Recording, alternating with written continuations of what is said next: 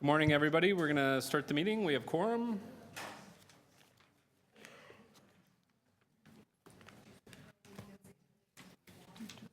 So we're going to go through the agenda. Before I do that, I would just want to welcome everybody to meeting number 5. For those of us in the room or at home watching this, at the back of the room, you can follow live time updates of this meeting on what item we're on, what's been held, and you can do that on the city's website, toronto.ca/council as well. We will, Does anybody have any declarations of conflict of interest? This meeting's too long already, Councillor Davis? Good morning. I need a motion to confirm the minutes, May 11th, 2015. Councillor Grimes, all in favor? There's a green list in front of you of speakers for items on individual items. We also, one of the things we're going to be looking at this morning is the customer service review. We're going to do that presentations by staff at the beginning of the meeting. So we're going to have all the presentations by the individual departments, and then we're going to have question and answers of staff after the presentations. And then there's also deputations from the public and standard format for that. Okay, item number 1 is a timed item at 9:45, apportionment of property taxes for June 15th, 2015. As well as the second one, cancellation, reduction, or refund of property taxes. Third one is going to be our first item of business, the 2016 service level review. Next is our customer service strategy update. Number 5, Toronto Transit Commission Pension Fund Society status. I'm going to hold that. I have an amendment that's being worked on. Number 6, 2014 consulting services expenditure, city divisions and major agencies and corporations. Move receipt. All in favor by Councillor Grimes. Carried. Number 7, payment in lieu of taxes for Ports Toronto. Move Councillor Grimes. All in favor. Carried. Number 8. Hold on. Number 7, payment in lieu of taxes for Ports Toronto. Councillor Grimes moved it. I would like to hold it, please, and I'd like to go in camera. Okay, I asked twice. Sorry, I just turned around for 1 second. You shouldn't have done that. We're vetting the agenda. So I would move to reopen, if we've already voted on it. We did. I saw you raise your hand too. Could I move to reopen? Move to reopen. All in favor? Number 7 is being held by Councillor Davis. Number 8, Bell Integrated Telecommunication Infrastructure Contract Dispute Status Update and Request for an Interim Single-Year Extension.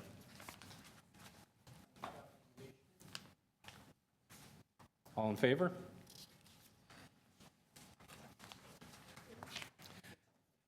Sorry? Me too. 9, Information Technology License Update. There's one deputant, Mr. Miroslav Glavich. Mr. Glavich here.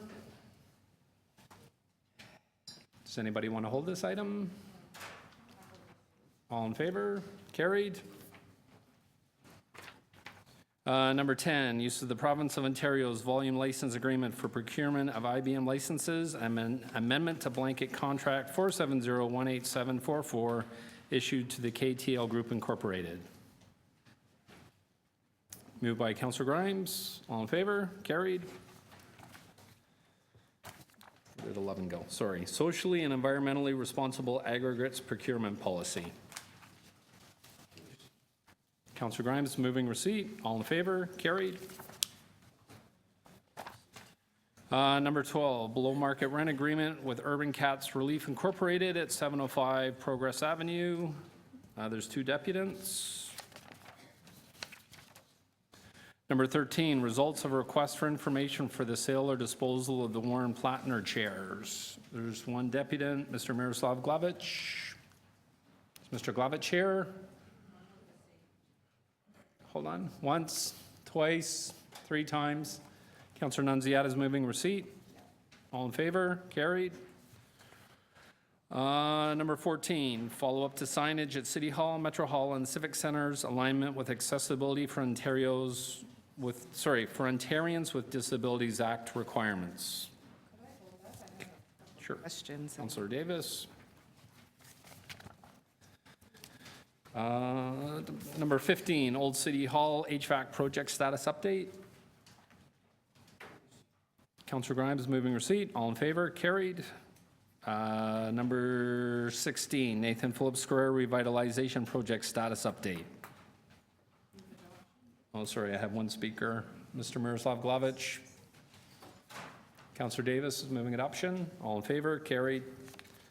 Number 17, redevelopment of the St. Lawrence Market North status update. Councillor McConnell, you're good? All in favor of receipt? Carried. Number 18, office modernization program, pilot projects. There's one speaker, Miroslav Glavich. Councillor Davis is holding that. Number 19, Union Station revitalization project, status update.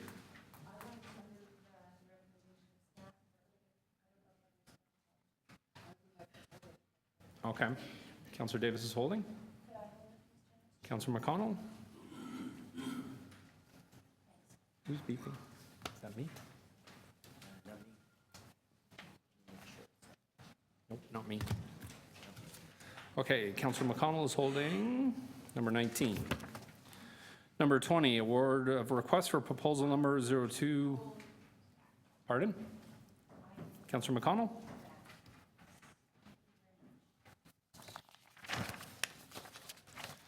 Number 21, car share one-year pilot projects.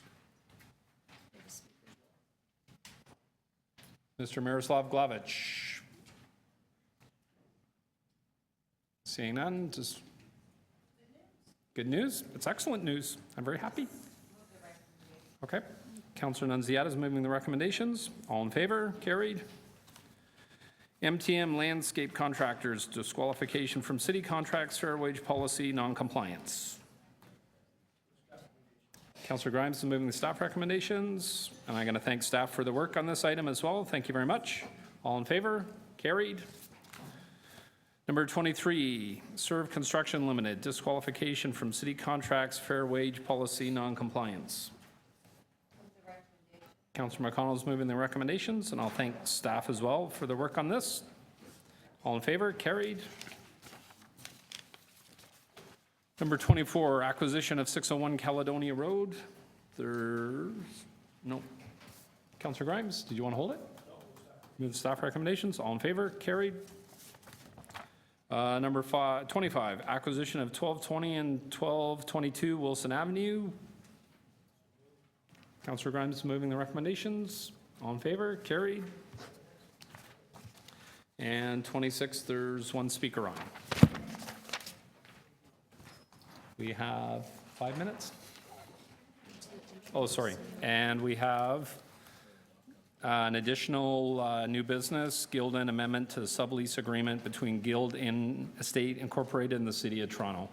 I need a motion. All in favor? Carried. Yes, it is. This is just an amendment to the lease, and we're getting there. All in favor? Carried.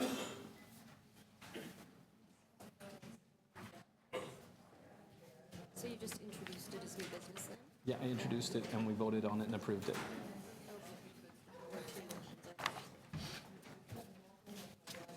Okay.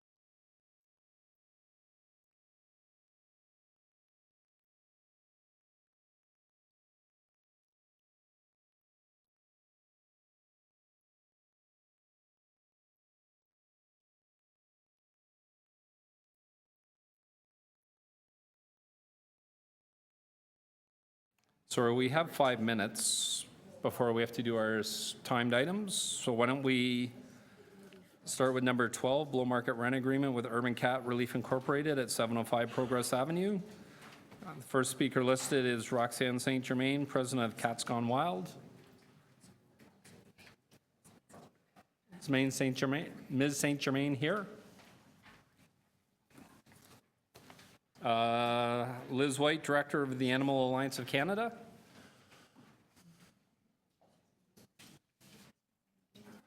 Going once, going twice. Okay. Nope. Okay. Does anybody have questions of staff on this item? Move the recommendations. It was, they're just as listed as a deputant. Okay, all in favor of the recommendations? Carried.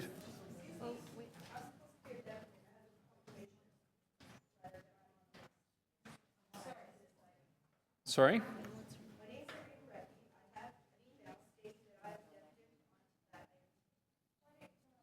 you like to come up? She's on item 26 on down.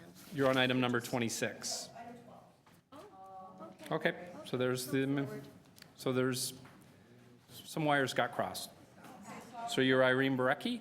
All right, we will move you to number 12. So you have 5 minutes to speak on this item. Thank you. You can be questioned by up to 5 minutes each by any individual member of the committee. I hope they do. And after that, we take it back to what's called in committee, where we can ask questions of staff on this item, and then we can speak up to 5 minutes. So you can start whenever you're ready.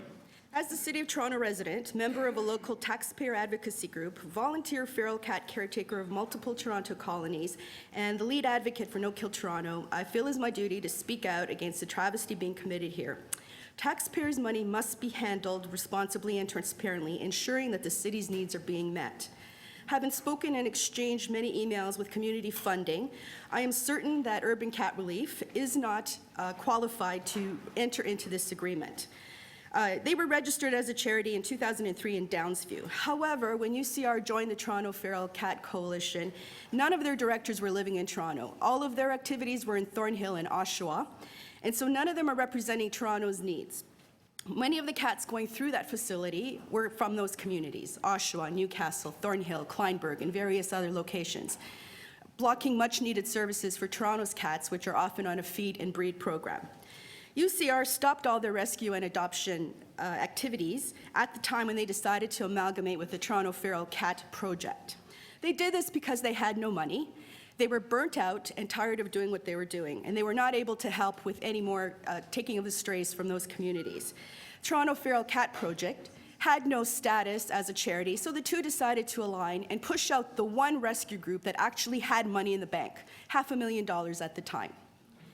Your report states that this group was spending money on renovations and spending money on operating costs. None of that is true. All renovations and operating costs came from one wealthy benefactor, the same benefactor they pushed out of that location on August 5th, 2014, when they fired 70 volunteers, hired a security guard to keep us out and keep our cats in, and made us find community vets who would board those cats for us. This is the group that you are now considering doing a favor for and giving a below-market rent agreement to. UCR broke off their relationship with them. Why? Because he gave them $5,000 to help us pay foster mothers for their expenses when we had a cat and kitten explosion in the summer.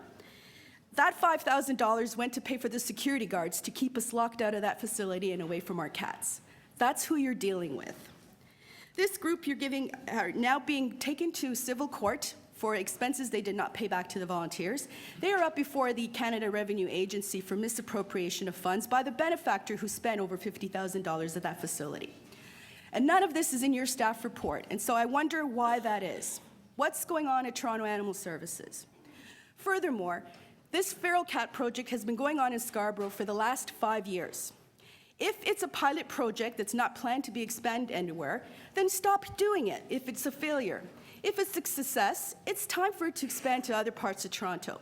Why do those of us in Etobicoke have to be disadvantaged by long distances of driving in order to get our cats done? It is long overdue that you look at people like the Etobicoke Humane Society who are doing Toronto's work in Etobicoke and getting no benefit from the city whatsoever. They don't have a quarantine room to bring cats in. They have to pay vets to do that before they are able to put them up for adoption.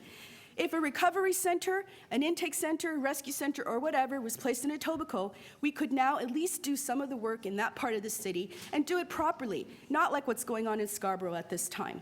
So I'm asking you to take a look at what's going on with this money and do it transparently and accountably. You have no request for a proposal here from anyone. You're just taking the word of some people who I have no idea. Why is there no financial statement before you to say, yes, this is the right thing to do? So I'm asking you to look at the program. We need TNR programs. We have 300,000 cats in the City of Toronto. They are constantly underestimating what they're doing. There's a huge need, and there's kittens being born right now as we speak. So I'm asking you to stop using this group, start to look at really responsible people, and there's a major number of people here who are willing to help to become a no-kill city, which TNR has to be part of. Thank you, and I'm hoping there's some questions. Thank you. Are there any questions of the deputant? Councillor Nunziata?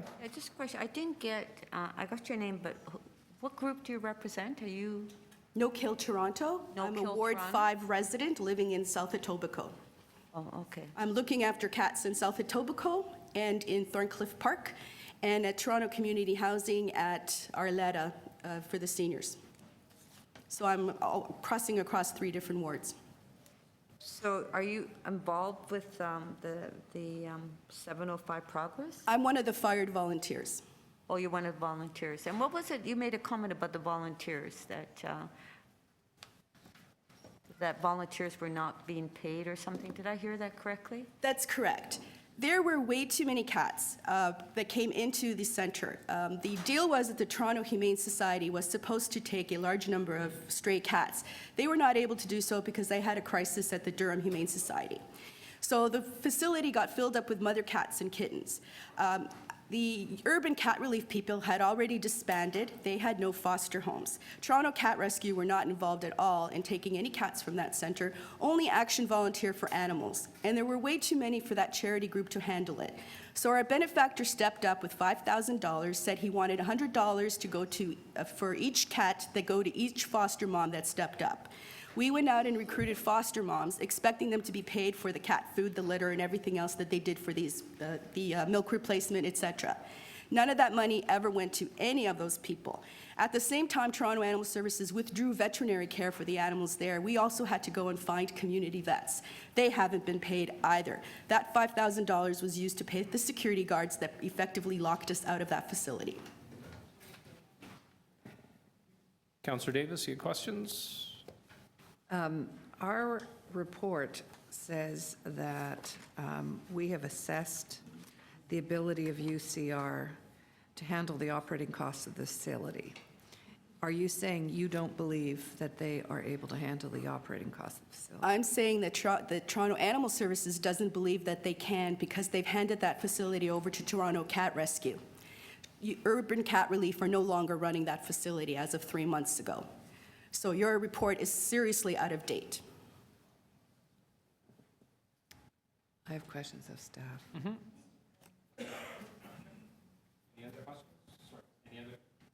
Any other questions of the deputant?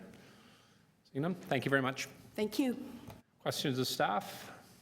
Councillor Davis, you said you had 1 or 2?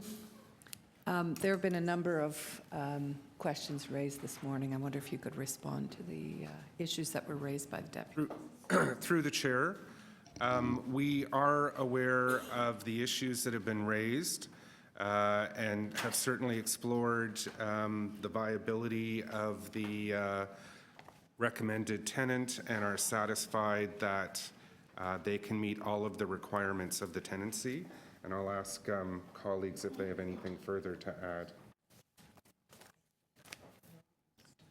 Through the chair, the organization UCR does run the facility. The people who are managing it day to day belong with the TCR group. So UCR does manage it, but there are there's a lot of volunteers from many organizations that run the center. one of them being the one that Ms. Barecki mentioned. So what is the role of Toronto Cat Rescue? It's one of the volunteer groups as part of the Feral Cat Coalition.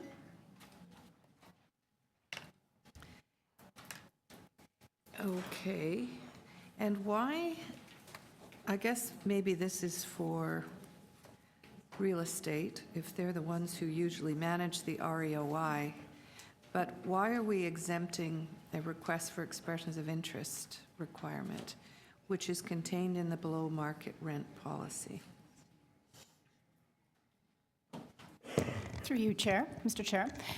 Because the organization UCR is currently operating out of the location at 705 Progress and has been doing so for about a year now, and they are demonstrating their capacity to manage the center, to be a good tenant in the location, and have a very strong relationship with TAS. We did go through a thorough review of their application. They did have to submit an application to meet the requirements of below-market rent policy, and we did assess them as being eligible and with the capacity. So how would you characterize this clear division in the coalition? Through the chair, I What's- would what's characterize it happening? exactly as you just have. There are divisions within this coalition. There are intergroup issues, obviously, and that's what we're viewing this morning. Notwithstanding that, this tenant meets the requirements. We are confident that they have the ability to provide the service both from a below-market tenancy perspective and from a Toronto Animal Services perspective. The situation is a difficult one, I will acknowledge that. So there really was a different organization that was operating the center up until 2013, and now this is a new group. Through you, Mr. Chair, up until 2013, Action for Volunteers was operating the center. In December of 2013, they told us that they didn't want to operate the center anymore, so at that point, UCR stepped up to operate the center. And is this work that we would normally do in animal services? Through you, Mr. Chair, no, it is not work we normally do. This is a recovery center once feral cats have had the surgery. Normally, feral cats will go back with their colony caretakers, and they take care of them either in the garage or other places. This center provides relief for those animals recovering from surgery. Okay. Okay, thank you. Other questions of staff? Mr. Nunziata? Yes, just looking at the recommendation, what was that? The 10,000, where did I see that now? The sum of, so the city will pay the school board a sum of $10,150 with a 5-year term of the lease, and this sum would be paid by the tenant back to the city, correct? So that's... Through you, Mr. Chair, yes, that's the relationship that we have in this particular property, where we contribute to the cost of that space to TDSB. So in order to comply with the below-market rent policy, that there are no costs assumed by the city, the tenant takes on that responsibility. And so the tenant, so the city pays, and then the tenant repays the city? That's correct. Okay, thank you. Thank you. Further questions of staff? Speakers? Councillor Davis, did you want to speak on this item? No? Okay. Councillor? Mr. Chairman, I just want to ask that staff can come back and give us an update, not a report, just give us an update on how this group is making it in 3 months' time. And I don't be a motion, 3 months be enough to come back with a, not ask for a report, just an update on how they're doing to this committee. Through you, Mr. Chair, the group has been operating the center since December 2013. And since that time, we've had no issues and no violations of our agreement. So they're operating very well, and we don't anticipate that that's going to change. Thank you. Do you want to move a motion to that effect, Councillor Grimes? No, I just asked if they could give me an update in 3 months, would be great, but I don't think we need a motion. Okay, all right. Sorry, you've already made your deputation. Sorry, no. No.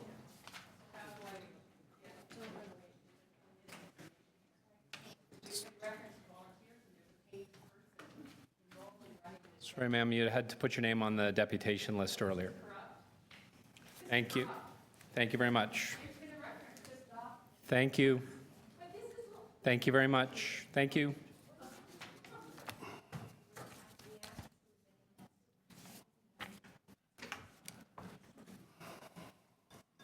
I need somebody to move something. Councillor Grimes, anybody? I need somebody to move something on this. Councillor Davis. I'll move adoption of the staff recommendations. Okay, all in favor of the staff recommendations? Carried. Okay, we had 2 timed items at 9:45. The first one, apportionment, property taxes, June 15, 2015. Okay. And is there anybody in attendance that wanted to speak on this item? Okay, seeing nobody, I'm going to move the following recommendation that's on the screen. Recommendation number 1 of the report dated May 21st, 2015 from the Treasurer be deleted and replaced with the following. Government Management Committee approved the individual apportionment applications made pursuant to Section 322 of the City of Toronto Act 2006 as provided in the apportionment reports marked as appendices A and B attached to the report May 21st, 2015 from the Treasurer, excluding the following applications from Appendix A. Ward 29, 2014 tax year at 837 Broadview Avenue, and excluding the following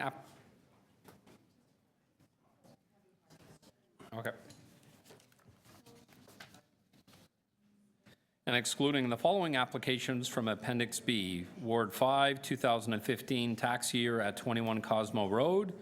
Ward 35, 2014 tax year at 516B Birchmount.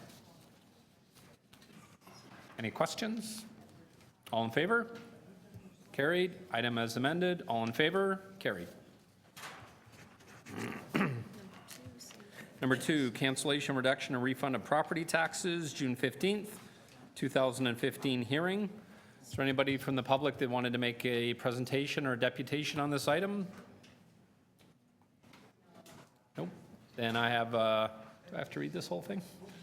I have a motion on the screen. Let me see. Government Management Committee approved the individual tax appeal applications made pursuant to Section 323 of the City of Toronto Act 2006 as provided in the detailed hearing report marked as Appendix A attached to the report May 19th, 2015 from the Treasurer, excluding the following applications. 2014001274 in Ward 11 at 1234 Weston Road. Appeal number 2014000254 in Ward 30 at 562 Jones Avenue. Appeal number 2014000301 in Ward 30 at 562 Jones Avenue. Appeal number 2014008889, Ward 32 at 30 Hiawatha Road. Appeal number 2014000325 in Ward 38 at 3630 Lawrence Avenue East. Any questions? Why is there 2 Jones Roads? Sorry? Why is there 2 same addresses? Is that a split lot or? What's happened? Why is there 2 562 Jones Avenue? Sorry, staff. Councillor Grimes has a question about 562 Jones Avenue. Why is there 2 of them? Through the chair, it's 2 different years. Okay. Okay. You're okay? Is that in your ward? No? Okay. Excellent. Thank you. All in favor of the recommendations? Carried. Item as amended. All in favor? Carried.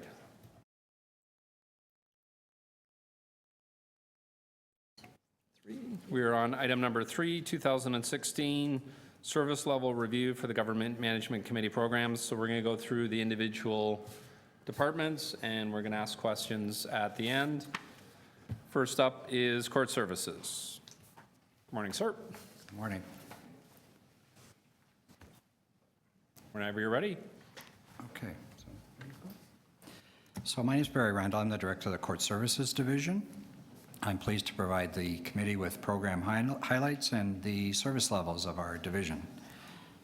So we are using the template format provided by financial planning staff, and I understand we are to do our best to limit our presentation to under 10 minutes. And since you have 9 of them, hopefully that'll be accomplished. So slide 3. This is the program map for our division. It outlines the 3 key programs that we deliver, and it also includes on the lower half the description of the customers that we serve.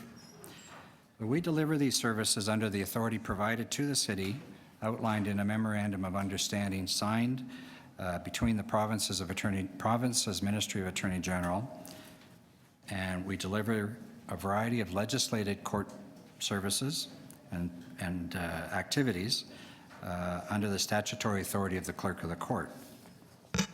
We deliver these services across Toronto's provincial offences courthouses at city-owned locations, including 1530 Markham Road in Scarborough, the former York Civic Centre, and the Old City Hall. We also provide court services at lease space at the corner of University Avenue and Dundas Street West. We also provide administrative support to the Toronto Licensing Tribunal program, and this service operates from the East York Civic Centre. Our customers largely include those who have been charged with an offence that exists in any one of hundreds of Ontario's provincial statutes or under one of the many city bylaws, so long as the offence took place within the City of Toronto. We also provide services to the many individuals who are regular participants in the court process, including the judiciary, lawyers, paralegals, prosecutors, interpreters, enforcement agencies, witnesses, and the general public. This slide provides an example of some of our key service levels. One of the important objectives in courts administration is ensuring individuals who elect to dispute the charge, rather than simply paying the fine amount shown on a ticket, are able to have their day in court. As a result, largely of a decline in charges filed by enforcement agencies, our ability to provide an earlier trial date is improving, and that's demonstrated in the first bar here. We also process payments and collect fines. In 2013, the Toronto caseload represented about 25% of the provincial volume, and in 2014, this dropped to 20% of the provincial total. However, the Toronto caseload remains higher than the combined volumes of activity in both York and Durham regions, as well as the City of Mississauga. Scheduling trials and other court hearings, together with ensuring court records accurately reflect decisions made, are key staff activities. When we include the work we do with respect to scheduling trials on parking tickets, the division scheduled and supported over 400,000 charges that appeared on court dockets across our 40 courtrooms in 2014. With some charges scheduled over multiple days, our staff scheduled over 520,000 individual trials and hearings in 2014. This included 48,000 meetings between individuals and prosecutors, largely the City of Toronto Prosecutions Unit. Discussions about their charges took place. At these meetings, in over 80% of the cases, there was a mutually agreeable resolution reached without requiring a trial. The next slide. Intervention hearings are reviews by justices of the peace where individuals have already been convicted and fined, and they return to the court office to ask either for a new trial or to get additional time to pay their fine. So a couple of challenges we face include the reduction in revenue from fines that remain within the city. With fewer traffic tickets issued, there is less revenue. Over the last 3 years, we've been adjusting resources to respond to the lower volume, and we will reflect more adjustments in the 2016 budget work now underway. A second challenge relates to the work underway that is led by the Provincial Attorney General's Department. Depending on the outcome of their review, including their recently concluded consultation process, services may be delivered in a different way. Making better use of technology and relying less on in-person court processes to resolve disputes are examples of program delivery changes that, if they occur, will need our attention. While I listed this as a challenge, as the next slide shows, this is also an opportunity. Other opportunities that we are working on include introducing a self-serve filing option where customers wishing to meet with a prosecutor can request this service online. This new service is planned to be launched this summer. The opportunity to consolidate all operations within downtown Toronto into city-owned space at the planned St. Lawrence Market North building will improve service delivery and provide operating efficiencies. This project is currently slated for completion in 2017, and we continue to work closely with facility staff on this exciting project. The committee has previously heard about Bill 31. This bill received royal assent on June 2nd. Provincial staff are working on implementing the many changes the new act includes and have indicated they will keep municipal staff informed of their progress. In addition to a variety of road safety measures, the legislation also allows for the addition of unpaid traffic fines to an individual's license plate record. That will mean a person will be required to first pay outstanding fines before renewing and purchasing a vehicle license plate.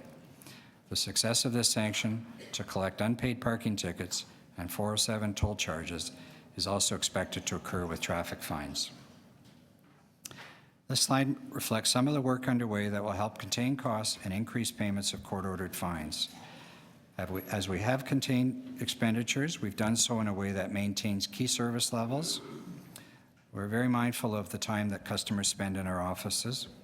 As a result, we're maintaining an average counterweight time of less than 15 minutes. Another important service provided by staff is the production of court transcripts. We maintain a standard to complete these on average within 30 days from the date they are requested. We also are using 7 collection agencies to help us collect unpaid fines. So, new strategies.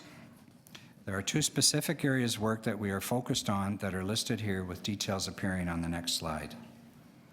The first is to examine the potential of having all parking ticket disputes resolved administratively. The province, just on May 15th, published a proposed change to Regulation 61106 under the City of Toronto Act and a corresponding change under the Municipal Act that would allow for all parking tickets to be processed administratively. The move to a simpler, more accessible, and timely program than the current court system provides is one that already exists in Mississauga, Brampton, Burlington, Vaughan, Oshawa, and others for their parking fines that are at $100 or below. Staff are meeting to review implications of proceeding and will bring a report to this committee at a later date. Should this be approved, we anticipate these changes taking place in 2017. In closing, city staff, along with our colleagues in other cities, are working with provincial staff who, as a group, all share the importance of continuing to explore and implement changes that improve service delivery, that result in a more efficient and improved public access to programs and services we provide. Thank you. Thank you. Sorry, we're doing questions at the end. You want to do questions after each one? We're going to do questions at the end of 8 presentations? You want to do them after each one? Yeah. Okay. I'm fine with that. That's what the committee wants to do. Councillor Grimes, I saw your hand first. Yeah, I just had a question on slide 9. You were talking about unpaid tickets before you get the license, your license when it comes out. Are we not doing that now? We're doing that now for parking tickets and red light camera tickets, but this will broaden the range of tickets to include virtually all driver-related and traffic-related We're doing tickets. for parking tickets and Red light camera? that's already in existence for what, a couple of years, right? Probably over 10 years, 15 years. Great. Okay, and the other question I had was, excuse me, 7 collection agencies we're using. Why 7? So I guess industry practices are to divide your accounts across different agencies. Some of them we use as what's called first placement accounts. So they focus on fairly recent defaulted fines, and then others have more expertise in fines that have been paid for a significant amount of time or where individuals are, let's say, harder to find. Okay, thank you. Sorry, Councillor Davis. The early resolution initiative, what percentage of tickets are you processing through that? Right, so 48,000 represents about 1 in 3 tickets that are challenged, so it's about a third. And how is that going to be different from the process of using disputes outside of the court process, which is what we're waiting for Right. from the provincial government? Right, so the early resolution process is limited to, right now, non-parking tickets. There's no provision in law for that service. So these other disputes that you're saying are mostly going to be for parking tickets outside of the court Correct. process? That's right. Will that impact the number of prosecutors we'll have, a need for? The potential is to keep running the courtrooms we have, because while 6 to 7 months average time to trial is good, there are still many cases that need many days, if not weeks of trial. So we'll still be able to run the courtrooms. That's an option that's available to the city, and that would require the province to continue to provide justices of the peace. Another model is to use the skills that prosecutors have to resolve parking tickets, as they do now in the courtroom, but they Well, might be able this to is do what it earlier. I was getting at, if the early resolution initiative uses prosecutors to resolve them before trial, Right. were we intending to use prosecutors to deal with this new process? That is certainly an option that has a lot of support. It makes sense. They're skilled in that area. So will you be bringing forward, I presume, another report on how we're going to remodel these services? Yes, This yes, delivery? correct. It'll be a report here. Okay. And you said to reduce the time needed to resolve disputes, we rebalanced court resources in May 2015. What does that mean? I'll try and give you a short answer here. So we've seen a decline in what we call Part 1 tickets. So these are tickets that people usually get at roadside. They get pulled over by an officer. They get a ticket for $90 or $100. Those tickets have declined. Other more serious charges under city bylaws, serious provincial statute offenses under occupational health and safety, they're taking a long time to work their way through the court system. So we're able to rebalance the use of these courtrooms so we can provide more time for these cases that need more time in the courtroom. My last question is, some years ago when I was last on this committee, we were quite hamstrung by the lack of our own systems, and that we had to rely on old provincial systems. Has that finally changed? Regrettably, no. We're Oh, still using an old, what we call mainframe application that the province provides to all municipalities. how can we get that changed? Well, I think there's a number of creative individuals across municipalities that have found some workaround solutions. So, through a series of uploads and downloads, we're trying to improve services. We're able to use the internet a little bit more effectively with some of the kind of front-facing public services individuals are asking for. But the case management box, if you will, there's not going to be a plan to change that. And is it not also related to how effectively and efficiently we can schedule our courts? Our court schedule? The system doesn't do that. It's really largely a people effort that's happening in the courtroom based on what needs to be brought to bear in the courtroom. Yeah. Okay, it sounds like there's need for some serious improvement on the system side. Well, I think the province will tell you there's been 3 large projects, IT projects, that have not gone very well. Just give us the authority. Yeah, be careful of what you wish. Okay. Other questions of Mr. Randall? No? Okay, thank you very much. The next presentation is Social Development, Finance, and Administration.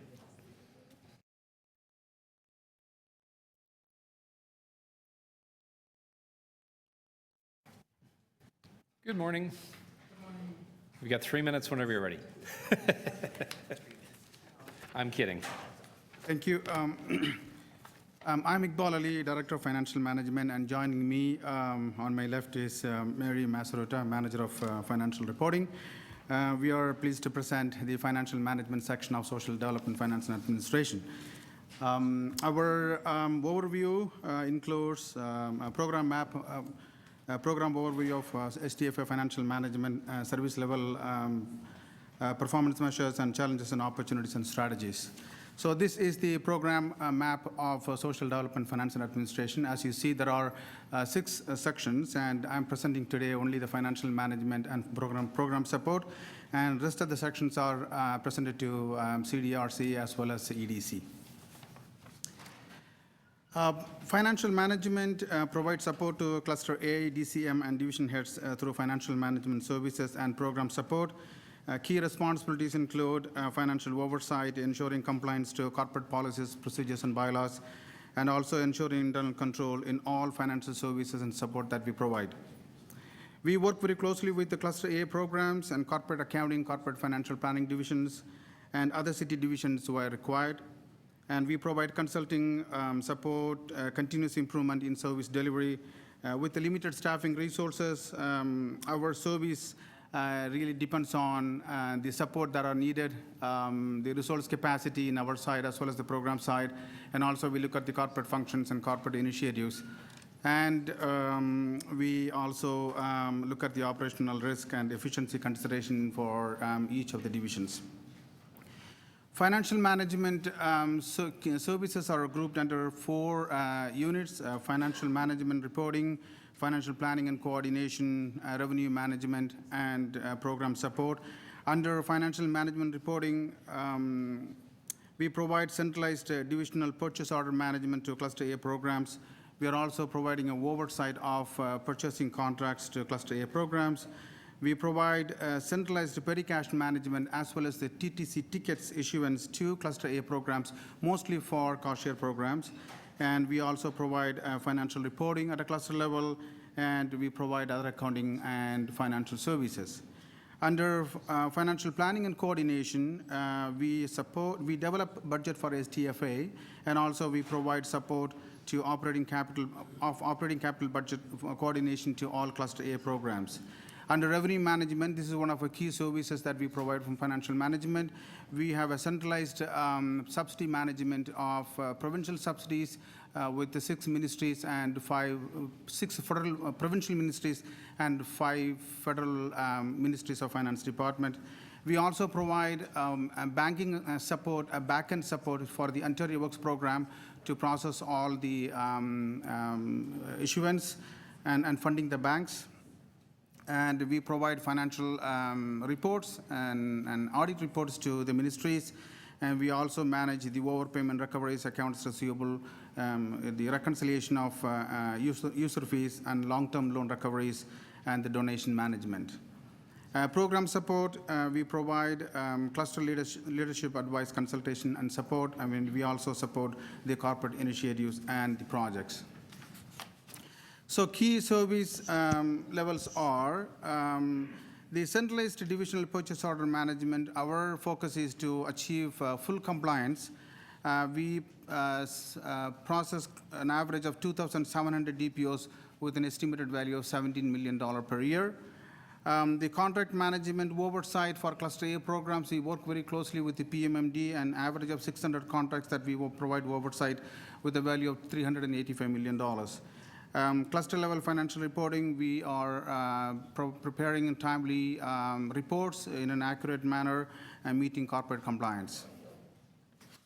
Moving on to the financial management reporting section, we provide centralized petty cash management. We provide same-day or 2-day turnaround time, an average of 3,400 petty cash vouchers to Cluster A programs with a value of $240,000 per year. You see the declining scale of the number of the petty cash going down because the divisions are using the P card, and we are also supporting the P card operation. That's why the P card is going up, the petty cash is going down.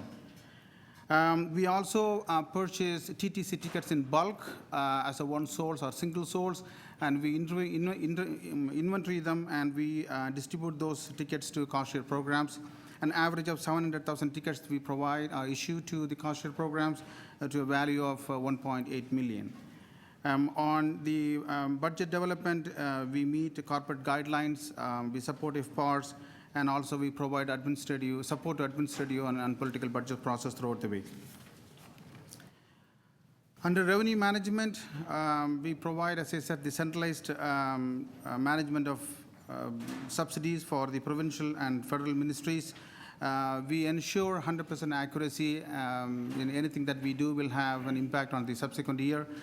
We manage an average of $1.7 to $1.8 billion subsidies with the 600 claims that we do. For the Ontario Works program, benefit payment, we reconcile, we initiate payments to the banks through accounting services, an average of 1.3 million transactions that we support to the value of $830 million. We also provide financial statements and audit reports to the ministries. We are responsible for getting 16 to 17 annual audits completed for the ministries. And in addition to that, we manage an average of $210 million monthly average, that is, of overpayment recoveries, long-term loans, accounts receivables, donations, and user fees for all cost-share programs. So our performance measures there are two key ones. The subsidies, provincial and federal subsidies to the cost-share programs, we also ensure the accuracy, compliance, and completeness and internal control. An average of 1.7 to 1.8. It doesn't change quite often, but it is sort of staying in that level. The other trend is that we also ensure the full compliance of issuing purchasing documents before engaging the purchasing, particularly on the blanket contract as well as the DPOs. We are achieving high percentage on the CRO, which is the contract release order, over 98%. On the DPO, we are achieving more than 92% right now. We're trying to move up to 100% through education and training to the purchasing, the frontline staff. Like every other program, we also have challenges. Our challenge is mostly providing a continuous support, and the service level is increasing.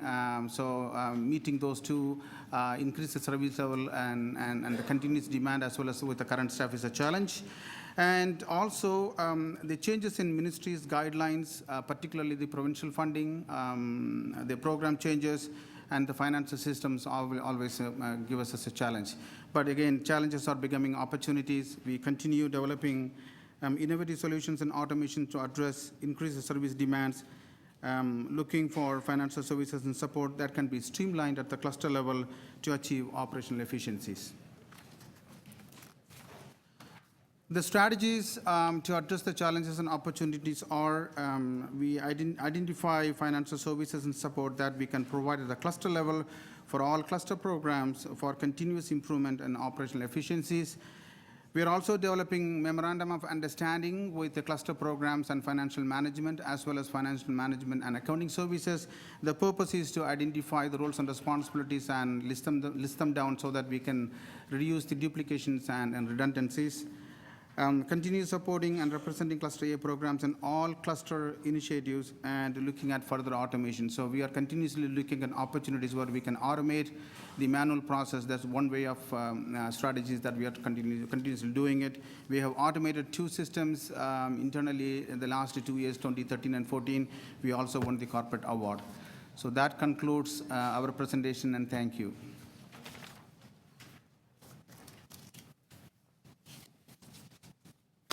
Questions of staff? Councillor Davis? Maybe this is to the Deputy City Manager, CFO. I still don't understand why we have a combination of social development, which is a program, and finance and administration lumped together in one division. Why do we do that? Through you, We don't Mr. do Chair. that with Cluster B. I really can't answer that. That's something that's in this way. Through the chair. Assuming Well, here, actually, oh, Chris is there. Yeah, let Chris answer that. The division was actually put together originally under the old Metro when admin services and social development were merged. And in fact, the combination has been extremely helpful to have our high-level, cluster-level social policy informed by a financial management function. And over the years, the two functions have very effectively informed each other and actually works quite well within the division. I guess I'm still struggling to understand why social development doesn't have its own division with its own operating and capital budget. Considering that social development has taken on and developed so many policy areas, from the senior strategy to the youth strategy to the poverty reduction strategy to, I mean, all that work that is important work for this corporation, it's always felt to me like, frankly, Mr. Brillinger, you don't have enough resources, and we ought to set you up as a separate and independent division. Well, I won't disagree with you there, Councillor. The actual larger part of the division is in fact the social development function. And I would also reiterate that part of the reason that we have such quality products coming out of the division is because the financial management section really informs the social policy work. The division has a total complement of about 116, so even with both parts, it's a relatively small divisional unit. Right. You're not going to bite. I do have a question about some of the performance service levels, which is what we're supposed to be focusing on. So if I were to ask you to look at page 6, where it says at the top, compliance to purchasing policies and procedures. So this is the essential service standard that you are presenting to us. Is that correct? For these items. Through you, Mr. Chair, that's correct. So when is this 91%, 92.5, 93, and aiming for 100 apply to both, all three of those items? Well, through you, Mr. Chair, the compliance to policies and procedures, we want to make sure that the purchasing documents are issued upfront before engaging the purchasing, right? No, my question is, there are three items here: centralized division purchase order management, purchasing contract management oversight, and cluster level financial reporting. So what are is compliance to purchasing policies? the complaints, And these numbers, do they apply to all three of these things or only to the top box? only to the top. Okay, so what are the service levels for purchasing contract management oversight? The purchasing contract management oversight is making sure that the contract management function not overspending and taking appropriate actions before the contract is expiring. So we work with the divisions to make sure that if the contract is ending, we'll start the process. And what is the service level standard that you're attempting? You've got numbers here, 597, 580, 583, and 600 contracts, and the value of the contracts. But what is the service standard for achieving the things you're trying to achieve with purchasing contract management oversight? Over 90%. So where is that on this chart? Which is not mentioned here, but that's over 90% that we want to achieve. You want to achieve over 90% of what? Of making sure that the divisions are taking appropriate action before the contract expires. Last question, Councillor. Councillor, these are blanket contracts which is already there, and we want to work with the divisions to make sure that. Okay, just that doesn't say, it's not there, but my final one, on the next page, on page 8, you have, again, 1, 2, 3, 4 service, I don't know, objective service, key services, and you've got achieving 100% accuracies on the top of the first one, but I don't know whether it applies to the others, because if you have 100% accuracy, why do you need overpayment recoveries? Which is The in this last box. The overpayment recovery is not initiated by us. The overpayment recovery is that when the social services program make overpayment to the clients, that information comes to us, and we want to make sure that we account the overpayment recoveries and we collect them. So mine is an accounting side of it, the overpayment that happens from the program side. But again, that accuracy goes to all 4 groups. But what are you achieving? Counselor, you hit the 6-minute mark. We are achieving the full recovery of the overpayment that is initiated by the program. So I'm doing the accounting services to make sure that I get informed when the overpayment recovery, the overpayment is happening, then I monitor to make sure that the overpayment has been recovered through the system. So mine is an accounting services that I provide. And we get 100% accuracy? Okay, thank you. Other questions?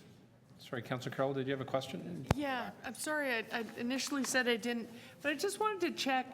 I'm on the same page that Councillor Davis was just asking questions on, and I see under the centralized division purchase orders, and again in petty cash management and the giving out of TTC tickets and such, there's sort of a downward trend. Is that a consolidation of the way we do things that appears to start taking effect in 2014, or were we just plain doing less?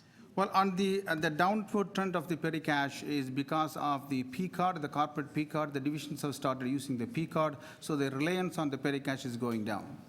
Right. That's an encouragement that we are doing. The divisions have to move forward from the petty cash to P card. So as the P card is uptaking, the dependency on the petty cash is going down. That's why the trend is going down. So is that a trend that's going to continue, or is this sort of a situation where that is a service level we need for the size of the team and people with access to this? We've done the efficiency that we can do there, or will that downward trend continue a little bit? The trend will continue slowly, but it will not be completely replacing the petty cash. We need the petty cash, right? But the issuance of the reliance on the petty cash will go down as they gain confidence on the P card, right? And then the usage of the P card will go down, but doesn't mean that we can completely eliminate the petty cash. The petty cash has to be there. Right, Yeah. right. It's just created a bit of efficiency that you may see more of. And the same thing with the purchase order program. There appears to be, there's a little bit of a downward trend that again starts in 2014 there. Is that consolidation, or, because I see that the dollar values are about the same. Yeah, so sorry. So we've already achieved some sort of clustering or operational efficiency there already? Yeah, so we started asking the divisions to use the blanket contract. There are blanket contracts already available. Right. Why are we creating a DPO? So rather than using an additional DPO for an item which is already under the blanket contract, so we asked the divisions to use the CRO to draw from the blanket contract as opposed to issuing a new DPO. That's what we are just making sure that the usage of the DPO has been properly done and not for the contract which has already been in place. Okay, and is that a trend that may continue somewhat, or do you think you're It will more? stabilize that one because we've been going down. We started with the 5,000 DPOs. Now we have come to 27, so it started leveling right now. Oh, okay, okay. Thank you. Those are my questions, Mr. Chair. Yep, thank you, Councillor Carroll. Anybody else? Okay, thank you. Thank you very much. Next presentation is Policy, Planning, Finance, and Administration.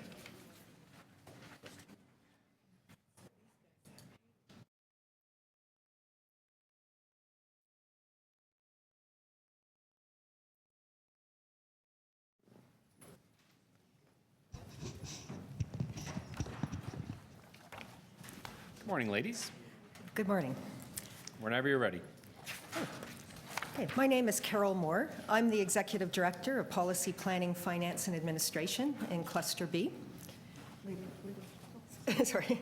And with me is my program manager, Lydia Denelsu. So today, we're going to be reviewing a program map, an overview of what policy planning, finance, and administration does, our service levels and performance measures, our key program challenges and opportunities, and our priority actions to address those. So first, our program map.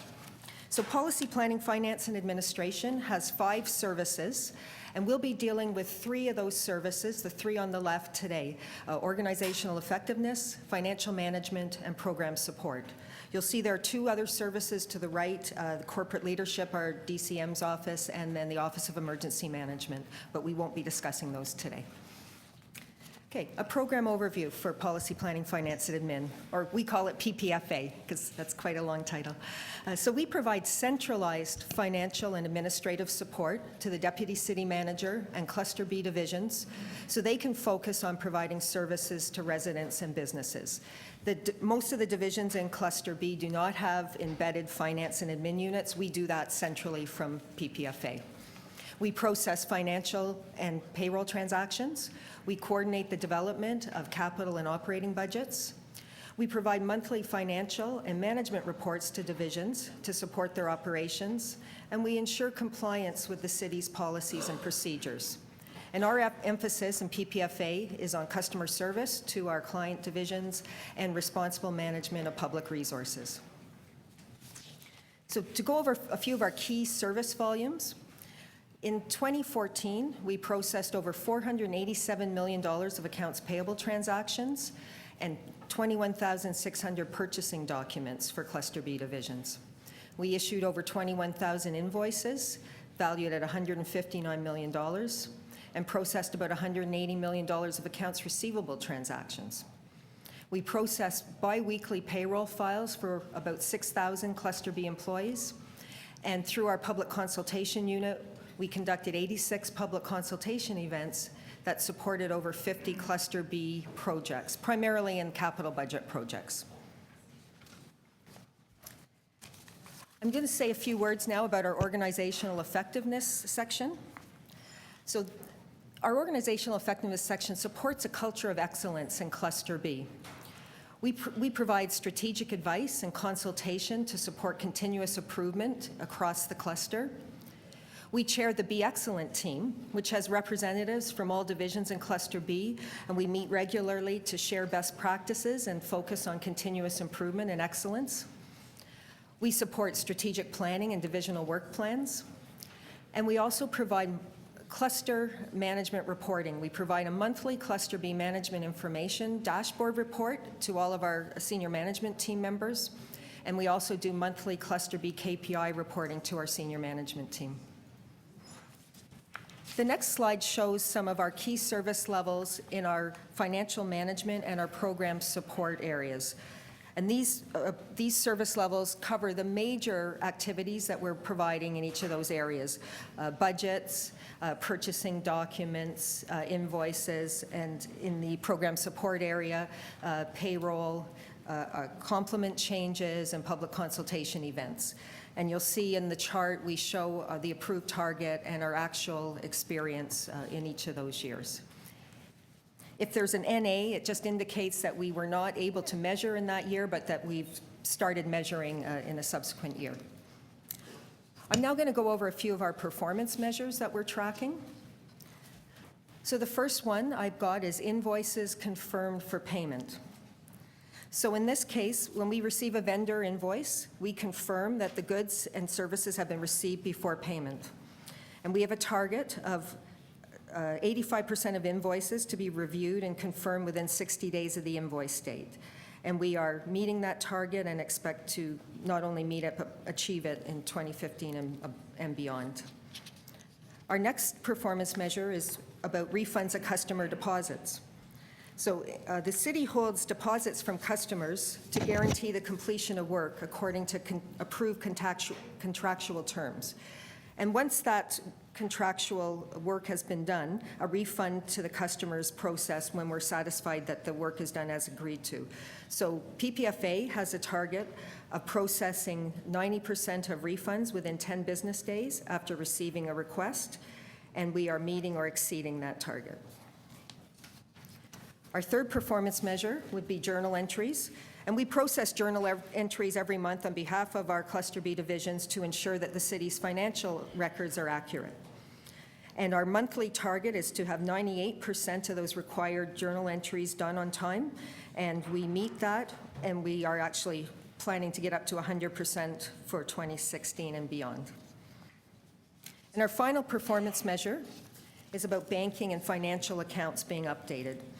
So Cluster B divisions collect revenues from customers at various locations across the city, and then the funds are deposited in the bank on the next business day. And then PPFA staff update banking and financial information to ensure that the city's records are accurate. And our target is to update that banking information within 5 business days of receiving the supporting documentation. And we are meeting our 90% target on that and expect to continue meeting or exceeding that. So next I'm going to go over a few of the program challenges and opportunities that we have in PPFA. So our first challenge is meeting increasing demand for service within our existing resources. Our second challenge, which is also an opportunity, is to implement new corporate technology improvements while we're maintaining our service levels. So while that is additional work for us and causes a challenge, it's also a great opportunity because in the end that will make our service better. And our last challenge is to continue to attract and retain skilled staff to improve service delivery and make sure that we're meeting our service standards. So our priority actions to receive results and to achieve results and to deal with our challenges. First of all, we continuously review our business processes to ensure that they're efficient and as streamlined as possible. Our second priority action is that we will continue to leverage corporate technology improvements to automate manual processes. And one that we're working on right now with the Treasurer's Office is the Employee Self-Serve Management Self-Serve Project. And then our third priority action will be building workforce capacity. So we continue to work with human resources to fill our vacant positions. We continue our focus on staff training. We've set a minimum number of training days per employee that we monitor closely. And then we continue to look for opportunities to cross-train our staff, which also helps to make us more efficient. So that's the end of my presentation. Thank you very much. Any questions? Thank you, Carol and Lydia. Questions? Councillor Davis, just one? I'm still struggling to understand who does what between divisions or clusters A and B, and why some things are centralized and some things are separate. What functions do you have that SDFA doesn't have? So I believe that the main difference between PPFA and SDFA is that we have centralized finance and admin support for the whole cluster, where SDFA is providing that for some services, but a lot of transactional work is being done within the divisions in Cluster A. They do have some finance and admin staff within many of the divisions. So we are more centralized in Cluster B on the finance and admin side. And it's a function of the history of the divisions, and when we did a corporate reorganization about 10 years ago, the divisions that made up Cluster B were mostly served by a centralized finance and admin function, so we continued that with policy planning, finance, and admin. And you have a separate consultation unit. We have a small public consultation unit that supports Cluster B, primarily Cluster B capital projects for environmental assessments. Toronto Water and... Toronto Water, solid waste, transportation. And the consultation, and there is a corporate consultation function that is somewhere else, that's in the city manager's office or something. Is that, maybe I'll ask the city manager, acting city manager, I think he's here. Through you, yes, there's capacity in the city manager's office. The intention in PPFNA is to provide that assistance in a centralized pool for the variety of EA work that we do principally. So in the city manager's office, we have I guess, civic engagement, and is that where most of the other consultations? That's where most of it is, yes. Why would they not be together, I guess, in one? I think the scale of it's a little bit different in Cluster B. We have separate consultations on large EAs that are usually through the project resources, either the staff or the consultants that we hire, but there's so many routine EA works where consultations required, it makes sense to do that. City manager's office is more eclectic. There's more a variety in the scale of projects and types of things that we have engagement on, and that's the way it is. And back to your earlier question, if I could just add on the difference between the two clusters, you'll find in Cluster A the variety of provincial cost-shared programs and the funding requirements that they have, the accounting differences that they have with us, probably is much to explain the differences in lack of centralization partially that they have. But, so this group has some HR payroll functions, and Cluster A does not have payroll functions, is that That's correct, Councillor. And accounts receivable, you have accounts receivable functions, Cluster A does not. We do, through the chair, we have revenue management, so we do provide that service on a cluster basis in Cluster A. So do you have the same performance standards? Do you have the same systems? We use the corporate system, so we work closely with the treasurer's office. We see ourselves as part of a process, a corporate process, so we would be doing a piece of it. The treasurer's office does a piece of it. So we are complementary to work that's being done in the treasurer's office. So through you, Mr. Chair, a lot of the standards that are set for things like, for corporate things like accounts payable, accounts receivable, purchasing are set corporately. A lot of those fall under the treasurer's office. Are you both on A and B cluster sides working on the employee self-serve management system, and what is it? That is, through the chair, that is a project out of the treasurer's office, payroll, pension, and employee benefits to extend the current system where we have management and elected officials online to all employees, and then to actually automate some of the functions through the manager's self-service so that it's less clerical. Less paper. We're trying to modernize the way we process time and payroll within the city. So, and that's one of the capital projects that we launched a few years ago. But we work it may be led through the treasurer's office, but we're working hand in hand with the cluster divisions. Councillor Nunziata. Thank you. Just a couple of questions. On page 8, you've set a target 85% of invoices to be reviewed and confirmed within 60 days of the invoice date. So when you say confirmed, is that paid within the 60 days?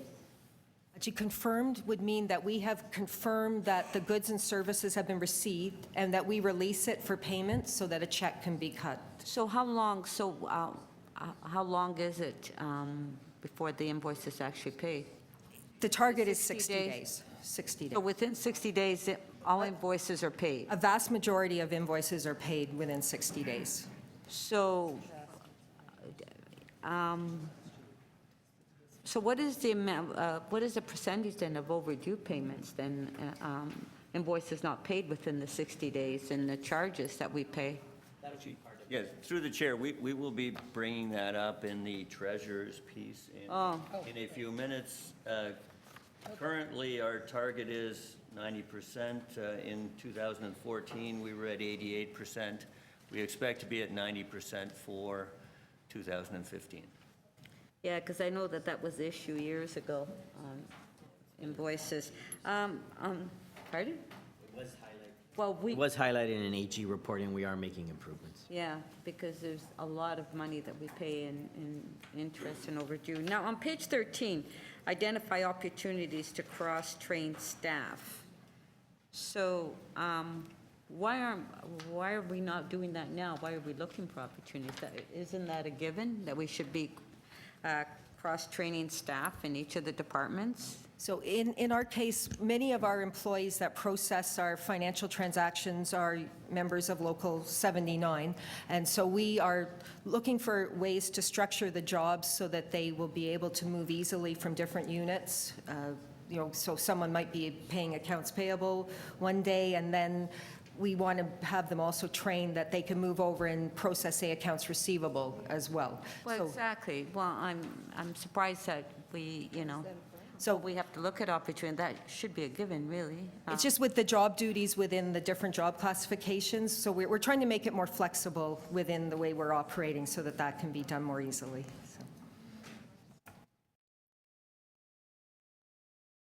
So. Actually, Councilor Nunziata asked one of my questions, but I just wanted to go back to the attracting and retaining skilled staff to improve service delivery, and then building your workforce capacity.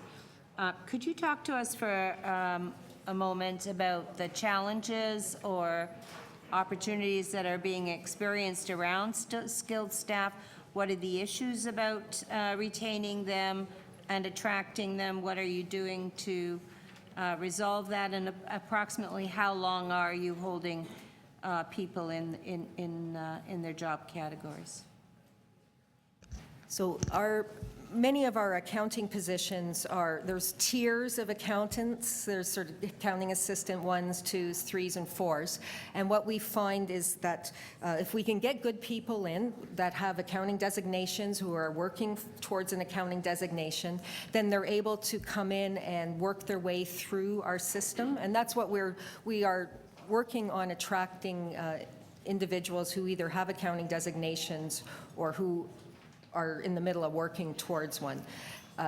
We do experience a fair bit of turnover, though, because as individuals are getting more experienced and continuing their education, they're ready for a higher level job. So, you know, if an opportunity comes up in another division, they may leave to get the higher level job in another division. But what we're finding, though, now over time is that we are attracting some of those people back the next time we have an opportunity, and they'll come back to us. So I think all in all, though, I think that we are greatly improving the quality of our accounting staff in the city by our focus on trying to get people with designations or who are working towards a designation so that they've got that skill. And could I ask you, in order to do Tier 1 or Tier 2, do you need that, that educational requirement? We ask that people have some level, that they're either have their designation at the higher levels, or that they are at a high, say in their 4th or 5th year of their courses. Because every year of the courses gives you additional information that's very helpful for us here at the city. So it builds on your knowledge and experience as time goes on. But that designation isn't necessary to be able to... They don't have to have the designation, but we like people that are working towards it, because that way they know that they have the skills and the experience to be able to do the jobs without as much training, and they would understand if something's going wrong, they understand why it's going wrong. Right, but if somebody's coming in and they're overqualified and they're moving through that and they're doing that, as opposed to somebody whose life is going to be about doing that job, which one is going to stay in that job for a longer period of time? So at the more junior level positions, we do hire people that are just starting in their accounting life. So we wouldn't be asking for designated accountant at the most junior level. So it's more at the higher levels that we're looking for people with designations. But definitely entry-level positions, we're definitely interested in getting people that are interested in staying for a long time and working their way up through the system. Great, and what are you doing about foreign certifications? We are working with HR to look for qualified applicants. I don't have a specific answer for you on foreign trained workers, but that's something that I will explore with Human Resources. Okay, so that would be great, because as you probably know, we're looking for employment opportunities for the people who live in Toronto, and many of them are foreign certified, and they can't get in. So if you wouldn't mind, so you're saying that perhaps where we need to focus on that is human resources, is that right?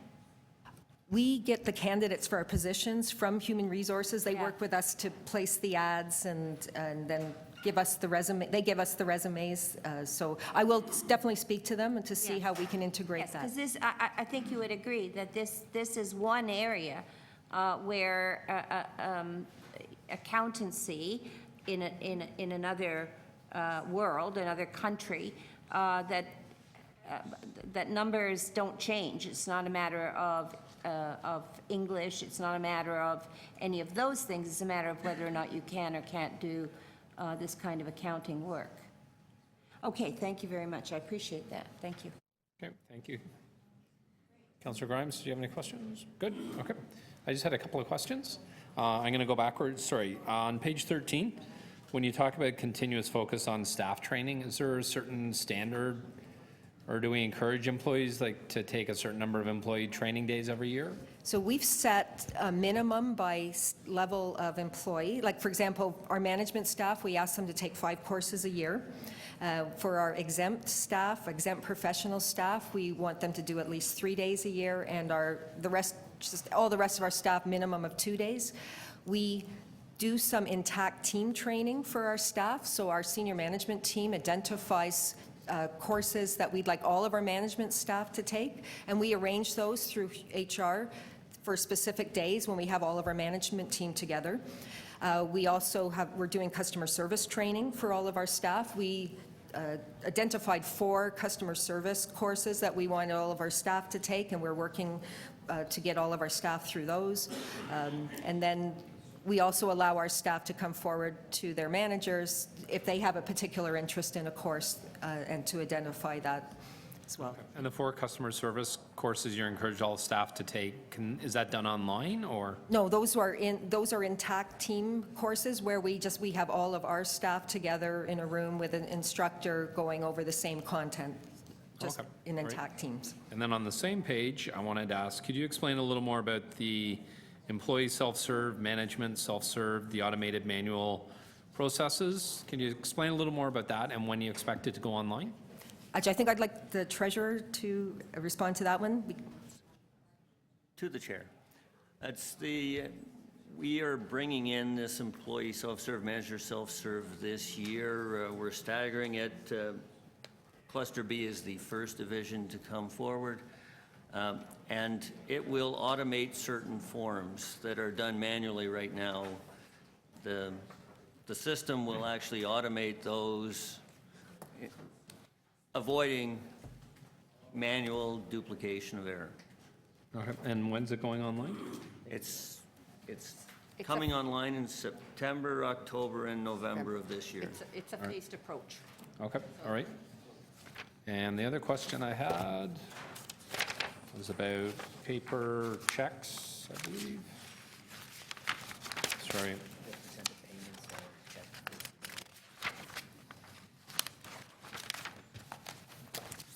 Sorry, ladies, page 5, and I don't know if this is a question to you. We issue 21,000 invoices at $159 million a year. Are those paper or electronic? Or is this a Robertsini question? Or a treasurer? We actually pay more than 80% of our payments in dollar terms electronically now, and we have more than 40% of invoices that come in electronically. Okay. And is it I recall reading somewhere, is it a 3-match system? Three-way match. We have a 3-way match system matching the purchase order, the goods receipt, and the invoice. And we're one of the few municipalities that does that, I understand. Okay. And then 2 lines down, bi-weekly payroll files for over 6,000 Cluster B employees. I know a few years ago we were working at electronic receipts and deposits. Where are we, what percentage are we still paying out hard checks? Do you know, or are we fully all electronic deposits? So for non-union. Through you, Mr. Chair, For payroll deposit, we are about 98%. There's just a very few employees that still get checks. Oh, okay, great. Okay, thank you. Perfect. Thank you, ladies. Appreciate it. Next department. Sorry, next department, Finance and Administration. Sorry?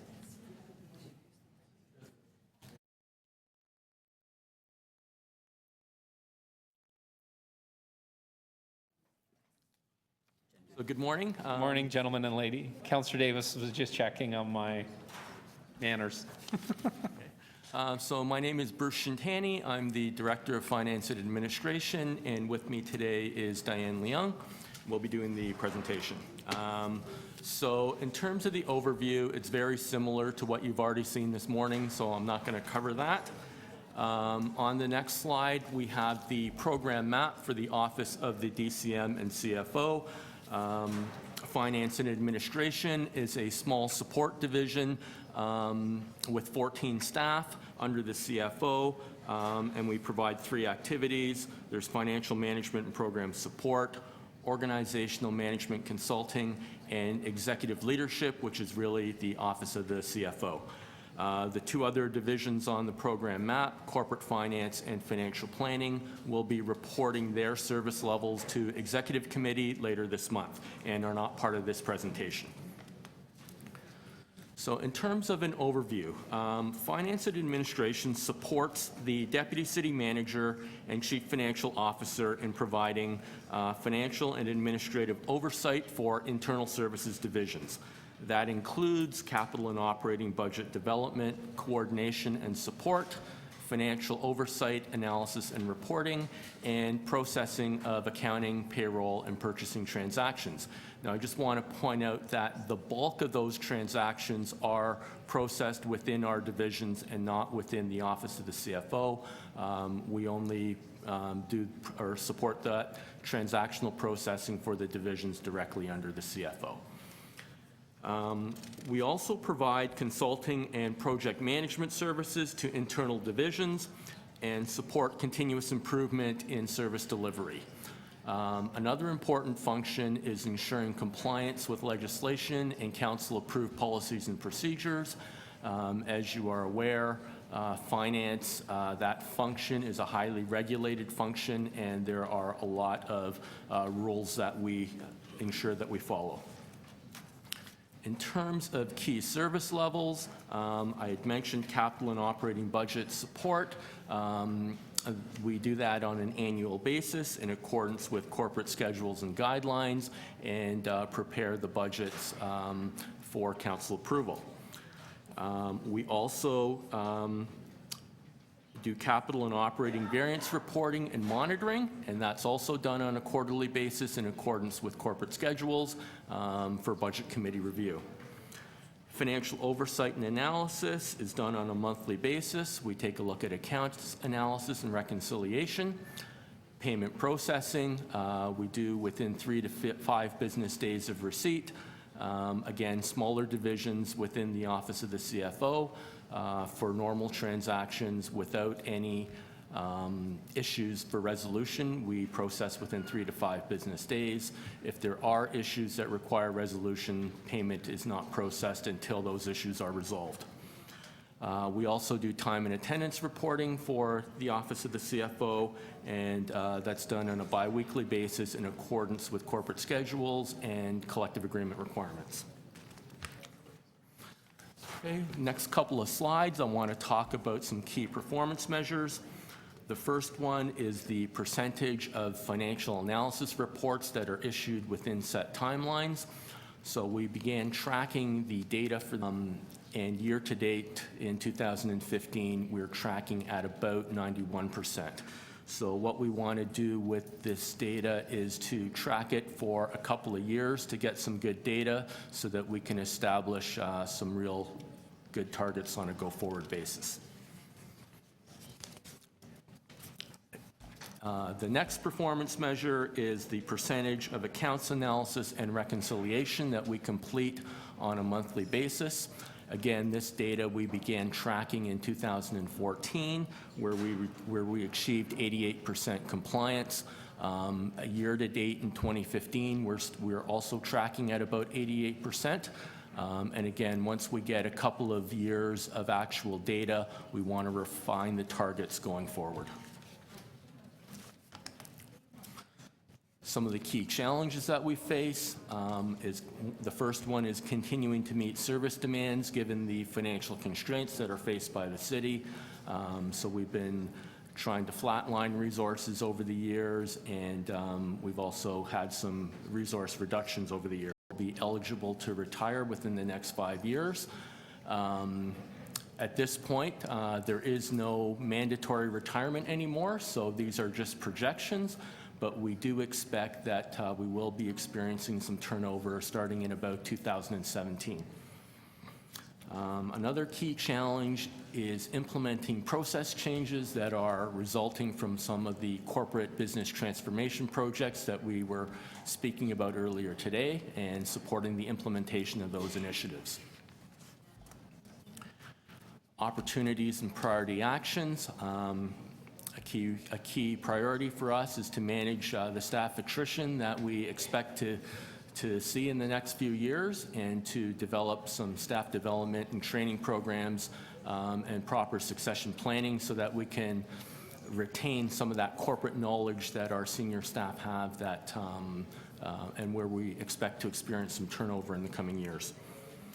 And another opportunity and priority action is working with our divisions and corporate accounting, payroll, and financial planning to implement some of the automation projects that we talked about earlier, ESS, MSS, and multi-year service-based planning and budgeting. The service level reviews today are part of that process. And that's the end of my presentation, and happy to answer any questions. Thank you, sir. Councillor Davis, and then Councillor McConnell. Now I'm even more interested or confused about the administrative functions that exist in your division. So you have finance, where did I see that? You have financial oversight, you have accounting, payroll, and purchasing functions within your division? We do, but we only process those transactional functions for the divisions under the CFO. So the bulk of those transactions are processed out in our divisions and not within the office of the CFO. Just to I don't clarify, understand. so he does it for my office, Josie Levita's office, Financial Planning Division, and for Corporate Finance Division, because we're small, it makes sense to centralize. In IT and Facilities, Chief Corporate Officer, for example, those things are decentralized. So we're a bit of a hybrid model. Those things are what? Decentralized? They're decentralized, so we have a hybrid model. No, don't use that. Find another. Mixed model, how's that?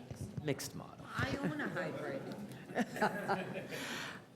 Sorry. But, so what is the history on those ones? Why are they separate? Why don't those functions go, why doesn't procurement go to procurement?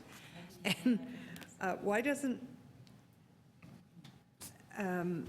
payroll, why aren't all the payroll functions together? So the history there is it dates back to 2004 when the DCM and CFO position was created.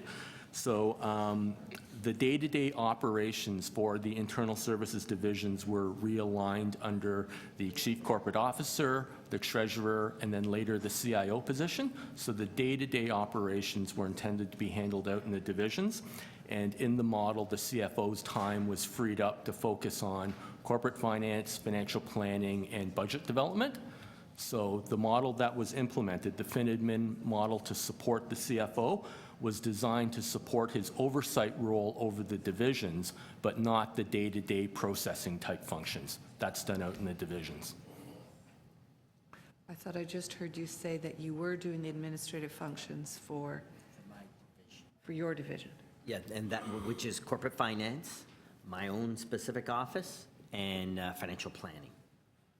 So then, Okay, so IT handles their own. Committee. It would be nice to have a really nice chart that shows where all of these functions reside. So That the, breaks out all of these functions by division? No. so the large, as Bruce was saying, just to clarify, the large divisions, so and they actually incorporate more than one division, Josie's Chief Corporate Officer, the Treasurer's Office, and an IT, they do the day-to-day transactional financial administration. Bruce's area does those day-to-day transactionals just for those three, my office and the two other divisions. Bruce also provides overall budget coordination. So when he comes to me, he brings all the whole entire Cluster C budgets, the variance reports, and we look at them together. Okay. And I guess I'll ask a similar question about internationally trained professionals, whether you have a plan to actually use or incorporate candidates who are coming through a variety of programs that the city participates in, like Career Bridge and so on. Well, my division hasn't experienced a lot of turnover, right? So we've had a stable workforce since 2012. But we will have an opportunity going forward with the number of retirements that I identified. Half of your staff, it's Half of the staff, yes. So my staff have participated in programs like the Profession to Profession Mentoring Immigrants program, so we've had some good participation there. But in terms of on a go-forward basis, we will be happy to work with HR on any of the corporate initiatives that we have. Okay, Councillor McConnell?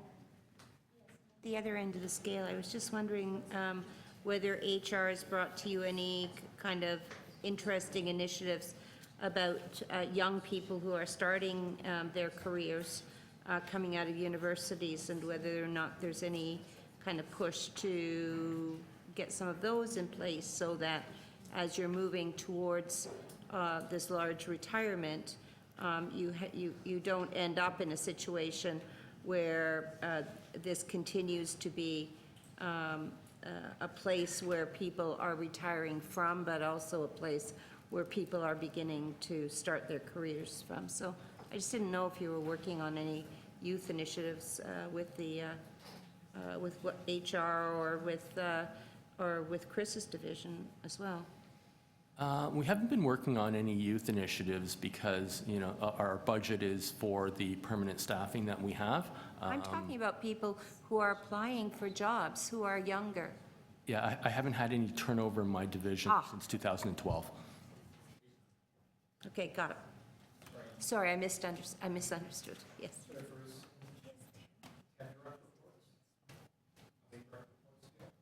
My direct, well, the 14 total in the division with 5 direct reports.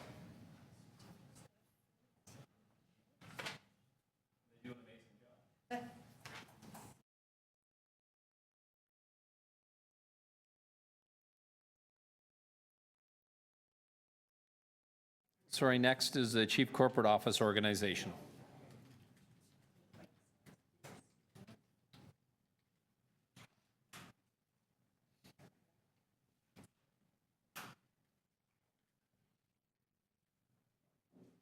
Good morning.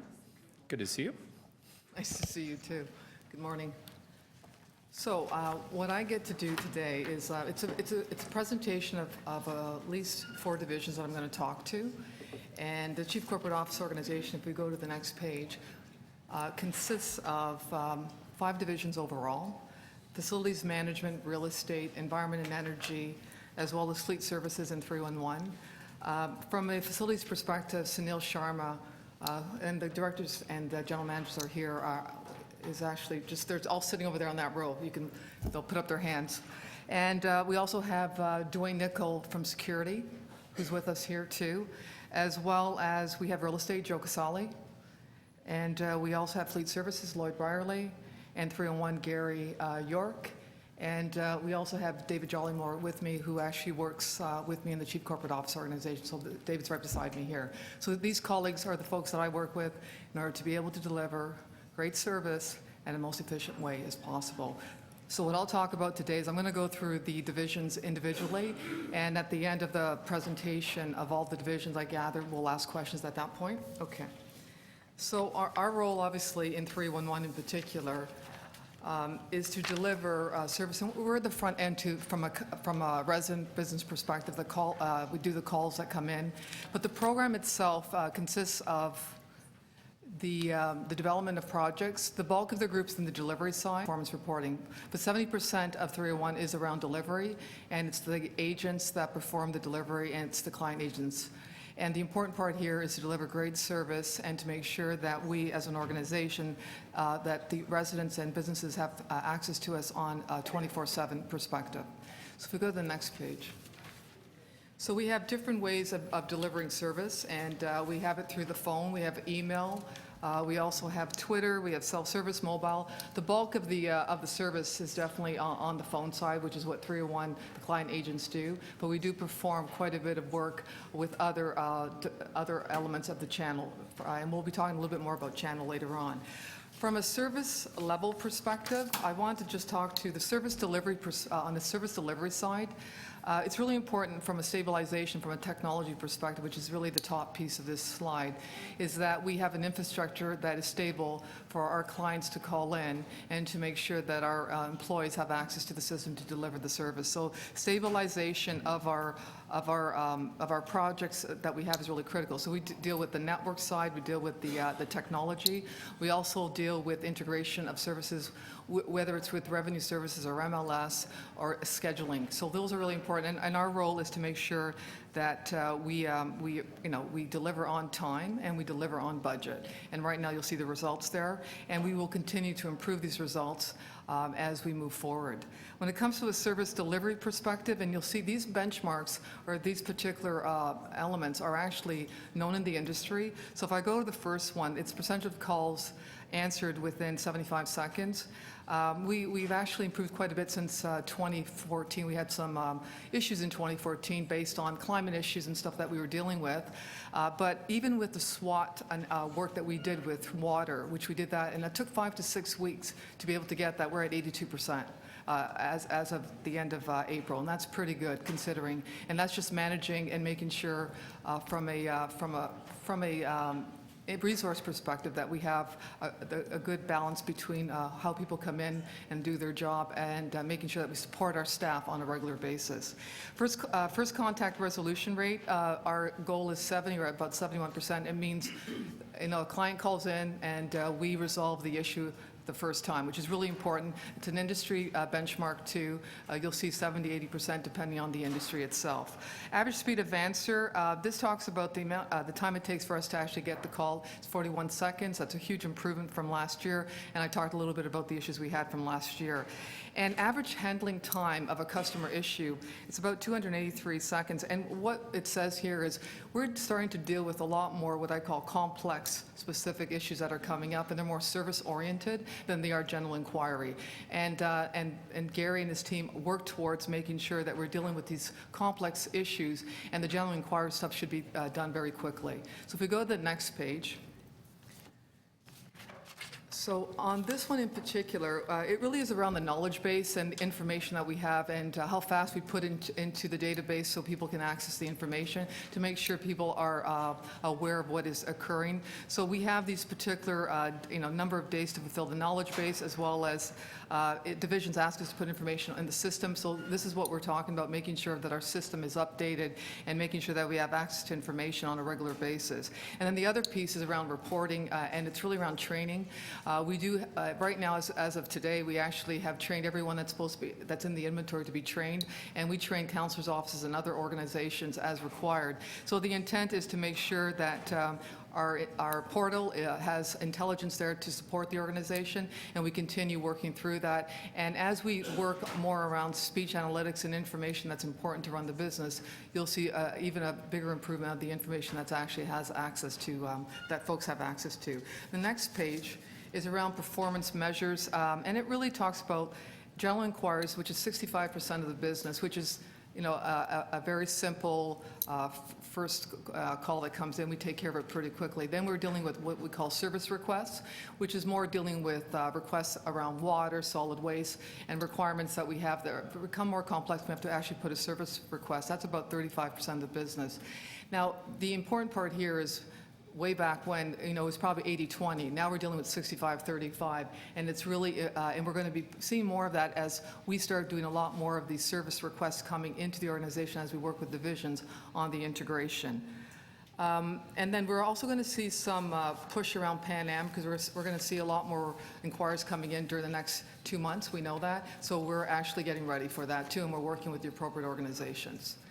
We go to the next page, which is the key challenges. And you heard a little bit about this as we were going through the other groups in particular. But if I had to sum up the key challenges is we're dealing with more complex calls coming in. So getting ready for that and making sure that we schedule, we coach, and we have an escalation process is really critical for us. So that's an important part. The climate, the weather itself has been, it's unpredictable at times, but trying to get our arms around that is really critical. So working with the unions around how we actually bring part-time availability to the group when we need it, as well as developing partnerships. And we're working with Toronto Hydro, and we have in the last little while, around making sure that we can leverage their information data to be able to be knowledgeable and working with our residents and our clients. And the other part, which is really important, is getting to what I call performance organization. You have to have engagement with your organization. So bringing the employees, understanding what their needs are, and understanding some of the solutions, because they're the best people. The frontline people know exactly what's required. So working with them and engaging them is really important, and be able to give them a national scorecard is really critical. We also have looked at other programs to be able to bring different individuals to the organization, as Councillor McConnell was, or Deputy Mayor McConnell was talking about. We actually do that. On the opportunities and the priority actions here, really the important part here is to be efficient and effective in what we do. We use speech analytics, which is, it helps us look at systemic issues that are going on in the organization as we review this, so it's important, and we use that to be able to better the service that we deliver. We also push more onto online, because we're being asked by residents, can we push more online? It's something that we're going to have to figure out how to manage, and we'll talk a little bit about that in the channel side. And then obviously we have different diverse channels. We talked a little bit about that earlier. And one of the important part in our business, which is what Gary's working on, is really stabilizing the infrastructure, making sure that we do not have any peaks and valleys, that we're running smoothly, so the knowledge base is always available. So that's the 311 group. If we go to this... Sorry, Scioli? Yes. Sure, Gary and I are both here, sure. So I had a couple of Councillor questions. The first one was on flex time, particularly overtime, and whether or not, so for example, when we had the ice storm, or when we, like one of those kind of big things. Events, yeah. Event, yes, an event. Are you looking at home availability, figuring out how to manage so that we don't have to bring people into a particular place in order for them to begin to answer some calls? So that's a great question. So as part of the business overall, especially 301, we experienced what you just spoke about during the ice storm, where we had issues bringing staff into the city because of where they were located. So we are looking at different ways of working, whether it's teleworking or a different approach. So we are going to be bringing that, and we'll be working with the union also on that. It's been a discussion that we've had in the last year also. So that will be coming back as a different mode of the way we run the business. Right. And if we were able to pull that one in and organize that, then we could look at job share, like secondary, you could look at job sharing, we could look at people who would do part-time work, perhaps women who are at home, and then as they move through the organization. This is a real opportunity, I think. So there's a huge opportunity to look at the business differently, to your point. And we really do look at business requirements first, and then we look at the potential, because this is a need that we have. We saw that through the events that you spoke about. So definitely it's actually part of our plan, and it will be coming back as part of the plan. And the other question that I have is, what happens when I call in and I only speak Mandarin, or I only speak Portuguese, or I only speak, and I try and peck away in English, but I'm not able to really properly have that conversation? Do you have a translation protocol, and how does that work? We have 180 languages, Yeah. and there is a protocol that once someone does call in, we do bring the translator into the client call. And is that business, that 180 language capability, is that business still located in California, or is there one more locally? I will ask Gary to respond to that. Gary? The actual vendor is located in California for the time being, and we're looking at other opportunities as well. Yes, very good, because I would think that it's about time that we used our own capabilities on that matter. Thank you. Thank you. Councillor Davis? Sorry, does everybody know Gary? Gary's, Yes. put your hand up, Gary. Hi. Been here a while. Okay, just checking. He was at the That's last. good. Sorry, Gary. So I noticed that actually on some of the targets versus actuals, and I want to say thank you for putting targets and actuals. If there was a standard format like this for every division, that we were able to compare what's actually happening to what the targets are, it would be much easier for us to understand what we're trying to do here. So I notice first contact resolution rate. Oh, no, not that one. The next one, average speed of answer in seconds. The standard is 120. And yet, in 2015, up till April, you were at 41. You were within the target for 2014. You were way below it in 2013 and way below it in 2012. So why would we not change the standard? We actually are. So as part of Gary, my request to Gary is, and it's all the groups right now, we're actually looking at all the benchmarks, and we are definitely Okay. changing that. Okay. I should have mentioned that earlier. All right. One of the things I wondered about, you talked about Toronto Water and some of the water issues this year. Are you participating with Toronto Water in preparing the report that's coming back on Yes. what took place during? That's part, yes, we are. Because there were, let's just say, there were some who felt that 311 could have taken on more functions at that time, because there was a duplication of functions with both Toronto Water and 311. Would you agree? I would say that it was a learning for the organization. It was the first time they had done the SWOT approach, and I think there's learnings, that there's a postmortem that is being dealt with Gary and Water, and I think you'll see that through the report. Okay.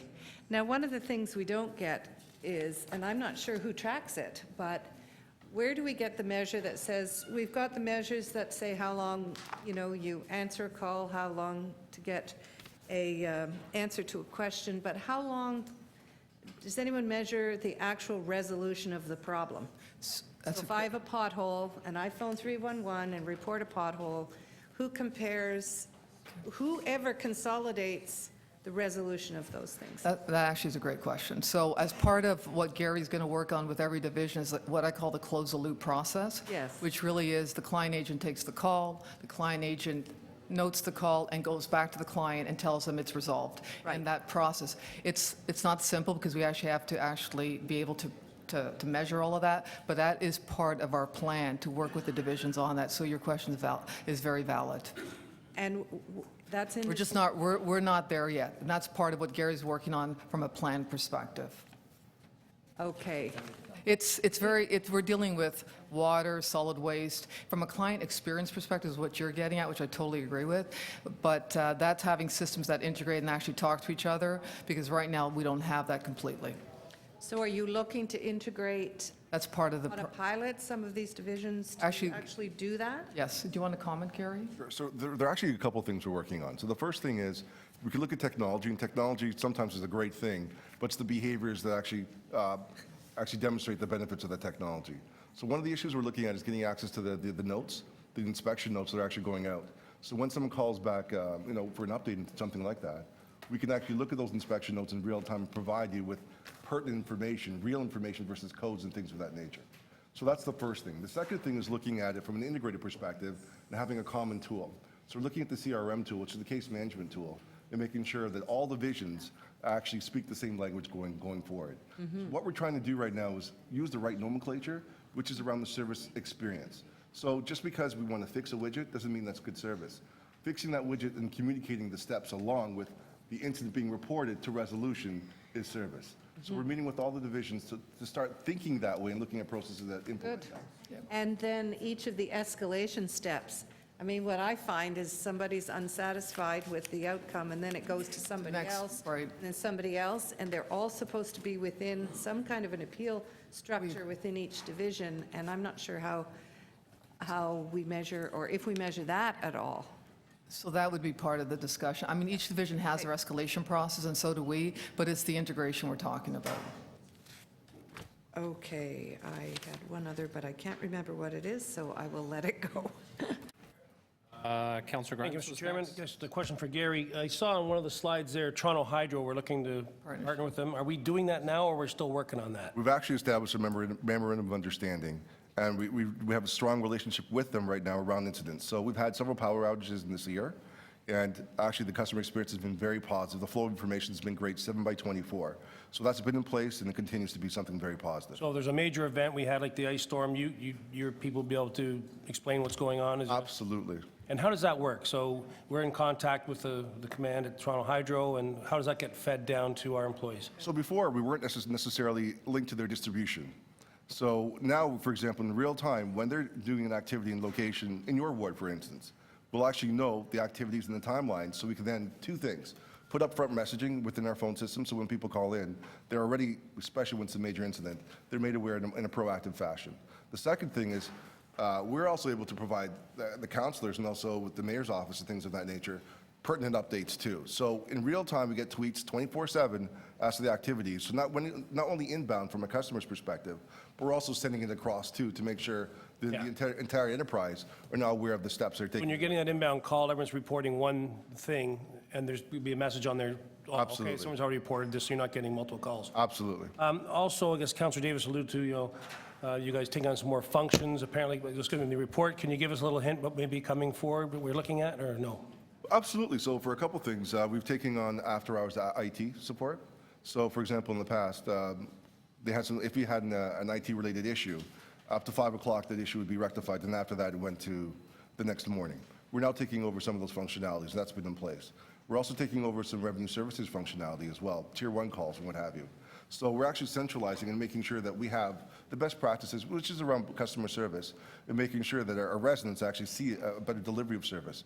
So not only of our customer or their residents, but revenue service will be our customer as well. And we'll report back on a metrics based as to how we're servicing our residents together and making sure there's an improvement there. Great, thank you. You're welcome. I think that was everybody. Councilor. Councillor Nunziata? Sorry. Okay, My apologies. I know I missed the presentation, but just a question. When we met, I expressed concerns, okay?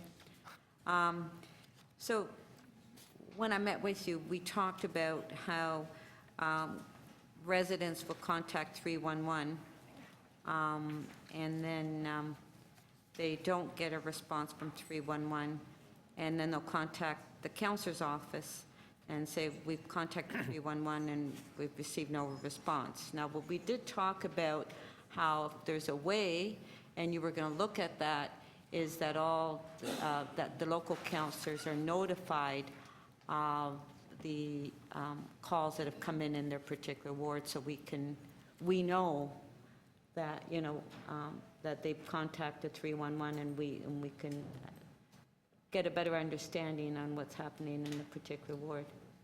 So one of the things we are working on is an improved escalation process for the counselors, in which, for example, when something's either escalated by the counselor or in the ward, we'll have reporting now that's generated, so you'll see exactly what's happening in your ward in real time, and also the sensitivities around that. We want to make sure that you're informed in terms of having as much information, so if someone calls you, you can actually have a sequence of events and the sensitivities around it. So we're going to get a list and all the calls are. We're working on that are something- coming directly to 311? We're working on a pilot right now Yeah. that we're testing, and hopefully by the end of Q4, we'll roll it out to the entire council, and you'll see the definite benefit of this particular approach. You will. I know you have concerns around 301, and I No, appreciate it. yeah, I have great concerns with 311. I can also assure you that I've gotten some really positive feedback about some of the things we're looking at, and really it's about the technology and the stabilization of the technology, which allows us to grow and develop in different ways. Okay, well, wait and see. I appreciate that. And so, Q4 2015, we'll come back to you. okay, I'll see Okay, when it comes 2015, back to for us. So, because that's a big issue. I understand. Yeah, okay, thank you. Thank you. And sorry, I just had one question. Where are we with somebody that emails into 311 about giving them a timeline on reporting back on when the issue's been dealt with? So, sorry, through the chair, I would say that's really the closed loop process that we're definitely trying to initiate. We're getting there. So, for example, we're looking at technology. So we talked about first call resolution, for example. A lot of those, I don't want to belittle the simplicity of the calls, but we already have a database that can answer those calls. So we're looking at technology that can automate those things. So we frees up people to actually look at the service requests and start closing the loop. So, for example, if you look at your telephone and you look, or even your GPS, there's technology that's there already that a lot of people are familiar with and comfortable using. You can use that within the call center environment, and we've tested that in the past, and we're actually reaching out to some of our colleagues. So, for example, Region of Peel, York, New York, and so forth. They've tested some of this technology. So we're not going to be the testing ground, but it'll facilitate closing the loop. You're welcome. Remembered the question. So once again, last week, I got a couple of calls, actually, that said that 311 told them to call their counselor. So I'm just wondering, what are the policies around when you tell someone to call their counselor? To be honest, we try to resolve the issue ourselves and keep it in-house for the most part. If they want to escalate, and sometimes they're not necessarily happy with the answer that they get, another pertinent avenue is the council or the mayor's office. But at the end of the day, we are giving the proper information, but sometimes that information is not necessarily appreciated or agreed upon. Right. So this is why I was asking about the escalation information. So if they're not happy with service or something, they would be told to Technically, they shouldn't go to really- the divisions, Exactly. right? Or Exactly. whatever the next step is. Yes. But sometimes, technically, and I will look into that, we really shouldn't be giving the direction of going to council, because that's not necessarily the appropriate chain of command.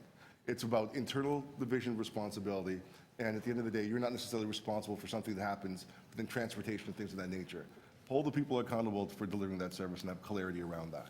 So that's something I'll take back to make sure that doesn't become the norm going And forward. 311 should be de-escalating this stuff, right? I think that's your point. I think that's what they try to do, but we'll have to look at the ones you're referring to. Okay. Okay, Ms. Next. Pioli, you're I'm on again, okay. So we're facilities gonna- and management? Yes, facilities management and real estate. I'm just going to take you through the slides here, and we also have the directors here to answer any questions also. So the intent here with these groups, is we obviously, we manage citywide assets. It's really critical to be able to make sure that we're delivering obviously good service, that we're maximizing the assets, we're making sure that we're fiscally responsible and we're maintaining them in a good way. So that's very important to us. And when I talk to each of the groups, you'll understand some of the areas are more around service and state of good repair, and others are really around monetization too, and making sure that we're getting the best based on the asset. So if we go to the next page, on the facility side, we have 9.6 million square feet of that we manage on a facility basis, and that includes cleaning, maintenance like HVAC and all that, as well as security. And we also do state of good repair also. And so and we have standards, and we are revisiting all our standards actually. So you'll see a lot of TBDs in our slides as I go through this. We also have a lot of state of good repair that we deliver. We have about almost $1 billion of 10-year capital plan that we have to deliver on, and we have challenges there also. We have about 433 buildings that we manage, and there are many other buildings that are throughout the city, but at this point in time, we have 433, and we're working with other divisions on trying to look at more of an oversight role around facilities and looking at what work we can do to also support the divisions. And then we also have a lot of work orders that we manage, over 38,000 work orders too. That's on the facility side. On the real estate side in particular, we have over 5,700 properties. The city has probably just over 7,000 properties overall, including other agencies and corporations, which are not part of our mandate at this point. We are working on the citywide real estate review to look at making sure that we actually maximize all the properties overall as an organization. And I mean citywide, not res by itself. Our asset is about $12 billion. And we do work, and I'll go through it, around appraisals. We do leases. We dispose. We acquire within the group. And the other important part, we have a process around properties that we actually have a property management committee that has a framework around how we manage this across the city. So if we go to the next page, on the facility side in particular, we do have on-demand requests. So this is when a request comes in from anyone in the city, in particular for what we're responsible for, and we have a response time, and it says level 1, level 2, level 3. This is just response. It doesn't mean we actually have done the work, so it's response. So what we're saying right now is we're compliant, and it's something that is good, but what we need to make sure is we actually fix the issue, so which is what you'll see in the next few metrics that Sunil's working on. Cleaning services for city buildings. We have service levels with many different divisions depending on the business requirements, and they can be different based on whether it's children's services or whether it's corporate buildings. So there are different, and we have service level agreements with each of the divisions. As well as we have 2 new metrics that we're working on, and we're looking at benchmarks. And it's percentage demand maintenance work completed based on availability of parts. This is really around making sure we do the job, right? So actually completion, that's important. So we're going to come back with a target, and it's under development. And the next one is around preventive maintenance, which is really important around work you want to do so you can actually reduce your capital requirements. So those are metrics that we're going to come back with, and we're working through that as we speak. The next page is around state of good repair. State of good repair has been at about a 50% delivery, and there's many different reasons as to why it's not at what I would call at least 70 or 80%. We're working on a target overall, and the intent is that our aim is to obviously be better than 50%. We're working on a structural change within the organization. Sunil and the team are working on that, around restructuring how we actually deliver projects and make it more of a programmatic approach. So you'll see more of that come back, and right now, obviously, the number is not where we want it to be. From a security perspective, we also have a new metric, which is really around non-routine security occurrences, and that's really around crimes against property or persons in particular we're talking about here, and we've seen a decline over last year, and it's a new metric. We had not put this out until recently. And the other 2 metrics, through AG reports and through reviews that we've had, it's around downtime of our equipment per se, our security system, as well as number of issues resolved. These are going to be coming back. They're under development with Dwayne, and they're really important because it's really critical that we understand that as an organization. And these things, downtime could be cameras not working, CCTV. Those are important things, and we have to be able to actually report on that. So the next page is around key performance measures. This is really related around it's around the maintenance work orders. And what we're seeing here is about 42,000 by 2017. And what we're trying to do is push people more online and making sure that people, and we're seeing more of that happening, so people are using the online approach. From a cost perspective, I know we're not talking about cost here, but I thought it was an important metric here, but we're at about $12.96 in 2017. We're at about $12.93 here per square footage. What this is telling us is we looked at BOMA standards, which is another way of looking at this, as well as government sector in Ottawa. We're actually below those particular benchmarks right now. The government is about 13.25, Ottawa is about 13.81, and Canada overall, including the private sector, is about 12.87. So we're going to keep our eye on this one because this is critical as we are efficient in the business. On the next one, which is the real estate side, these are key metrics the team has had for the last year or two. It's around percentage of compliance with the completing appraisals within a certain amount of time, 6 weeks. And there is a requirement at 90% within 6 weeks. We just fell short of that last year. Acquisitions and expropriation, we do overall, this group does over $200 million of work. So from an acquiring, we were saying 80% within the client timeframes, we're meeting that. And then from a market disposal, we're saying 100% or better, and we're actually meeting that too. And these are metrics that we are measured by with our clients to make sure that we're delivering for them. From a performance measure perspective, what you'll see here is we have over 1,000 leases, about 55 million by 2017, about 53 right now. And these are leases that we have across the organization, and we continue building that. And we're seeing some improvement here, especially with Union Station, St. Lawrence Market, as we move the businesses forward. Challenges, like we've talked about other groups in particular, one of the areas is life cycle management of the asset itself, right? So we have state of good repair that we have to really push hard in making sure that we get to a level of good state of good repair and be able to measure that.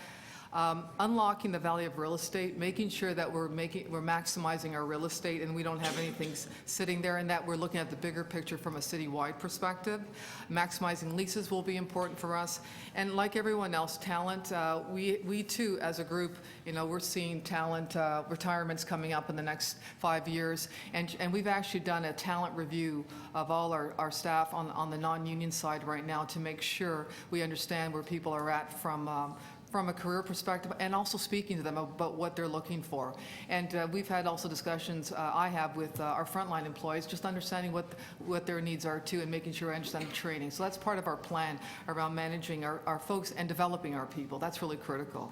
On a priority perspective here, one of the things that we're going to continue doing is automating systems. We need to do that. We have a lot of systems that are very manual to us, and we have some good work we're working with contractors on where they can tell us where they're at with their specific work order, and that is all real time, which is important for us. And we're also, we're going to talk about office modernization. We're going to look at how we use space differently as an organization, and this is citywide, and that's something that we're doing as a group also. And like I said, I'll be talking about this a little bit later.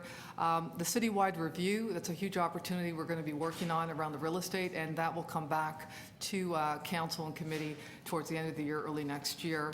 And again, I talked about the people plan, so we continue moving forward with that. So that's the end of the presentation for facilities and security and real estate.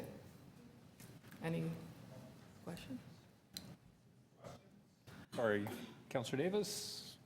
Are there any of these targets that are under development that could be developed within this budget year? I mean, some of them where you have actuals, I don't understand why you couldn't establish a target, such as the percentage of completion of state of good repair capital projects, which was at 51%, 47%, and now 49.5%. So just to clarify that, we do have this one for 2015. TBD means we just didn't put it in from a year-to-date perspective, but we could have put it in. So so that's a non-issue. Oh, this was the... That's just the 2015 actuals, not in. No, it says the target is under development. Oh, sorry. So what the target, the discussion we're having as a team with Sunil is our target, what we're looking to do, and what I'm asking the team to look at is 80%. That's what I'm looking for. And that's a normal target in the industry, right, 80%. It'd be great to be 95. So we've got a target on ourselves and our team, and we meet with them every 2 weeks, and we're looking at 80%. So how do you get from 49 to 80 in 1 year? It's, we're actually, at this point in time, the reviews that we're having with the team, we're at about 70% right now on the forecast basis, and it's called review. We have reviews every 2 weeks. It's a management review that we're doing on a regular basis and making sure that we have the tools and support for the staff. That's what we're doing. It may have not been as proactive as we've had, and we're also doing what we call programmatic approach, right? Looking at roofs, looking at certain types of programs are going out to procure in a program basis, not one-offs all the time, which is what Sunil's working on. So why wouldn't you put in a target of 70%? We're working through that as I'm discussing this with you, so we will come back with a target for 2016 budget at at a number of 80% more than likely. What if we were to ask you to come back for the 2015 budget before the budget with some of these targets? I can talk to Sunil, and we can have that discussion, and I'm sure we'll have a preliminary, and that's not a problem. So if I may, just on that, so capital completion is under the lens. I want 80. The question is, how fast can we get to 80? Is it is the journey going to be going from 50 to 60, 70, and 80 in 3 years, or can we get there in 2 years?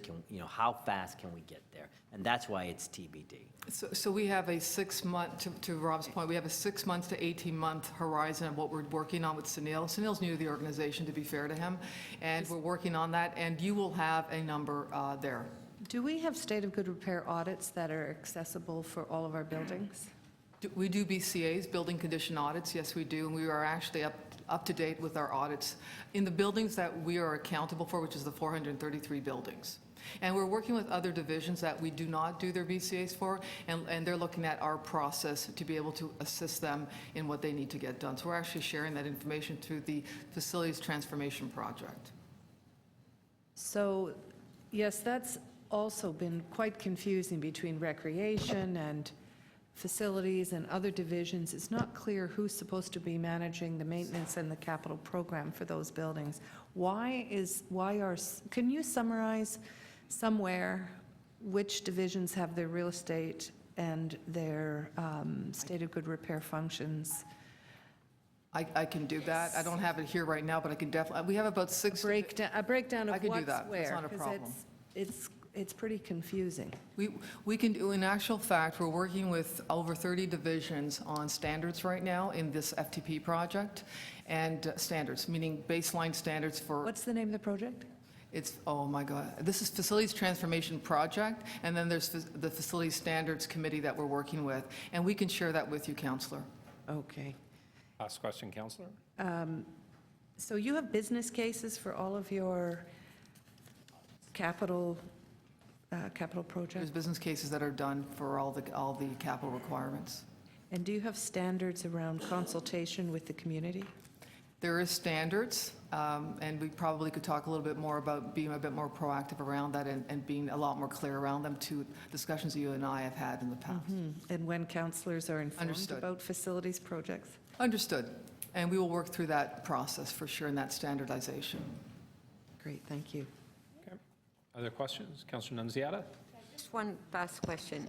You mentioned security cameras in buildings that are not working. How many security cameras do we have that are not working? I hope not many. Go ahead, Dwayne. Through you, Mr. Chair, we have around 2,600 security cameras. At any time of day, you'd probably find about 5 of those not working for various reasons. And again, the repair time for those is within 24 hours. And so it's not a great deal by any stretch of the imagination. Thank you. Okay. Fleet Services. Okay. Got a few here. Okay, so if I may go to the next slide. The program map is really around fleet management, which is really around the delivery of the work we do on fleet overall, and fuel management, which we have $14 to $17 million of fuel that we manage also within the portfolio that Lloyd has. So from a program perspective, we have over 5,000 vehicles and pieces of equipment. That does not include all of the fleet across the city. That does not include police. There's another 2,000 to 3,000 on top of that. We do have a committee that Lloyd chairs, and all of the agencies and corps are at the committee, and there's discussions around oversight and best practices at this committee. So, and that's a good discussion, actually. You'll see the actual detail amongst the 5,200 pieces of equipment and fleet. We have 36 city-owned fuel sites. We had over 100 at one point. There's been great work done by the organization to bring that down. Also, 10,000 vehicle equipment operators, and we do a lot of training. At council last week, a CVOR, which is really around the safety, we were at 70%, which is not a good number. You're supposed to be down. And this one, we're in the 35 range, or even lower now, I think. So a great job by the team, and that is really important because we've heard from other municipalities, it's been a tough go when it comes to safety, and that you can be taken off the street if you don't actually have a good CVOR. And also, we're looking at, we manage around 200 short-term vehicle rentals, and obviously you heard about the car share program. We continue to do that. This group has got a lot on its plate for sure. Regarding fleet acquisition, one of the things that Fleet has had obviously issues with citywide is trying to make sure that we have enough of capital dollars to be able to acquire and basically put certain fleet, I would say, put them, from a maintenance perspective, we're trying to manage them all, but not having enough of the capital dollars to be able to actually deliver on it. So one of the things that you'll see here is we have a 4.5 years and we're at 5.7, right? So one of the things that Lloyd is working on is trying to get to a point where we're at a 4.5 or a better situation than we're in right now. And that has a lot to do with just dollars at this point in time and trying to get at some of the requirements that we have. From a disposal perspective here, we're obviously disposing more vehicles, which is good because they're actually older and the lifespan of these vehicles are probably not in a good situation. So Lloyd's been working quite a bit regarding that. CVOR, I talked about that, and that's a great number right now. We continue to improve and sustain in actual fact. And then training is really critical as a group too. If we go to the next one, is around fuel. Obviously, if you look at all the results here, they're pretty good at this point in time, from gasoline to diesel, and making sure that we're doing the hedging, and which is really important, is trying to maintain a price point, and which is what Lloyd does with the Energy and Environment Group. They work on that to make sure that we're getting the best price and making sure that we're utilizing the fuel appropriately.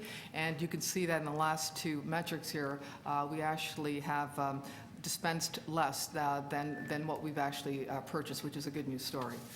If we go to the next page, this key performance is not for light vehicles, it's for all vehicles, and it just talks about the life cycle of the average vehicles. And as I said before, Lloyd is working with all the divisions very proactively in making sure they understand and he understands what is required for that division, whether it's solid waste or water, all the groups, the big groups in particular, to make sure that we're ahead of the game or proactive around getting our vehicles in here sooner than later, and making sure that the maintenance dollars, so that we can reduce that too at the same time. So trying to have that.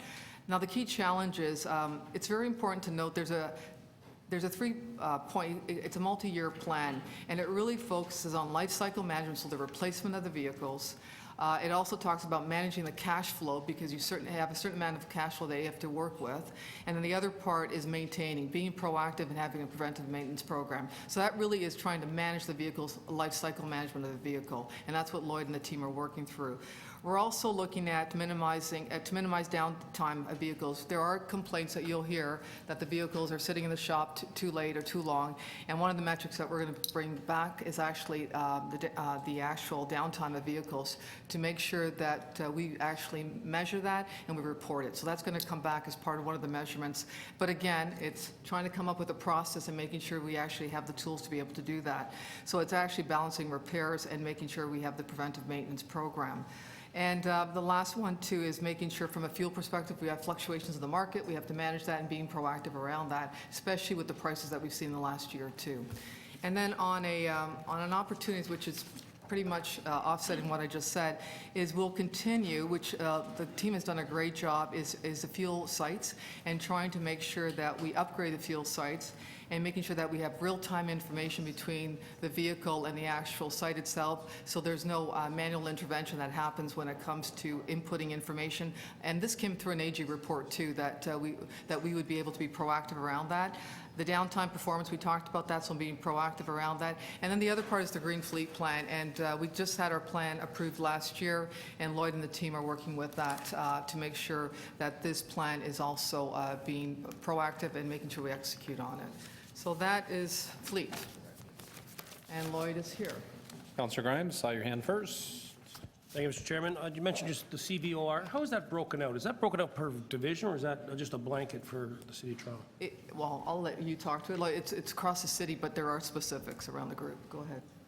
Here, Mr. Chair. Yes, so CVOR is, we could break it out divisionally, but overall it's about 1,900 vehicles, 2,500 drivers that are designated commercial class vehicles.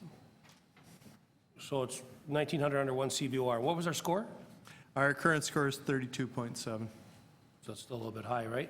Not at all. No, that's actually very good. Okay, and have we been audited by the MTO? Do they come in on a regular basis, or?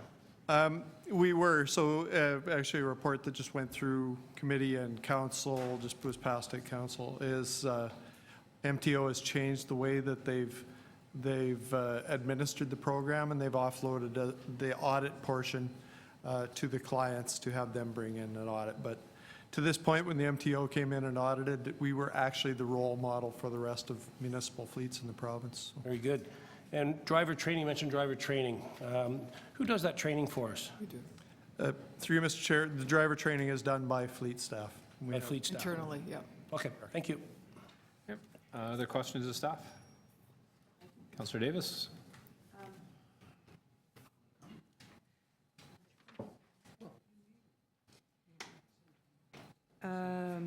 Where are we? So fleet disposal light-duty vehicles, the number of vehicles and equipment disposed. There's an approved target for 2015. Why do we have a 20, oh, I see. Is this 2050? We've got both a target and an actual. Year-to-date here, and it's actual. not completed, so No, it's year-to-date. Yes. Okay, so, all right, so that's why that's odd. Our CVOR rating was 34.9%, which is good. The lower the rating, the better it is. You got it. So why do we have a target of only 52% when we have an actual, well, to date, in 2015, of 34.9? It was more around a benchmark, but I can ask Lloyd to comment on it. Through you, Mr. Chair, frankly, for a city the size of Toronto, with the complexity and magnitude of commercial vehicles we have, 52% is a very good target. The fact that we're exceeding the target, we're currently at 32.7, is outstanding. So. Well, there has been a lot of attention paid to this particular issue lately. The other thing that I asked about recently was about using other kinds of vehicles, like using bicycles instead of trucks and other light vehicles for some of the functions. Yeah, for garbage, for sure. Have we really looked at that seriously? Whether there are any other functions? We can probably look at it, but I'm not sure we thought about bicycles. It depends on what, a car sharing was a different discussion, but Lloyd, I don't know if you've talked to anybody about that? Through you, Mr. Chair, actually, we met with your office, Councillor, as you may be aware. I think you missed the meeting that day, but, and we have looked at that through the two groups, so transportation that chairs looks after the bike share program, and environment as far as their piece of cycling and so forth, and that has been looked at and continues to be looked at as far as opportunities for the use of. I'm sorry, will be looked at? Yes, and it continues to be looked at as well. And you report, can somebody report on this issue? I mean, I just look at property standards, bylaw officers, right-of-way inspectors, people who are assigned to certain divisions, like there are people who work the Danforth, for instance, regularly. So they're up and down the Danforth regularly. Does it make sense to use bicycles? We now see police using bicycles also for parking enforcement now, I see. So are there other functions that we could use? We can take a look at that with the divisions to your request. Okay. Bicycles. Okay. And there was one other question I had.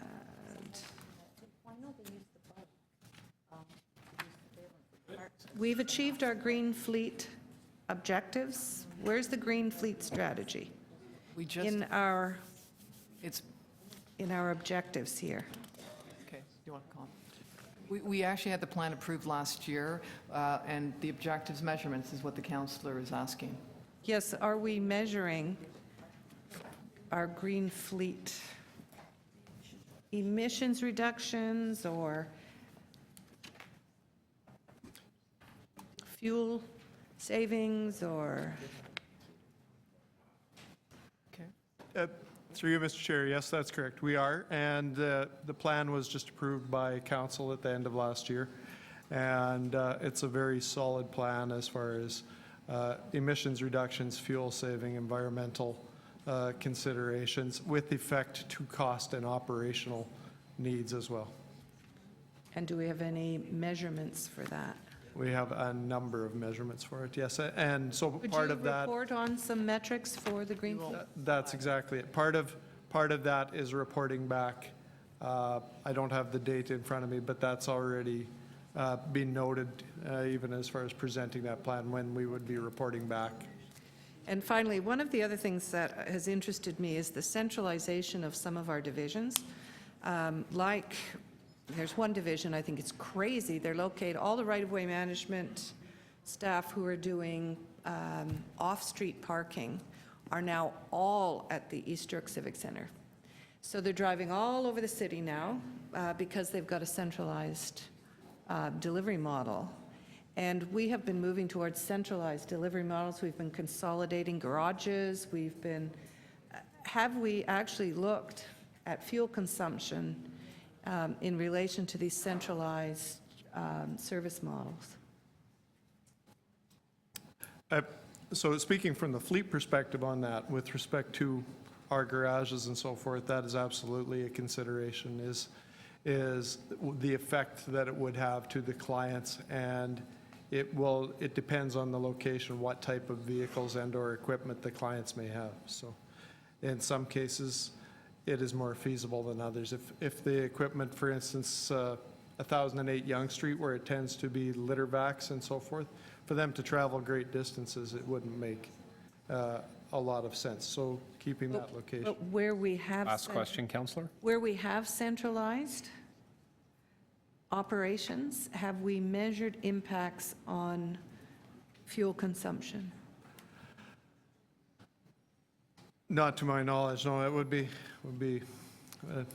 an interesting exercise for sure. Okay, I think I'd like to share that with KPMG. Thanks, Councillor. Councillor Nunziata? Just one question. You mentioned the committee, The Fleet Committee? the Fleet Committee.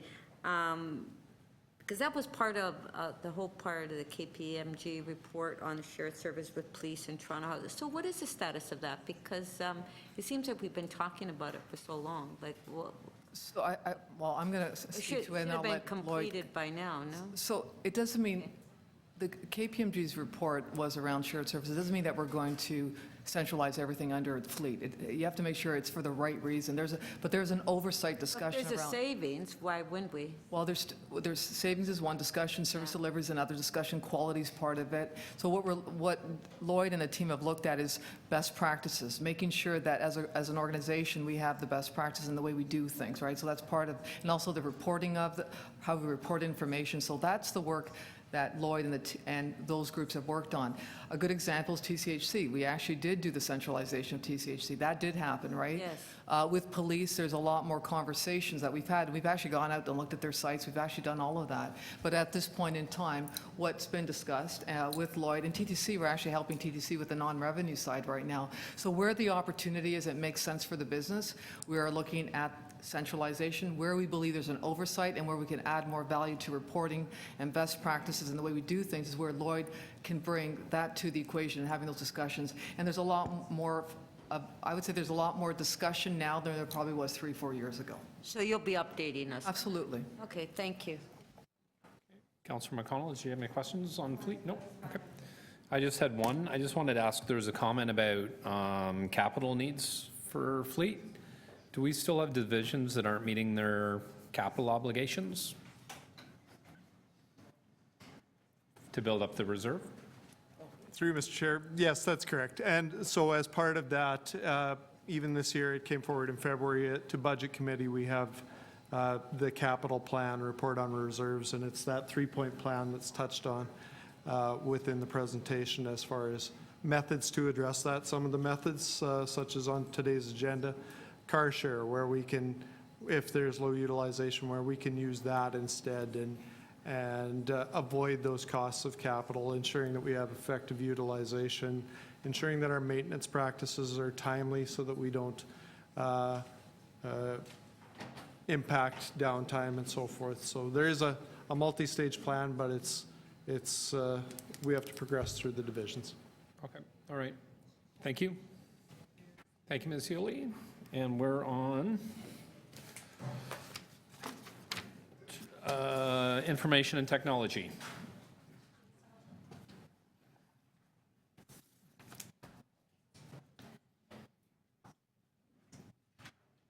Whenever you're ready, gentlemen.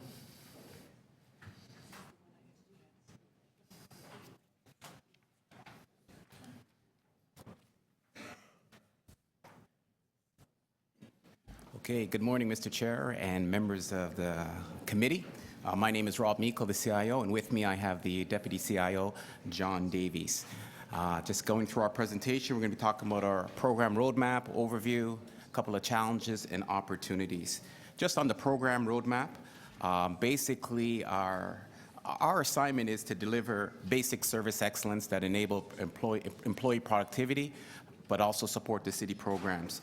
So we deliver new solutions, but we also maintain those new solutions that we put into production, and then we do an overall planning and architecture of the solutions that are in place. Next slide. The solutions that we delivered are aligned to a strategy that's been in place, a multi-year strategy. It's our eCity strategy, where it's aligned to the city's strategic themes and also focused on delivering value to our citizens and businesses and visitors at the City of Toronto. We have a suite of solutions, and we try to deliver them in an integrated manner aligned against these goals and objectives that are listed on this slide. On the next slide, what we've done is we have a suite of portfolio of solutions, approximately 180 projects across the corporation, technology that have a technology component. We've organized those projects into 12 programs.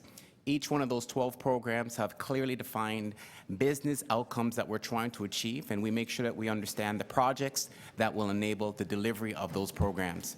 Underpinning those programs are IT foundational components that make sure that we have the foundation and the readiness to deliver against those city programs. Next slide. So as part of our program overview, a couple of key things to note. That we deliver enterprise and business solutions in partnership with the various divisions to help drive the city programs and services. We're also responsible for maintaining the technology that's in place. And as mentioned before, we have about 180 plus projects annually that we're working on in a year. And we deliver services to approximately 22,500 users. Some of the service levels associated with that, in terms of solutions implementation, we have several, we have projects that are on the go. You see the specific numbers there. And to draw your attention to some of our delivery rates, last year we had 61% of our projects that were on schedule. So we continue to face some challenges as you implement new solutions. The thing to note about our projects that the majority of our projects are multi-year projects. Start in 1 year, finish in a couple of years further down the road. So we always have a suite of projects that are on the go. In terms of the solutions that we deliver, we have to maintain those solutions. So in our portfolio of 850 plus business systems, we also receive a lot of service requests and change requests. Service requests are things like would be password resets, error messages, performance issues, etc. And we also have things that are called change requests. Change requests are where we have to put in a patch, upgrade the software, change the operating system, some changes to the hardware environment, etc. So we're starting to measure those, and as you can see, we have several service requests and change requests that we're also responsible for managing on an ongoing basis. Some other service level metrics are around our infrastructure. So we're also responsible for managing the network and the telecommunications, and we manage that on 24/7, 365 days a year, where we have to make sure that that environment is available because it's key to supporting a lot of the city's programs. Some of the metrics are there. We drive towards a 99% uptime to make sure that's available as much as possible. We're also responsible for managing the server and hardware and data storage environment. And in both of those environments, we have have our standard incident management targets so that we classify when service requests come in. We prioritize them from severity 1, 2, or 3, and then we have response times accordingly. Some of our other service metrics are around planning and architecture. So we've got to understand what we have, because as we implement new solutions, we want to see the implication it has on our current environment. So we're continually managing, reviewing, and analyzing our blueprint, our architecture blueprint. But we're also working very closely to understand the drivers, not only in the industry, but the drivers within the respective business, within the respective divisions, so that we can make sure that we are laying and building a foundation that can be agile and responsive to business needs. So on the client support side, we have approximately 167,000 support requests that come in annually. Those are calls to our service desk. And so we are being responsive to those. You can see our operating hours there. Gary had mentioned earlier, too, that we're looking to expand our services, leveraging 311. So after hours, if someone has an IT-related issue, that they have a single point of contact, and it then can trigger our various support mechanisms. And then also, we also offer training. Approximately 2,500 employees are trained annually with 300-plus courses a year. Some of our KPIs, key performance measures. The first one is that our overall satisfaction with IT services is trending up. So last year was 82%. We just recently got the results from the survey we just conducted, and we've moved up to 88%. So that's a good news story in terms of us trying to focus in on the client and drive some improvements in the basic services that we offer. In terms of our capital spend, capital budget spend, which is tied to our capital portfolio delivery. We're also trending up there. We went from 57% to 66%, and hoping to move that forward upwards again as we focus on delivery of our key business systems and technology solutions. On the service desk, we have support requests. They continue to grow. So in other words, the volume. As we deploy more technology, more business systems, more employee productivity solutions, there's a lot more questions that end up coming into our service desk. Questions that come in our way are sometimes how-to questions, how to do something, and other times where they're experiencing some challenges or some issues where we need to respond to. So we're seeing that volume increase, but what we're trying to do is manage that by implementing more self-service options. So we're managing in terms of the services that we have, in terms of the staff that we have, by providing alternative options for resolution. And there you also see the percentage of phone calls answered within 60 seconds. So we're trying to maintain a responsive rate, even though volumes are increasing. And again, how we are doing that is by looking at ways of, A, through training and education, B, through self-service, and C, just looking at simplifying our offerings so that we make it a lot easier for our users to use our solutions. Moving on to some of our key challenges. Our challenges is quite simple. The city continues to grow. Not only does the city continue to grow, but dependency on technology continues to increase. And so with that, we're also seeing an increase of complexity. It's not like we're adding more widgets of the same thing. We're adding different technology that has different functionality, and we've got to make it all work together. So we have increasing demands as the various divisions are trying to drive efficiencies, also meet public expectations. We have to bring all of that together and make it all work. So growth is one of our challenges. And then in responding to that, as we have this growth and complexity, we also have to maintain an agile and responsive technology footprint. So as it increases, we've got to look at ways of meeting the demands as quick and as soon as possible. Some of our opportunities that are ahead of us is for this continue to drive strategic value for the city as we modernize the city leveraging technology. So we're continually looking for opportunities for in partnership with the various divisions to drive business transformation.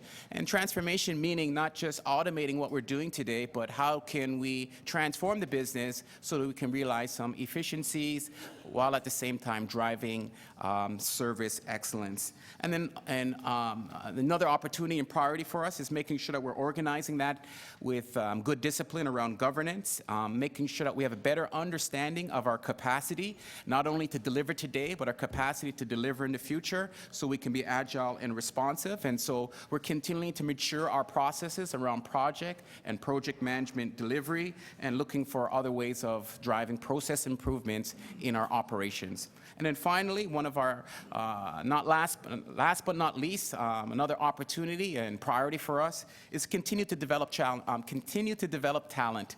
As we implement new technology and new solutions, we've got to maintain a highly skilled workforce so that we can continue to deliver service excellence. And at the same time, keeping our staff motivated to be a part of a great city and a great team. And that is it for my presentation. Okay, thank you, Mr. Meikle. Questions of staff? No questions? Questions? None? Really? Okay. Sorry, I just have one.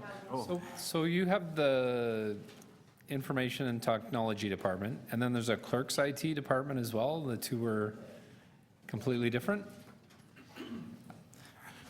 Just say yes or no, I'm good. Mr. Chair, yes, we have the corporate IT, and then there's divisional IT clerks.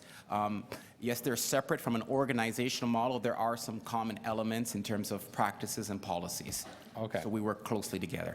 And there's no other, sorry, are there other divisional IT departments that work on the same model, or? Yes, there is. How many? Do you know off everybody's? I would say, do you know? 10 or 11 divisional ITs. Okay, all right, thank you.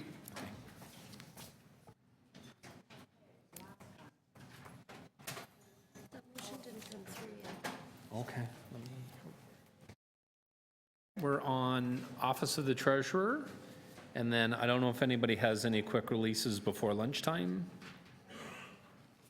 I have one on the number 5. Is the OMERS. All right. Okay, sorry. Thank you. My name is Mike Sanema. I'm the acting treasurer, here to present the service levels of the Office of the Treasurer.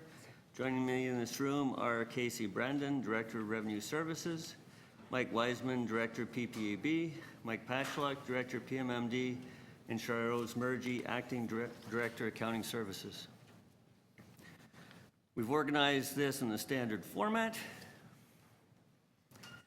The Office of the Treasurer comprises 4 programs or divisions: accounting, responsible for sales tax and financial system support, financial reporting and control and payment processing; revenue, responsible for property tax billing, utility billing, parking ticket operations, client services and collection; pension, payroll, and employee benefits, responsible for payroll, benefits for employees and retirees, and the 5 legacy pension plans; and purchasing and materials management, responsible for purchasing, stores, and distribution. Each year, we process over 500,000 invoices, paying out more than $10 billion to vendors, governments, and agencies. We administer more than 786,000 property tax accounts, worth almost $6 billion, including education. We process 2.6 million parking tickets, worth $92 million. We bill and collect almost 500,000 utility accounts, worth $870 million. We administer the municipal land transfer tax, worth $432 million in 2014, and we process about 800,000 paychecks and 90,000 pension checks. We manage a $214 million employee benefits plan, administer the 5 pre-OMERS pension plans that have assets of about $1.7 billion. We procure on average $1.5 billion worth of goods and services per year. We process 1,800 purchase orders or blanket contract purchases. We manage corporate inventories of approximately 6.6 million, and we process 69,000 issues of items from stores. The following charts show our key service levels for each of the 4 divisions. For accounting services, there are levels for processing journal entries, payment of accounts payable, a stretch target for P-card spending, and a target for additional harmonized sales tax recoveries, targets for completion of financial statements, and completion of the provincial financial information return. For revenue services, there are targets for parking ticket processing, residential assessment appeal processing, processing checks received, wait times at the counter for tax, utility, or parking ticket transactions, and wait times for phone inquiries. The call abandonment rate is no longer shown here, as movement of the first response to 311 will make this measure meaningless for 2016. We will talk more about call abandonment in a few slides. Payroll and employee benefit service levels relate to maintaining and reporting payroll, benefits, and pensions for each relevant period throughout the year. Purchasing and materials management have service levels regarding delivery of items from stores within 5 days, inventory turnover rate, compliance with sole source procurement requirements, and timely issuance of call documents. To date, deliveries have been below target due to issues with back ordering of clothing during the first quarter. The remaining of the year should be closer to the 90% target. The following slides highlight certain key trends. We're capturing an increasing percentage of early payment discounts, and with increased automation, plan on continuing to improve on the percentage captured. And collection of tax accounts remains steady at a higher percentage than most municipalities. The call abandonment rate has been a focus of previous years and continues to be a focus in 2015. Increased staffing and introduction of IVR and online lookup for tax and utility accounts will improve this measure, as will consolidation of the call center with 311 in October, which will expand coverage for all calls to 24/7 and provide immediate response to many of the calls. PMMD has a target of 5 bids per call. We have averaged 4.3 bids to April 30th. Key challenges to us achieving our service levels are the complex and highly legislated environment for all 4 divisions: purchasing, tax, sales tax, payroll, pensions, and accounting. We also serve a changing demographic. We have increased demand for service through new channels while needing to continue with traditional ways. As mentioned previously, we're integrating the revenue call center with 311 this year. We continue to look for ways to automate in order to maintain our service levels. We've increasing demands and finite resources, and we have to adhere to our collective bargaining agreements. We do have opportunities. We're transforming payroll with automation of employee and manager self-service and time and attendance. We're providing online self-service for tax, utility, and parking ticket lookups. We're continuing to support the sustainment and improvement of SAP for financial, payroll, and procurement. We're supporting the development of SAP business intelligence tools and reporting. We're modernizing supply chain management technology, and we're conducting a program review to improve how we do procurement and warehousing. We also have opportunities to improve our shared services offerings in payroll and procurement, to review and plan the upgrade and utility billing systems, and to participate in strategic bargaining discussions. Our priority actions are to continue automating accounts payable, banking, and accounts receivable processing, to increase the use of P-card, to continue to develop self-service automation, and to continue to improve call center services for second-level responses post-311 integration. Sorry to interrupt. I just need a motion to finish this presentation. Mr. Chair. And questions of staff? Or do you want to do it after? No, most have finished the presentation. Okay. Deal with this. Motion. I will be quick. Carried. Yep. We will also enhance functionality for ESS, MSS, and time and attendance. We will re-engineer the PMMD service delivery to better position the division to do strategic sourcing and shared services. We'll enhance the procurement bylaw and policies to include social procurement and required changes from upcoming trade agreements, and enhance contractor evaluation. That concludes the presentation. Questions after lunch? Questions? Okay. Yeah.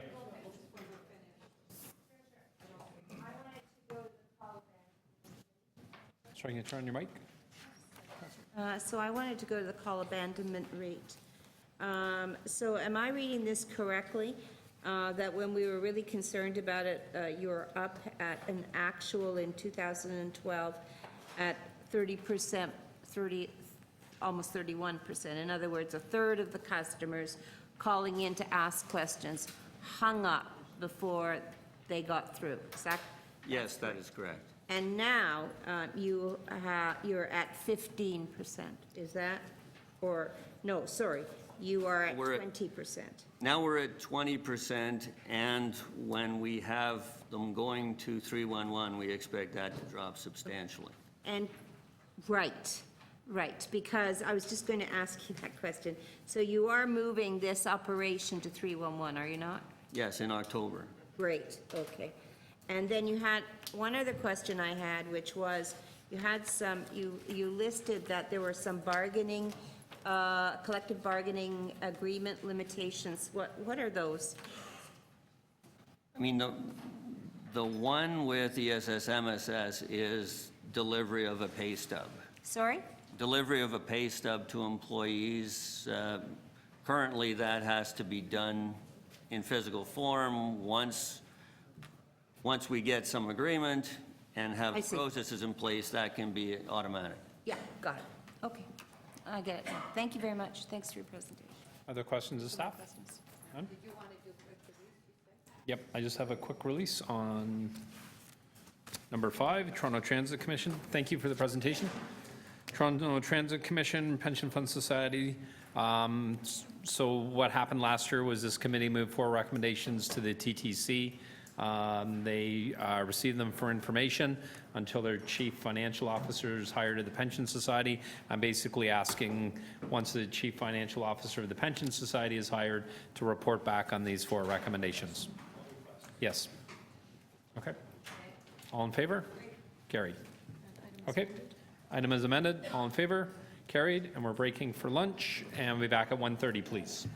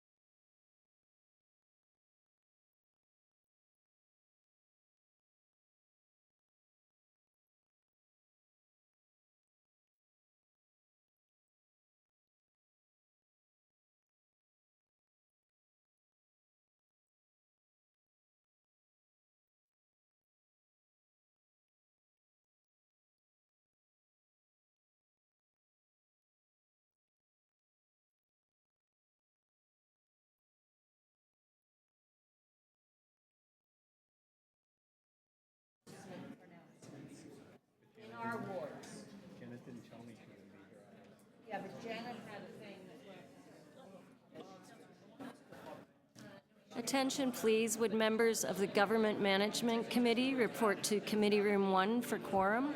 Thank you.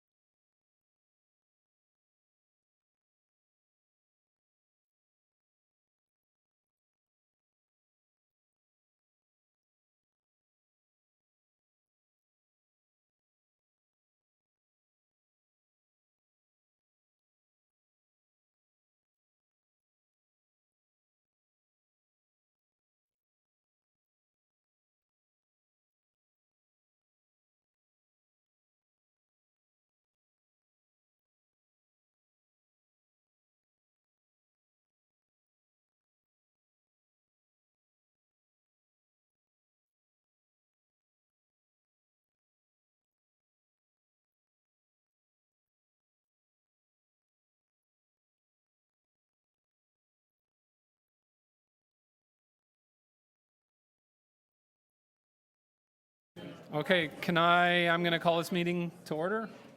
1, 2, 3, 4.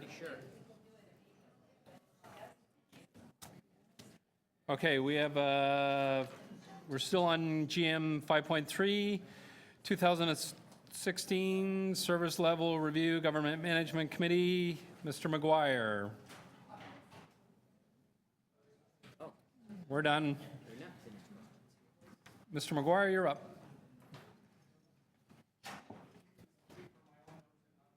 Sorry? I'm trying to You can read Ms. Cioli's notes if you want. I don't know if you have the same perspective. I don't, and maybe I should be. Just kidding. You have 5 minutes whenever you're ready. I'm ready. So I won't take up too much of your time. I know that you've got a busy agenda, and I think we're here to, and this is an oral submission at this point. You'll have a written deputation delivered later today or early tomorrow.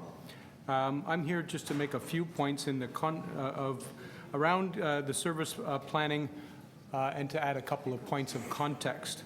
One of those points is the ongoing gapping in a number of divisions, and I'll be speaking divisions that fall under your purview, and this information comes out of the 2014 year-end operating variance report, but I think it's important for you to have that information as you consider your service level reviews. The other context, unfortunately, is the 2% cuts, which some say actually work more into a 5 or 6% cut coming into next year. I think those two pieces of context are very important as you look at your service planning. Many of the divisions are reporting forward in terms of service planning initiatives, but with services already strained across many divisions in the city, how will this be achieved? And we recognizing this is a challenge. So I'm just going to make a few comments. The other point we wanted to make about service planning, it won't be just with respect to your divisions, the divisions that fall here, but others as well, is what will the level of community engagement be like in terms of community budgeting, looking at community priorities in various divisions, moving forward in order to ensure that the service levels match the community's needs. The first point I wanted to make in terms of court services is just an additional point, and I wanted to thank the general manager for discussions that will be coming up with respect to the province's changes. And really, from our perspective, this is about an access to a particular public service, access to justice. Even though when we're talking about traffic tickets, et cetera, it really is about access to justice and make sure that administrative resolution to tickets doesn't block access to justice. So on the SDFA, the 2014 operating variance talks about delays in filling vacancies and underspending in programs is the way to solve this, ended with the budget last year, and we'll point out that this division is one of the divisions that's charged with the responsibilities around the poverty reduction strategy and other initiatives like trying to get the Youth Employment Toronto program or services like that back going, so to make sure that the division is staffed appropriately to make sure that work is done. In PPFA, the vacancy rate ending 2014 was 7%, and if the services of this division need to be delivered, then that needs to improve. That gapping needs to improve. We think in 311, the vacancy rate is still 6.8. We know there have been efforts there to make sure that that division is appropriately staffed, but we think it's important to improve that, work to improve that. Facilities and real estate, vacancy rate of 5.2 is still something we have to think to improve on. And in both facilities and fleet services, one of the notes in the reports is the reliance on external contractors for support. And we think that this has to be looked at, and possibly what is the cost of the city of those contracts, what is the cost of the city in terms of overtime, et cetera. But having noted contracting out, I want to step aside for a minute and talk about a matter that was brought out in the earlier report on 311. And if I heard it correctly, there is a contract for multilingual services from 311 to California. It seems ironic to me that the city that professes itself over and over again to be the most multicultural city in the world, or if not one of the most multicultural cities in the world, with all the language support you would think we have in our communities, the City of Toronto used to have in-house multilingual services, including translation services when needed.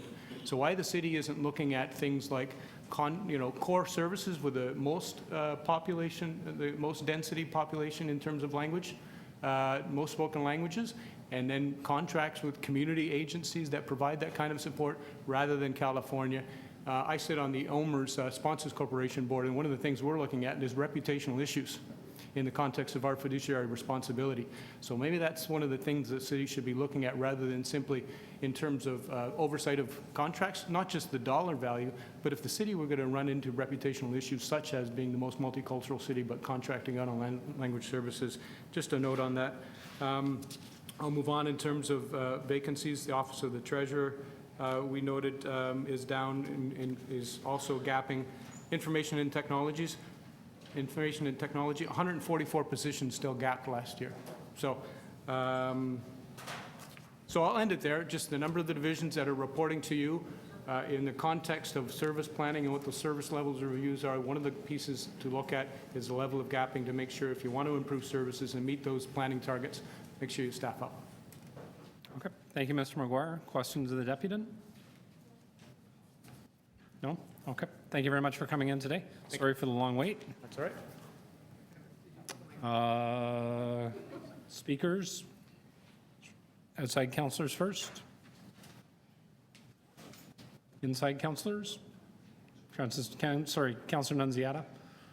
Okay, thank you, Chairman. First of all, I want to thank the staff for the presentation. And what I'm going to move is that the presentations be referred to the Budget Committee, the City Manager, and the Deputy City Manager and Chief Financial Officer for consideration as part of the 2016 budget process. That's my motion. Okay. Councillor McConnell?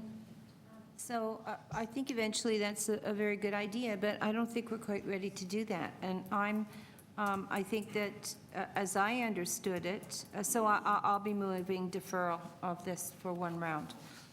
As I understood it, the service levels were going to come to us, and there were an opportunity for us to have an impact on where we thought money should or shouldn't be spent. What we thought targets were, where the gapping was, how were we doing in terms of employment, and where those service levels were being impacted as a result of not having people hired in. What I heard today was some very, very interesting and poignant information, but what I didn't get, in a sense, was a sense of where should we be going in the fall and in the next budget to make sure that the services that are absolutely needed are reflected in our service plan. And so maybe others did get that, and that would be different than me, and that's fine. I still think that there are a fair number of issues. I still think there are a fair number of issues that we're going to have to roll out as a committee in order to make recommendations that this is the service level that we want. And so if others are feeling more secure about that they got the information that they needed in order to decide that this was the right service level, or that a service level should switch from here to there, then that's fine. But I didn't get that from here, and I think that I would need more information in order for, as a member of the committee, to support moving forward as this being the target for the 2016 budget. Thank you. Okay. Other speakers? Councillor Davis? I too would support deferral, but I would also request that further reports be provided to the next meeting, and I've tabled those recommendations. Sorry, I just ran back. You did very well, by the way. Oh, I'm sorry. a bit out of breath. I understand that there has been a great deal of improvement and additional time and focus spent on developing new service standards in all of the divisions, and I would commend those who have attempted to improve them.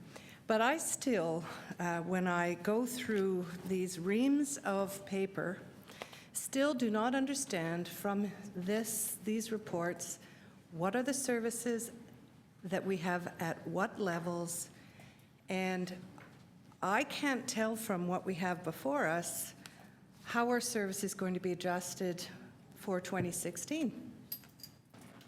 Are there service levels that have been improved? Are there service levels that have that are not? Are there standards that have gone up, those that have gone down? How is this going to impact actual services? And I think before we finalize these and give any advice to anyone, we need to better understand what the implications are of the recommendations that are contained in here, and that we get some additional service standards. And so those ones I've asked for there.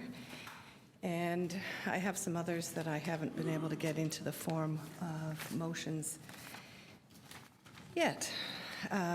Oh, and B, there's a green fleet and state of good repair capital projects for 2015, a percentage of preventative maintenance work orders completed on schedule in facilities and real estate. And then we can have a further discussion next month or next meeting, being better informed. Thank you. Okay, thank you. Other speakers? Seeing none. I want to thank staff, first of all, for very comprehensive report on all the areas. I like the standard template that most of them were using that talked about benchmarking and performance levels, and so we could have what I thought was a pretty good comparative model, and especially in relation to the past couple of years in a number of these areas. So I'm going to be supporting the referral to the Budget Committee, and we'll take it from there. Thank you. So we have first.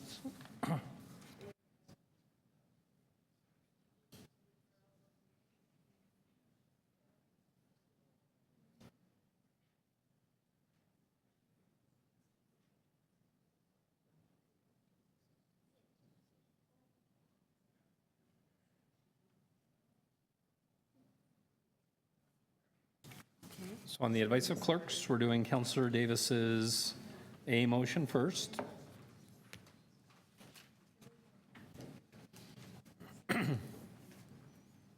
Just on the screen, all in favor? Carried. B, All in favor? Opposed? Carried. Deferral motion by Councillor McConnell is next. All in favor? Opposed? And then Councillor Nunziata's motion to refer to the Budget Committee. All in favor? Opposed?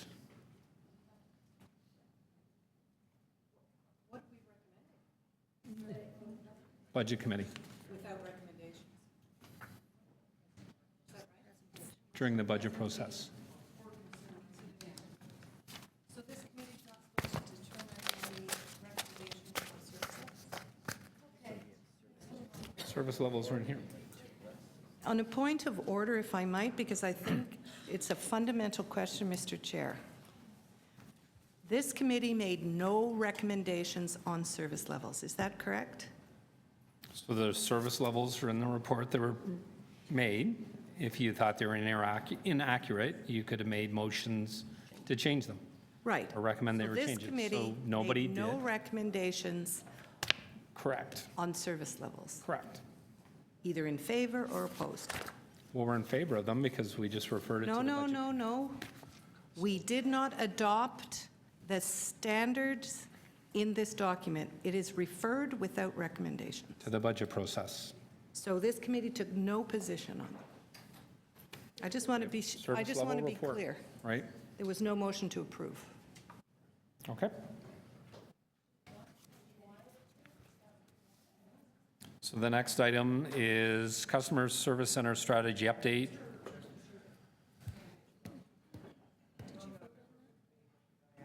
An indulgence to consider item 26. I have a deputant who's been waiting to speak all morning. He's been fascinated by the discussions that have been taking place at this committee, but I'm wondering if we could have him speak less than 5 minutes, and we can deal with this item. I'm fine with that. What was that? Committee okay with that?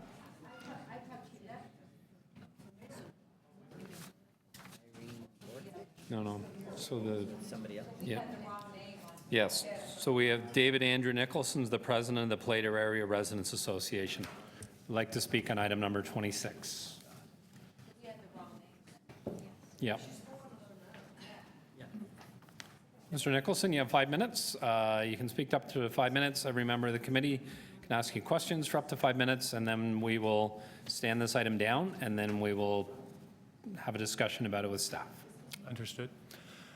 Just to reintroduce myself, my name is Andrew Nicholson. I'm the president of the Plato Area Residents Association. I'm here today representing the community regarding the purchase of 242 Danforth. This motion has come up rather quickly, and unfortunately, we haven't had a lot of time to mobilize our membership in order to hold a meeting and have an official vote, but we did take an informal online survey over the weekend and just tried to gather data. We aren't, and I am not endorsing one way or another as to whether we want to see this purchased and turned into a parking lot, but I did want to share what the community, at least right now, what the community's feelings are. Surprisingly, 60% of the community would be most likely to approve the plan as long as the conditions were met that are in the addendum. And at least 20% are somewhat likely. So we've got pretty much a majority of people in support of the purchase. However, that is conditional on certain requirements being met. Again, this is not an endorsement of it, but it's merely stating that if it's going to be a parking lot, there are certain minimum standards that have to be met. Specifically, that the entrance off Plater Boulevard be closed, that the entrance be off Danforth only, that there be green space on the western border of the property, and that other improvements be done.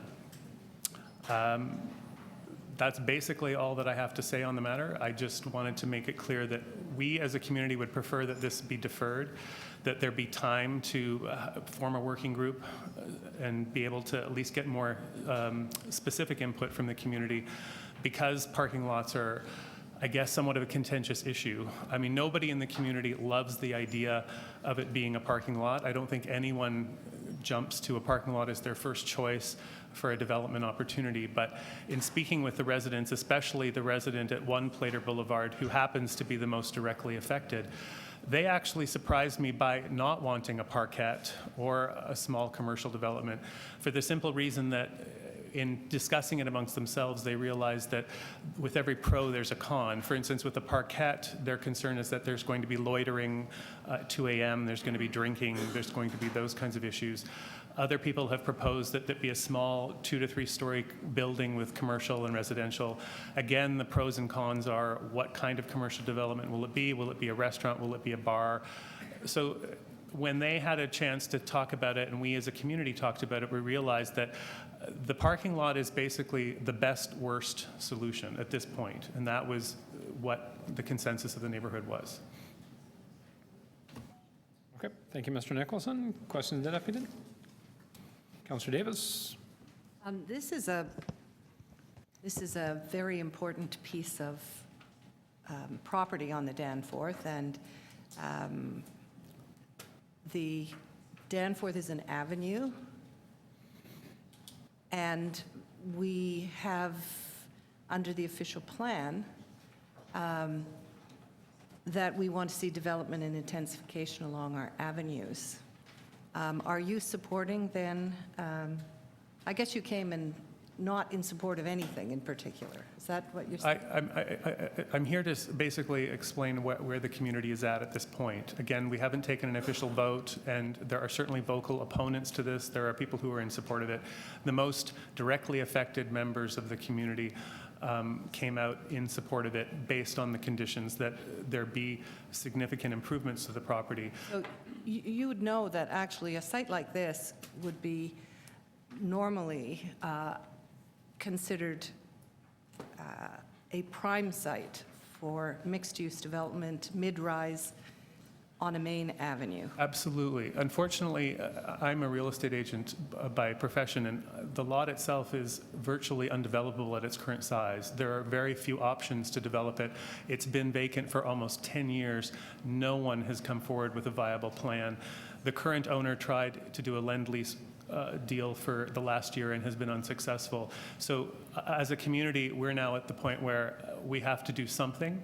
We would like, because Plater Boulevard is the unofficial entranceway to Plater Estates, that at the very least there be green space on both the west and east sides of Plater Boulevard, with perhaps some kind of architectural element as a gateway or entrance like they have in other neighborhoods.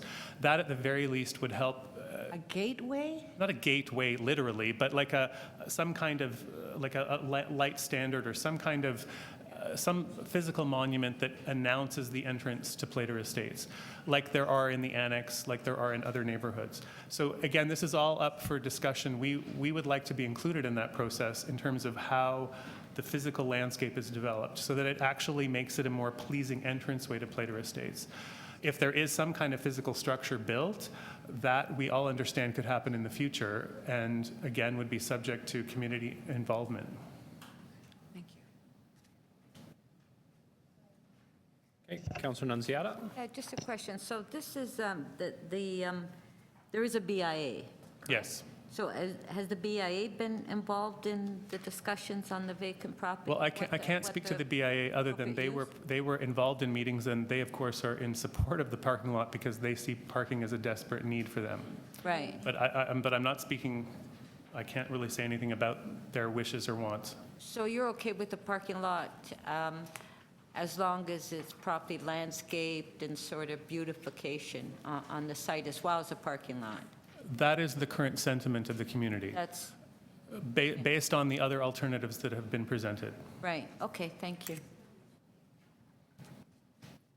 Other questions? So, sorry, Mr. Nicholson, now I'm a little confused. So at the beginning, I thought you said you weren't too crazy about either option. And now you're saying the community is okay with a parking lot as long as it... So let me, to clarify, nobody wants a parking lot. That's nobody's first choice. But having considered all the options, this is the best worst option, is what I'm saying. So what is your second choice then? Well, I think the second choice would be a park, but again, we all know the reality is making it a park requires tax dollars, and I don't think anyone at City Council is going to approve the amount of money it's going to cost to buy it and turn it into a park.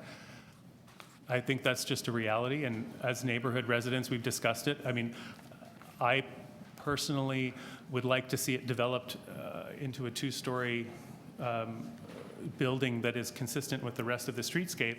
Again, I don't see that happening anytime in the near future because it's not financially viable. And most developers are going to want a larger lot, and they're going to want to put more stories than most of the residents want to see. Okay, all right, thank you. Okay, speakers, Councillor Fagerakis. Thank you, Mr. Chair. And I wanted to thank everyone in the community for sharing their comments with me and for those who shared their comments with this committee on such very short notice. I did get a lot of feedback, and I've incorporated much of that into a motion that the chair has agreed to move on my behalf and on the behalf of the area residents. And it speaks to recommendation one and certain conditions, and the one of which is that all entry and exit access to the parking area be located off of Danforth Avenue, and that green space be included on the west side of the lot, and that an appropriate visual barrier is erected on the north side of the property, which is where One Plater Boulevard is, and that is at their request. Also that permeable pavers be installed on the property. And finally, that we establish a working group that's composed of representation from the local BIA, the local residents association that Mr. Nicholson is the president of, and appropriate city staff, and of course the ward councillor, to resolve any outstanding issues regarding the site, including the treatment of the east and south sides of the property. This is not an ideal situation. I'm certainly not an advocate for parking lots. However, having had many conversations with many people in the neighborhood over the last year around the traffic and parking concerns in the Plater Estates area, and we are actually under a study in this area bounded by Broadview, Jackman, Danforth to Browning, and we continue to struggle with issues as a community, because for some there are parking issues and for others there aren't parking issues, and it's a permitted area, and half the streets don't allow for permit parking on their street. So we've been having a dialogue with the transportation department and all the various partners in this conversation for the last year, and we haven't been able to move forward. So this is a very serious issue in this community, and while this is not ideal, it is making the best of a bad situation. So I ask you to support the motion that Councillor Ainsley is going to be putting forward. Okay, thank you, Councillor. I'll take carriage of your motion, and then we're just going to step back. Did anybody have questions of staff? Sorry, I skipped that part of it. Councillor Davis? I just wondered about the options, the development options for this site, and whether or not those had been looked at. Development opportunities, yes. From our perspective, we haven't really looked at any long-term development options. We're, of course, Toronto Parking Authority, our number one mandate is to provide short-term parking for the residents in the community of the area. It is a small site. We've been looking at this site for several years now. We've known two of the two prior landowners. They have not been able to do a development on that site in a manner or mass a development that made economic sense. We did have an opportunity to acquire the property for surface parking, and we thought that that would be an excellent opportunity to provide for the needs of the community. Down the road, if there was some opportunity to joint venture with adjacent landowners and to do some type of development, we would certainly look at that. But again, it would be subject to the community and the approval of the community. Thank you. Okay, other questions of staff? None? Okay. Speakers? None? So we have the motion before us that I have for Councillor Fagerakis. It's on the screen. All in favor? All in favor? It's unanimous. Sure. All in favor, Councillor McConnell, Councillor Nunziata, Councillor Davis, Councillor Ainsley, and Councillor Grimes. Opposed? Okay, thank you. We should do item as amended. Item is amended, sorry. All in favor? On the item as amended, all in favor, Councillor McConnell, Councillor Nunziata, Councillor Davis, Councillor Ainsley, and Councillor Grimes. That carries. Okay, thank you. We're on number, where'd my sheets go? How did I lose the green sheets? We're on item number 4. Okay.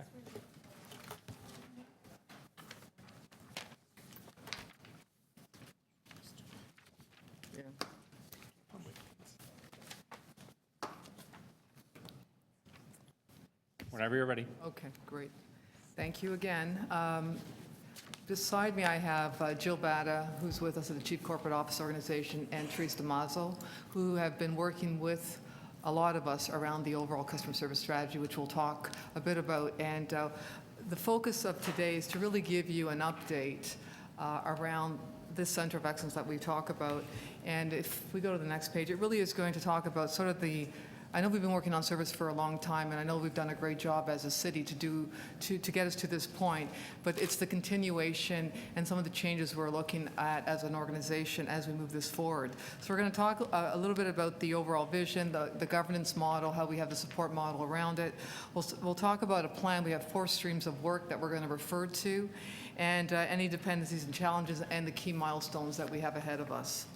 So overall, from a mandate perspective, it's quite clear if the strategic action number 19, all about improving customer service, is obviously a big part of one of the reasons why we're working through this as an organization. But as part of what we do as an organization, we deliver service, and we have to deliver service in a very good, very effective and efficient way.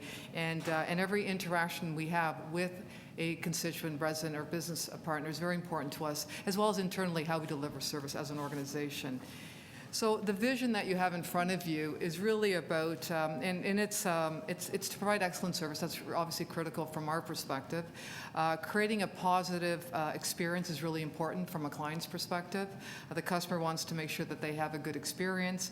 Having service ingrained in the organization is part of the DNA of what we do. So everything we think about is about service, whether it's looking at it financially, looking at it from a service level perspective. It's all about that interaction, making sure that we breathe and live this. This is what we should be doing, and I think we do a great job as an organization. And the other part is being consistent in the way we deliver service. So making sure that that experience is a good experience and we have a consistency across the organization in the way we deliver. We also have a customer promise, could be considered a service promise, could be considered a charter, and it really talks about 5 key things.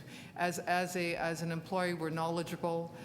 We obviously want to offer choices. We make the experience convenient and easy, provide equal access to services, and offer you a very responsive and reliable and quality to public services. So that's kind of the charter we put forward as an organization, and that's something a lot of us have come together to build.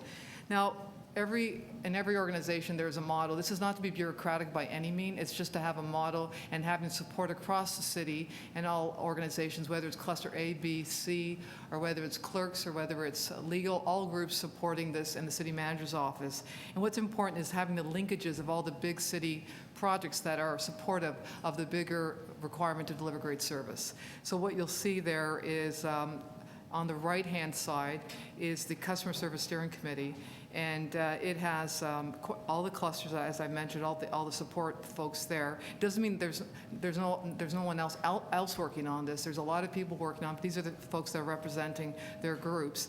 And there's obviously the city manager is a champion. The executive sponsors are the DCMs, and the chair of the steering committee is Cluster A. It's Juliana Carboni. She chairs this, and it's really important. And we meet on a regular basis regarding the overall service strategy and the mandate. update. We have what they call, and it's just below the sponsors, it's a center of excellence where a lot of the key projects that we're working on citywide feed into to make sure that we have linkages and that there's and we advocate and we make sure that that we're not doing something outside of the bigger picture. So that's what you see there. You'll see the customer service improvement teams. They've been around for at least 3 or 4 years, and these are really the clusters, and they've done a great job in trying to have their service delivery requirements within the 44 divisions. Then you got 301 integrated. That's the end-to-end discussion we had around 301 and the delivery arms like water, solid waste.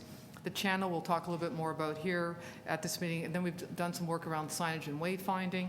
And then East City Committee, this is a committee that Rob Rossini actually chairs, and Rob Meikle, and this really is about all of the businesses coming together and looking at key projects, there's like 12 to 13 that are critical in delivering service. So this is just a map, just as the center, the customer's at the center of the universe, really. That's what it talks about. And that there's a lot of pieces that are playing around here, and that making sure that we're delivering great service and that we have the linkages so we're not losing sight of it. It doesn't mean there's not little projects going on, but the bigger ones, we want to make sure that we have our arms around them. So going to the 4 streams of work. This is really important because it talks about, it keeps us focused and makes sure that we're actually targeting and making sure we're delivering on these elements. We're going to come back to council and report back in, or GMC, report back in Q1 of 2016. I'll talk a little bit about that after. But it was important to give you guys an update right now. So there's 4 streams of work. One is cultural transformation, really is the way, you live and breathe service as an organization. The other one's around the customer service improvement teams, which is the groups that have been active for the last 3 to 4 years and continue to be active. And there's a lot of champions around that. Channel Encounter, we'll talk in more detail around that one and where we're going with this and some of the work that needs to be done towards the end of the year into next year. And then signage and wayfinding, some pilots that we're working on. From a cultural transformation perspective, what it talks about is really around training, education. People do this on a regular basis. They live and breathe service. We have people that they wake up in the morning and they want to deliver great service. We know that. We need to support our employees in making sure that they're able to have the tools necessary to deliver. So what we're talking about here is the training, the education around that, looking at service courses, which HR has, but also different types of courses like simulation, which is around actual acting it out in an actual environment, in-class training. And we've done some work on some of the divisions right now. MLS has done some training with their groups right now. We've also done some work with IT around simulation. And it really helps the employees because certain divisions have their requirements based on their service delivery needs. And what we're trying to do is customize to their needs. So you'll see below in the recent achievements, we have divisional customer service education, so specific to certain groups. We also have a customer service whiteboard, whiteboard video that's just been created. And it's a great video. It talks about how we as an organization deliver service and how important the overall customer experience is and how we actually impact service. And we can bring that back at a different point in time to show you guys. And also, as part of the service, when we hire new employees, making sure it's part of the discussion with employees around service, and it's an element. So when new employees come in, and existing employees, that there's a service element around education, training, no different than what we have with health and safety and other elements of what we do as a business. So this is truly around the cultural shift that will continue as we move service forward and supporting our organization, which at the end of the day delivers great service to our customers. So the next one is the CSIT, or the Customer Service Improvement Teams. There's 44 divisions. They all have plans. They have work plans. They all have standards.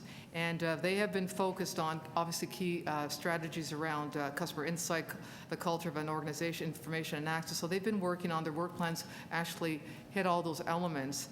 And they actually come together as a group twice a year, and they share their ideas as subject matter experts. And the things that they've been working on, in particular this year and into late last year, was around terminologies. We have a lot of different terminology we use as an organization. We want a common terminology so it's easy for people to understand what we're talking about when we talk about service overall, and automating the complaints process too. And that's been, it's been very manual that we've worked on. Plus, they continue making sure that the standards that they put forward on the web are ones that we measure. So this group is they advocate, they support the organization, they are the ambassadors for the 44 divisions. If we go to the next slide, this gets at the channel and counter strategy. And I know there's been a discussion for many years. I've been told this many, many times. So now what we've got forward is a plan to move this forward. And there's a lot of work to be done. This will not be done because I snap my fingers and I want it done. It doesn't work like that. There's a lot of work to be done in this particular area. And, you know, we get a lot of feedback, whether it's from you know, customers or whether businesses around the need to look at the overall channel strategy. And I've talked to quite a few councillors just recently around that and how important it is. So there's been an overall strategy developed. There's been working teams across the city as part of this. There have been reports that Deloitte & Touche had put forward in the past. We've reviewed benchmarks. We do need to, and I've talked to a few of the councillors, we are going to have further discussions around consultation and with the union as well as with our constituents, so that will be part of the process. And what we want to do is bring service to the communities. That's what we're talking about. And basically, if you look at the middle part of, towards the end of this presentation, it talks about creating service bundles and integrated service at civic centers. We know that some civic centers do not have the models that they need to support the constituents that come there. We know that, and that's a big issue. The demographics are changing, so we have to look at all types of channels at the end of the day. So providing choice to customers are really important, whether it's the web, whether it's 311, whether it's a counter, or whether it's digital, right? There are different requirements depending on the demographics. We want to ensure consistency in the way we deliver service. So if you go to a 311 or if you go to a counter, it should be consistent. That service experience should be the same, and that's what we're talking about here. And fostering a shared service delivery model, so that end-to-end, we talked about earlier, making sure that that end-to-end experience is a good experience from start to finish, and that we have the closed-loop process in there. And obviously transforming ourselves to what I would call a customer-centric environment, which is delivering service. So that's kind of where we're headed as an organization and the work that's been done. If you go to the next slide, you know, people have talked about 400 counters. There's not 400 counters. There's like a desk and a chair, you know, that you see in parks and all that stuff. That's not what we're talking about. Counters, there's about 73 counters that we've done a review on, and Teresa and her team have worked on that. We're looking at Tier 1. Tier 1 is more around, I can go in, I can have that dialogue with someone at the counter, and I can be taken care of, and I don't have to have a second appointment. If I do need that, that's a Tier 2 environment, and we'll actually be bringing that back forward as part of the overall experience. So what we're talking about is a Tier 1. And right now, just so you, there's been 3 pilots that we've done, and these have happened in the middle of what we're doing, and some even prior to what we're doing, actually. Revenue and Court Services at York Civic Center have done a pilot together, as well as Test and Children's Services. They've done one in, I think it's Scarborough Metro Hall, and they've done that front end where you come into the counter and you have that initial dialogue up front. What they're working on is the back office, which is a lot of the work around process, and that takes a lot of time. That's reviewing business process. And then the other one is Toronto Building and City Planning. They're actually coming together in more of an integrated bundled counter at the North York Civic Center. We just finished that actual one January, February, so the counter's ready. So that's an integrated, that's the start of these counters that we're referring to. And we want to make sure it's not a planning counter, it's not a building counter, it's a Toronto counter, and it's an integrated counter for our constituents and our customers. If you look at the next page, it's really around the channel and counter strategy. It really talks about, as an individual coming into the city and trying to get a service, right? You can go to a common counter, you can do digital first, you can do multi-channel, and then you can do personalized service, which this is a different way, and it becomes more of a multi-way of coming into the city and getting service delivered. So we're talking about, as an organization, that we continue making sure that we have these choices and we have great service to deliver. So that's just a pictorial of what it would look like. Now, the next page is our actions around the channel and counter strategy. So we have actions here, and you can read them on your own. It talks about integrated service delivery, and we talk about implement a common counter, and we talk about it going at the civic centers, and we'll talk a little bit more around the milestones and timelines around that. We also talk about it being centrally governed and managed overall, and that we have bundled services in here. So it's that look and feel, and we'll have the training involved in there. So that's what we're saying about integrated service delivery. The next one is improve access to service. And it obviously is the way in which you come into the multiple service approach and to the channels. We talk about brand. We believe we have to have one brand overall. It's a Toronto brand, and I think it's important and not to confuse people as to what counter they're in, and that's something we're going to be working through. And obviously, assisted services, if someone comes in and wants some support around self-serve, we have someone there to support them around the self-serve. And also when we go to the next one, customer-centric, there's no wrong door, so people should be able to come in here and not feel that they don't get served, as well as customer charter, making sure that the constituents, the customers understand our commitment to service overall. The next one is around service excellence. It means continuous improvement. We continuously look at the way we do things and make sure we improve service on a regular basis. It's something that's not stagnant. It continues to move forward. We obviously have a digital first discussion. I think it's important. We're getting a lot of feedback from many individuals wanting us to move forward along with that particular requirement. And we need employee engagement and development, so making sure our employees are engaged in this process, whether they're union employees or whether they're management, they're all our employees. At the end of the day, they deliver service. And what we're saying is that everyone in the organization delivers service. It doesn't matter if they're a lawyer here or whether they're a finance person. They are part of the continuum of delivering service as an organization. And service effectiveness is around making sure if you're doing all this nice stuff that you actually can measure what you're doing. They have metrics around it. And that we obviously have the right policies that we need to be able to support this, as well as continuous transformational change.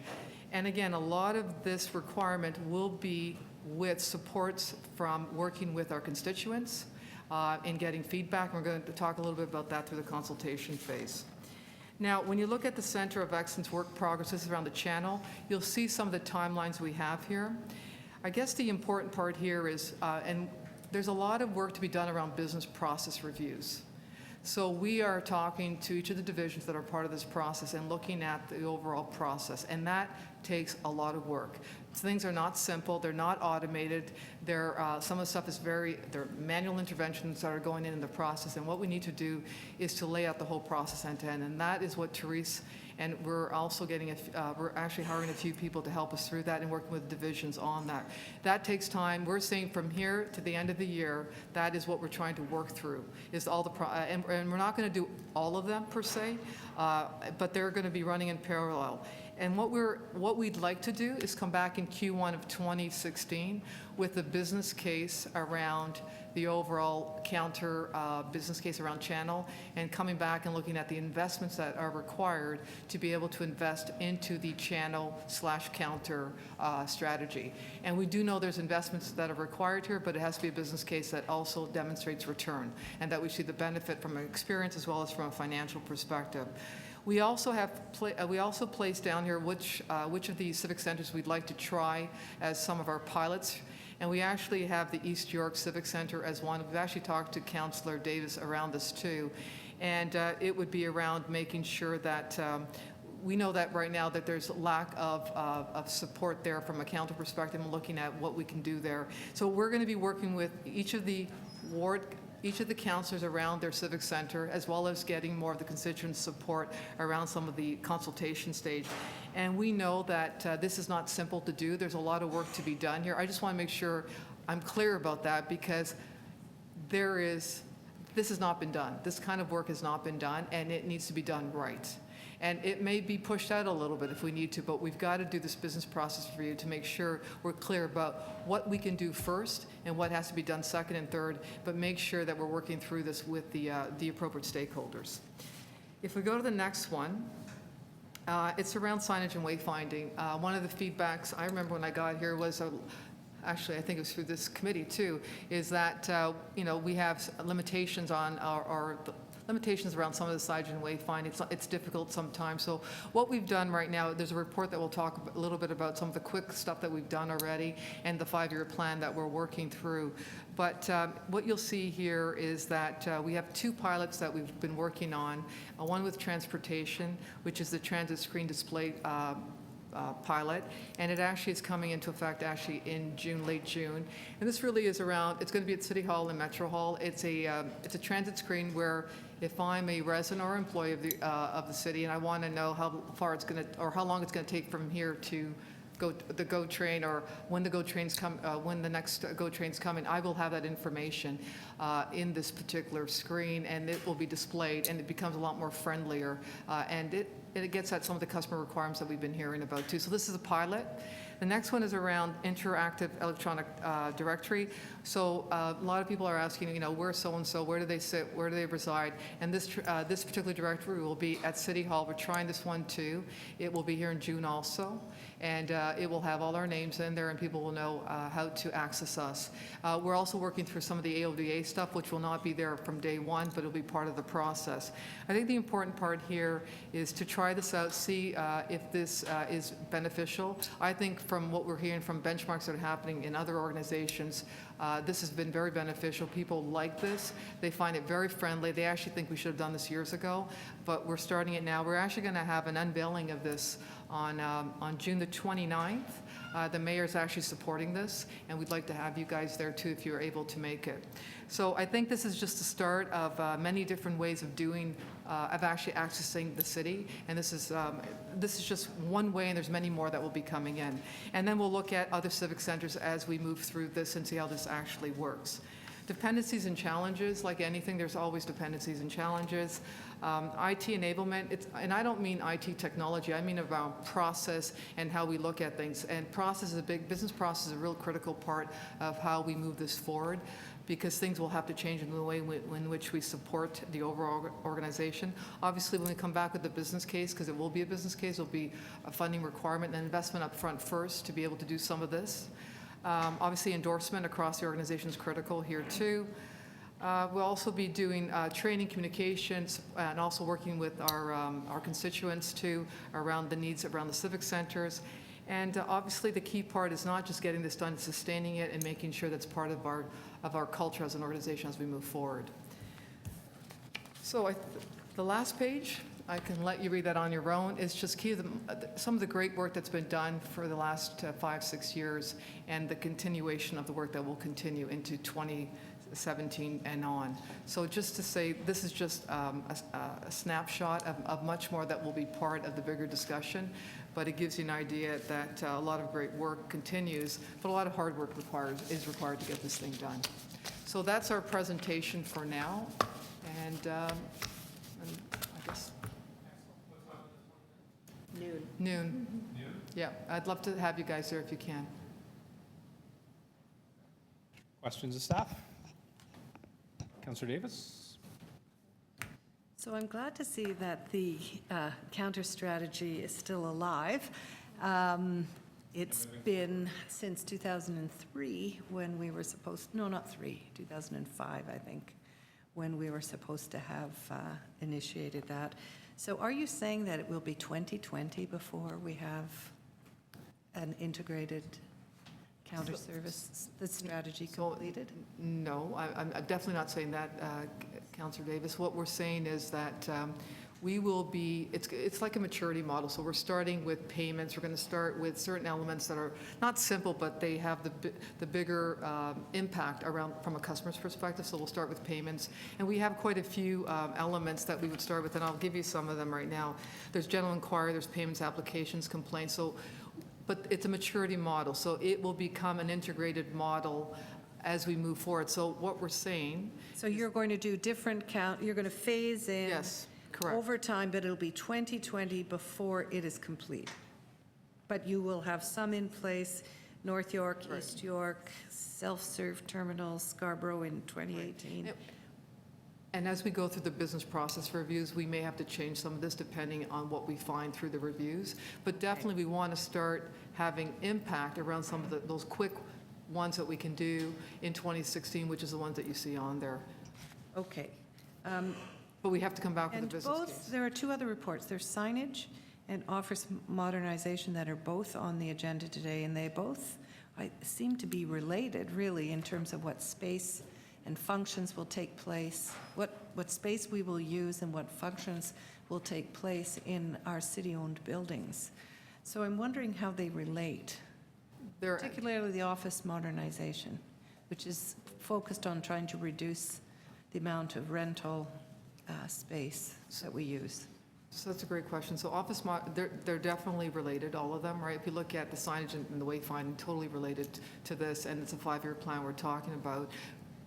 When it comes to the office modernization, it really is about the corporate buildings we're referring to. There's 18 buildings today we have that we own per se, and we have 14 that we lease. And so what we want to use, it's a reduction. Definitely, we want to utilize what we own and reduce the leases, but it also is the way in which we use space differently too.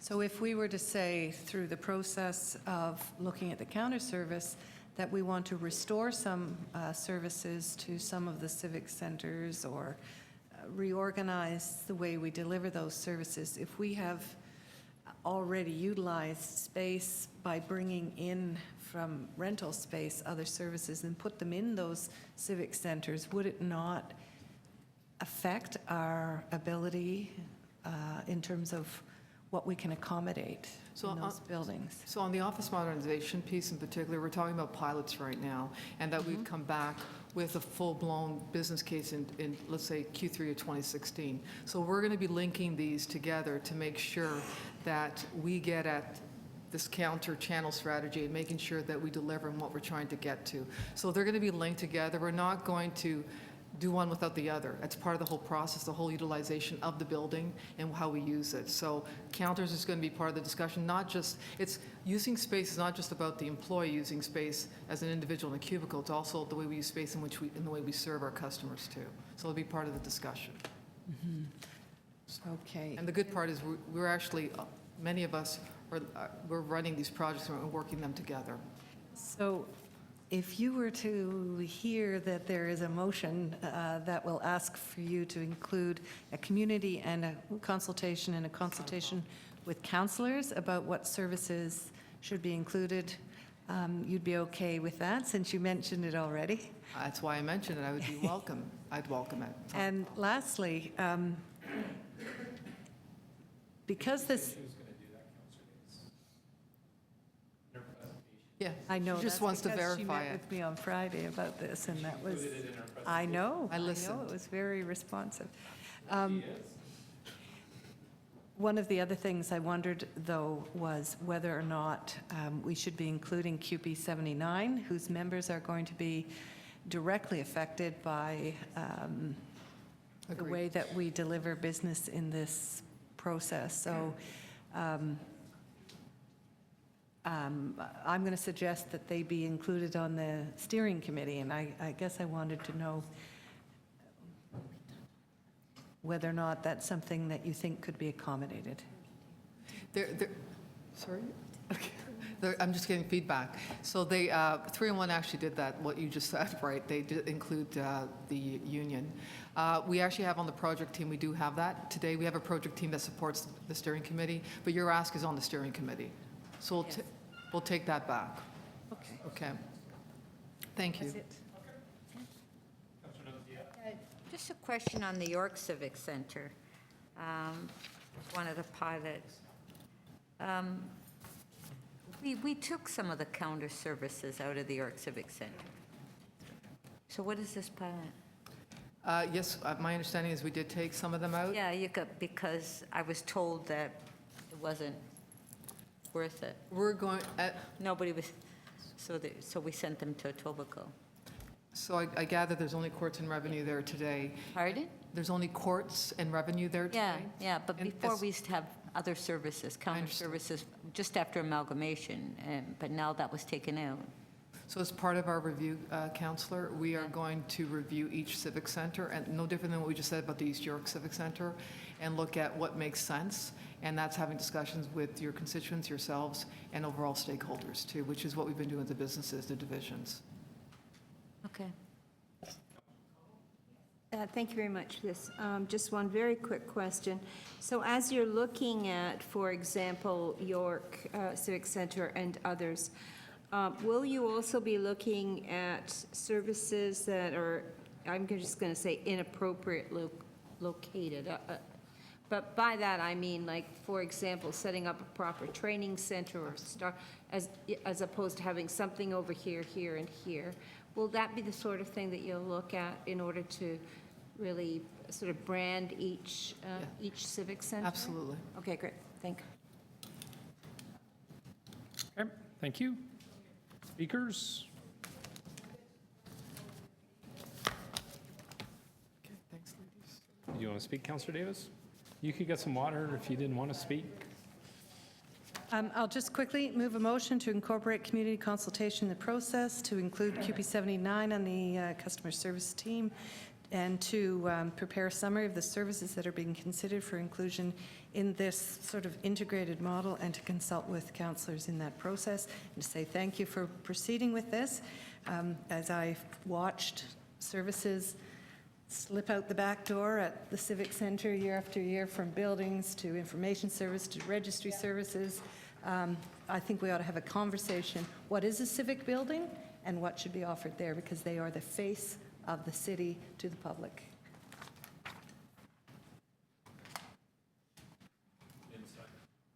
Oh. Any other speakers? Nope. Okay. I just want to thank staff for the great work on this. To me, the two key pages, the first one, it said good to great. I like that because I think this is going to be very transformative. And also the other page where it kind of tied in, the social media and customer focus, because I think with our constituents, right across the age spectrum, lots of people now, when they're looking at using their government, are looking more at, social media and 311 and email. But I still have a lot of residents who prefer to pick up the telephone or speak to a live person. And I think this meets right across the spectrum everybody's needs, and I'm looking forward to it. And thank you for all the work. And we have a motion from Councillor Davis. All in favor? Opposed? This is on a tie. It did not. I didn't know. They didn't raise their hands. Oh, I see. It passes. Item is, sorry, okay. All right. So we're going to move 7 to the end because you wanted to go on camera on. Councillor Grimes, half an hour ago, said he would be back in 5 minutes.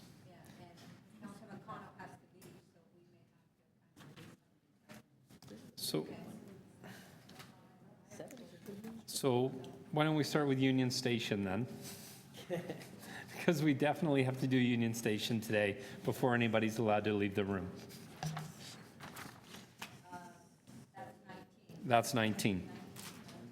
So we're on item number 19, Union Station revital. Union Station? Yeah, so Councillor McConnell, you held GM 5.19 Union Station Revitalization Project status update. Councillor Davis. Okay, so Councillor Davis, you held number 19. Do you have Yes. questions of staff? So if I'm reading this correctly, and I have not focused at the details on Union Station as well as I should, that stage 2 of the pathway is going to cost us $59 million, and we are deferring that. Is that correct? We are, through the chair, sorry, we are deferring stage 2 of the Northwest Path. Yes. And that is a recommendation at this point in time, and it was 55 that we have. So That's not stage 2. Just to clarify, that's not, I've got like stage 2 of Northwest Path is not 15. The Northwest Path, is that the one? what is 50 included in the $59 million that, Okay, I will We're just, short. I'll take you through that and just quickly. In the $59 million, what we have there is, we have $13 million Right. of stage 1 to complete stage 1, which is with the current contractor, Curlian. We have stage 2 and 3, which is the new tender with Bondfield. That's the new contractor. It's a stipulated lump sum contract of $31 million, which is above, this is the incremental amount. Are you on page? If you go to page 3. Page 3. Go to page 3, Counselor Davis. Okay, page 3. Yeah. Okay, I can, all right, so I can see that. These are, okay, so these are the 59 million. Right, and then there's a deferral of Northwest Path of 55.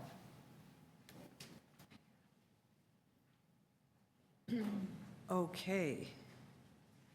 So the 50, okay, then I am mixed up. Okay, this says that the gross cost increase to complete Union Station revitalization project, including the Northwest Path, is 59.3 million. Correct. And then we say. Oh, then you're netting 55 I'm off. deferring it. Okay. To help offset. Exactly. To help, Okay. to help All right. offset. The So increase we're is quibbling in the last minute over a few So million. the increase is 4 million gross overall because we're netting out the Northwest Path second phase. Okay, Just a way to finance. When is this going to end? exactly. 2017, at the end of 2017. So it is, No, I was just being frustrated. Well, I wasn't asking a question, I was just Okay. showing a sign of frustration. Councilors, Councilor Davis has the floor. thank you. So I guess my question is why, and I kind of feel the same way as Councillor Nunziata, why don't we just commit to finding the 59 million and building it into the multi-year capital plan? And finance it. Like, let's move on and get it completed. So through you, there's a number of reasons why we chose the tact of recommending deferral of the 55 million. If you recall, we have a cost-sharing agreement with the province for 50/50 on the Northwest Path, but it's set at a maximum upset limit of 56. But the difference is what? $36 million. Just let me finish. So we already had, back in November of 2012, a $40 million increase. If you recall, council instructed us to ask the province for their share of that 40 million or $20 million, and the province said no.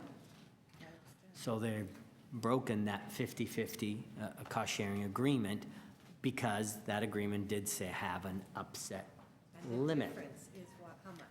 So the difference, we're $20 million short on that piece because the province has refused to go 50/50 on the $40 million increase. The original cost of the Northwest Path was $65 million. It went up by 40 to $105 million. We asked the province to cost share on that $20 million. They said no. Given the fact that we've got this new $59 million pressure and we've set it out, what's driving behind that, given our financial situation in terms of our capital budget, we made a call, and our best recommendation is to you, is given that the province is refusing to cost share on that Northwest Path increase in cost, we're recommending that we defer it, not eliminate it, but defer that $55 million, redirect our share of that funding to complete the main Union Station. Because really, we've got two projects there. We've got Union Station, and we've got the Northwest Path. But you've got this scenario 1 and scenario 2 on table 4, which the difference between scenario 1 is that GO and Metrolinx do not provide any additional contributions as part of its agreement. And scenario 2, Metrolinx contributes the 50%, and the difference between these two is 3 million. Right. What am I missing? So we have certain amounts of invoices in to the province, and that totals, I believe it's $22 million. We're speculating here in terms of how will the province react to us deferring the second stage of the Northwest Path. Will they continue to fund 50% of everything that we've spent, or will they shut the tap off and say, no, you're deferring the rest of it, I'm not going to pay there's about an outstanding $3 million there. And that's why the difference between the 22.8 and the 19.8.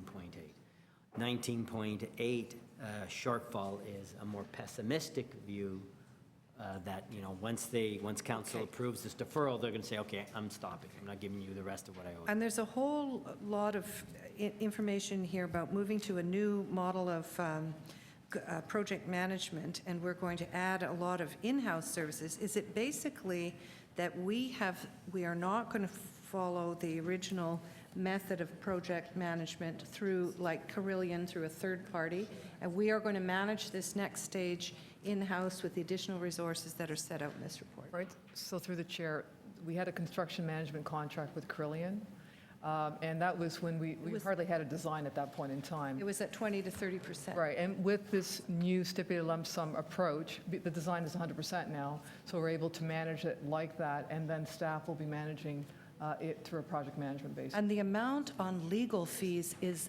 astounding. How many in-house lawyers could we buy for that amount of money? Well, there's- 6.8 million. Okay.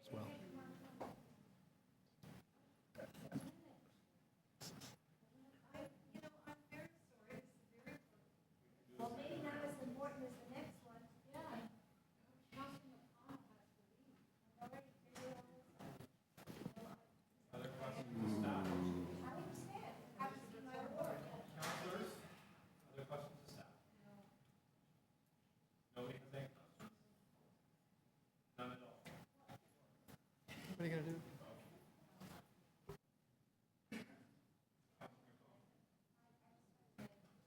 do? What I'd like to do is, I would like to, I have no difficulty with the deferral. Frankly, it's a step at a time here to try and get one piece done. We've done the connection across the street. That's the worst piece to do. No, I'm speaking. Oh, I am sorry. I thought you were moving on.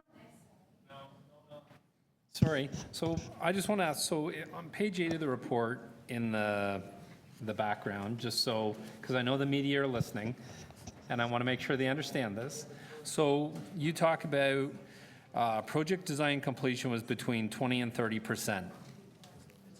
So back in 20... So if you look at, so when this was done, Right. back before any of us were here, so when you say 20 to 30%, at $640 million, that means that number was never going down, correct? It was going to go up.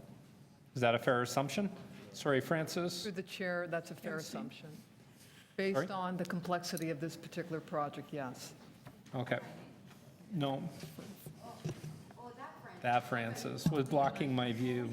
What we're saying is the design was at 20, 30% of completion, and definition was at 60%, but that's just a certain portion. And what we're saying is that a project of this nature that has real, we've got, real bodies moving through this, and we have unforeseen stuff, we have no drawings. And if you read through the report, we're talking about 10,000 drawings that have been done since we started. And that's a complex project. Because this is a 100-year-old building and there's no 100-year-old overall building, no master plan drawings. provided when we bought it.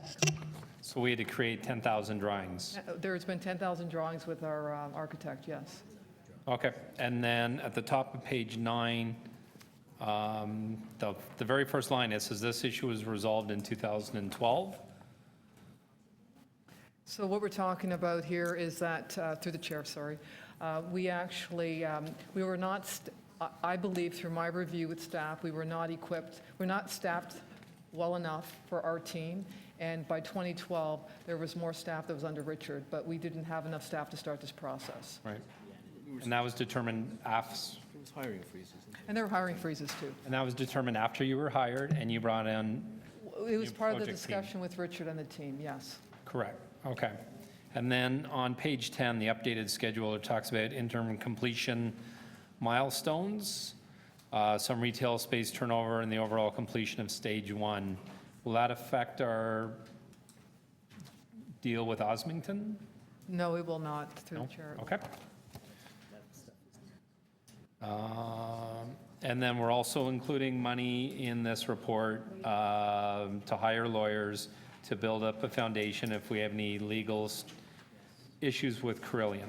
Through the chair, yes, we have legal support, and Legals has been working with us.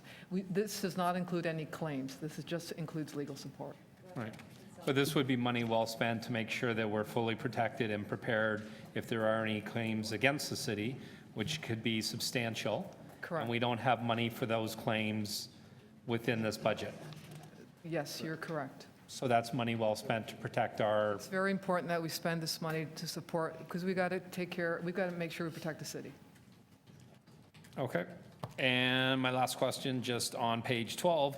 So the bids that we received for stage 2 and 3, to me, they were all within, except for the one that got disqualified. The top 3 were all within $3 million of each other.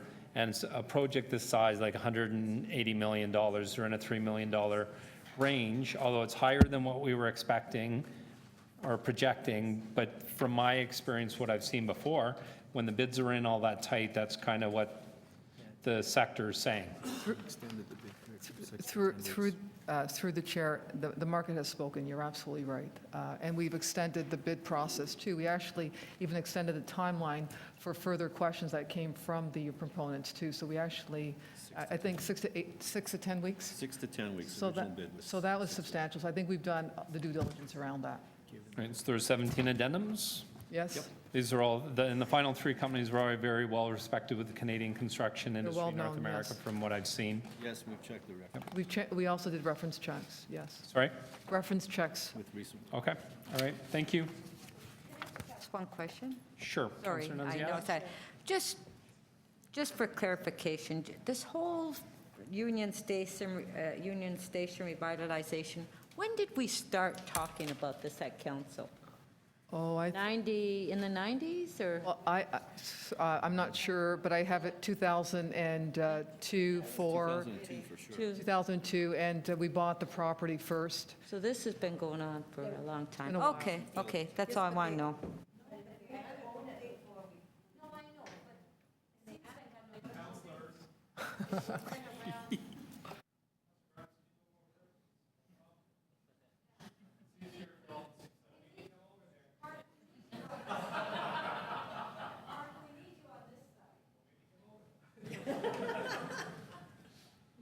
I just had that one. Councillor McConnell, you're up to speak now. Oh, thank you. So, You have a motion.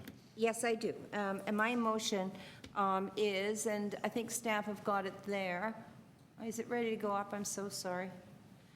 It's basically to ask that we continue to look at the design and costing of the Northwest Path, so that we can report that for review during the 2018 budget process. So I think what we want to do is really instruct staff that they shouldn't stop just because we've decided to defer this, but rather they should be looking at how to begin the completion of this. So I just want to step back for a minute. These originally were 2 different projects. They originally were the Northwest Passage and the redevelopment of the Union Station once we acquired it. We spent about 25 years in court over Union Station, how much they owed us in taxes, and eventually how to buy it. And that having been done, and, you know, I just remind us that it's on the original, one of the original sites of the Walks and Gardens Trust, so there's all kinds of legal things around it. But it also has been one of the largest redevelopment and renovation projects in North America, and people come from all over the world to see it, because imagine that we still have the trains arriving every half hour or so, or 15 minutes, over our heads while we dig down through bedrock. So it's been in a historical building. So it's been like quite an amazing project. And for sure, it's taken a long time, as of course it needed to. There would have been a faster way. We could have closed it and built a new station down the way, and then we could have relocated back. And actually, that would have been faster and cheaper, apparently, according to staff. However, it is what it is. And what I would like to do is to really put our focus on finishing up this process and this project, because I think this is going to be an aha moment for all of Toronto. Because when they go in and see the work and see the completion, they are not going to believe how wonderful this is. But the other part is we're already seeing that, because as one of the concourses opened, people were amazed at what was behind the curtain. So it is really one of those kind of projects where everything is behind the curtain and nobody knows what's going on. But once those curtains are unfolded, people are going to see the connections to the AC. They're going to see the way in which you can permeate the station and through to the Union Square. You're going to be able to have a fantastic gateway into the station, and the Grand Hall is going to be something to be believed. But also, it's going to be not only the largest transportation hub probably in North America, but it's also going to be one of the busy opportunities for people who are going through, and others, to be able to use retail, to be able to eat there, much more in the way in which New York's Grand Central works. And that's going to make a very big difference in terms of both the downtown community and their proximity to this retail area, but also for commuters to be able to do things on their way home, do a little shopping, take home lunch, take home dinner, take home wine, whatever it is, right? So I really think we should focus on getting that finished first. But I do not think that we should forget that we already have done the difficult part of the tunneling for the Northwest Pass. And that was very important, that while we were dug up on Front Street, that in fact we completed that work and permeated that. So now that's done. The next stage of that is really to figure out where we're going to go up. Are we going to go up kind of University? Are we going to go up York? Are we going to go up east or west side of York? What are we going to do is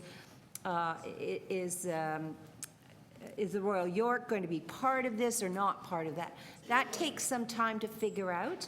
And so my recommendation is don't put it so on the back burner that somewhere down the road you have to make these decisions and you don't have enough time, but rather begin to have those conversations inside staff to figure out where we're going to go, how we're going to design it and redesign it, and then bring back that and a funding budget in 2018, which should be around the right time.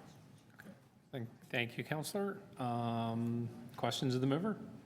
Sorry, Councillor McConnell, there's just some back and forth with staff because in the report, they removed the money to finish the design, the further design of the Northwest Path to help pay for this project. Yes, Mr. Chair, I do they're trying- understand that, but I don't think it's a problem.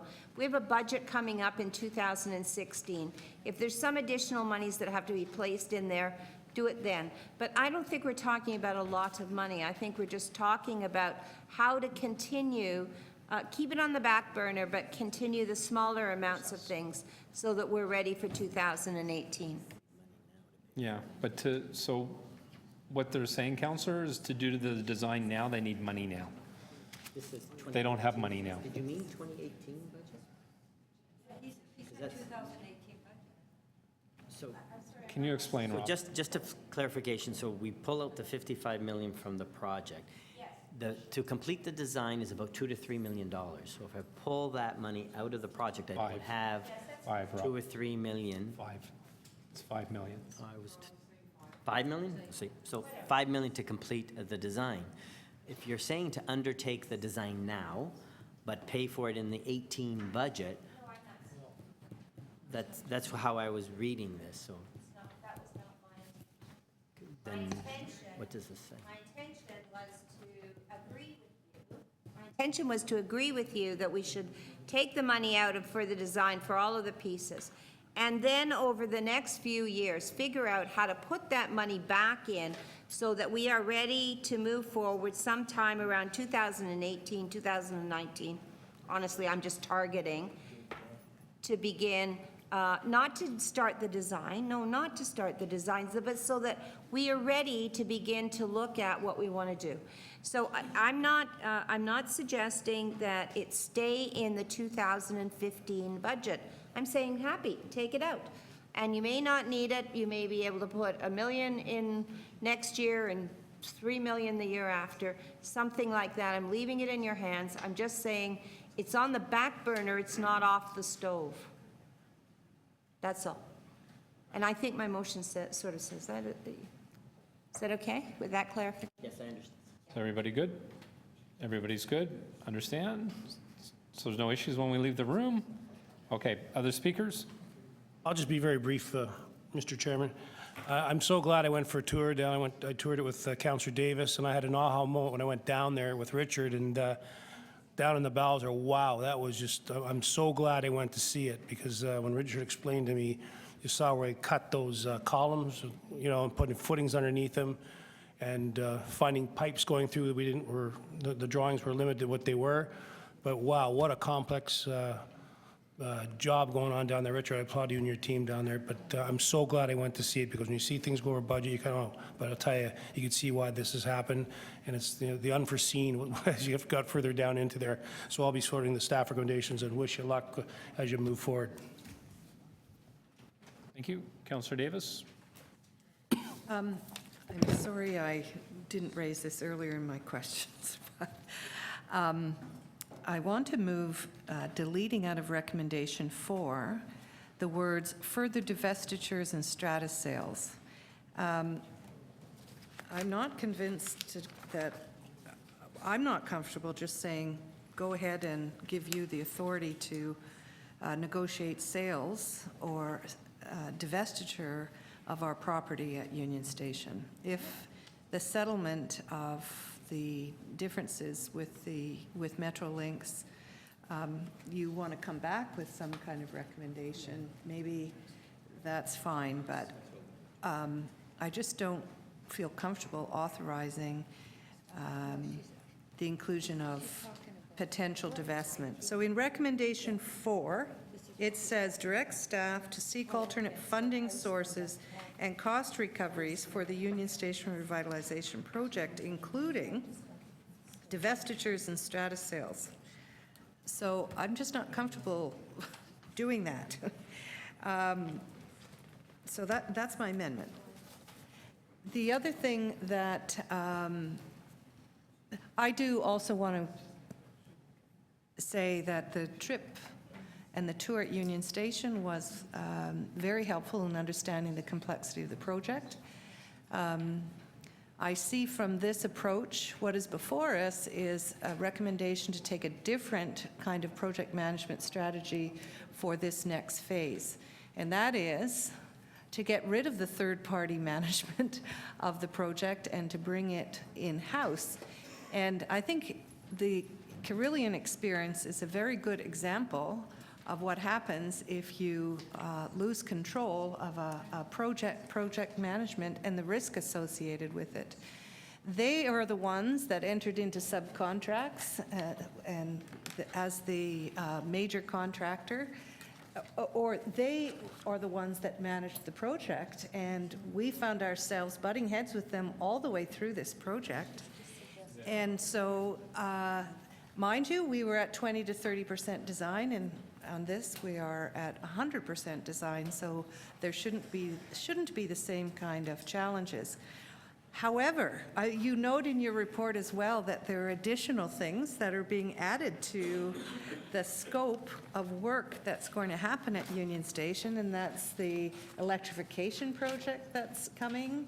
And there are 2 other things that I noted are being added. The signal coordinator improvements, regional rail, and the Bay Street bus terminal are all. But they're all.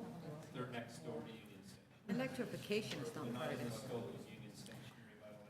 it. I understand, Mr. Chair, I do understand it, but there's still a matter of coordinating all of the work around that site, which is what is identified here as one of the other reasons for the delays and the complexity of this project. So here we are now. There are other projects that are going to happen that will have to be coordinated with all of the remaining work. So all of these things compounded the complexity, and there will continue to be coordination necessary, I believe, amongst a number of stakeholders in this next phase of the project. But one of the things that still astounds me is the legal costs, and I'd love to see what the rate is that we're paying to Osler Hoskins.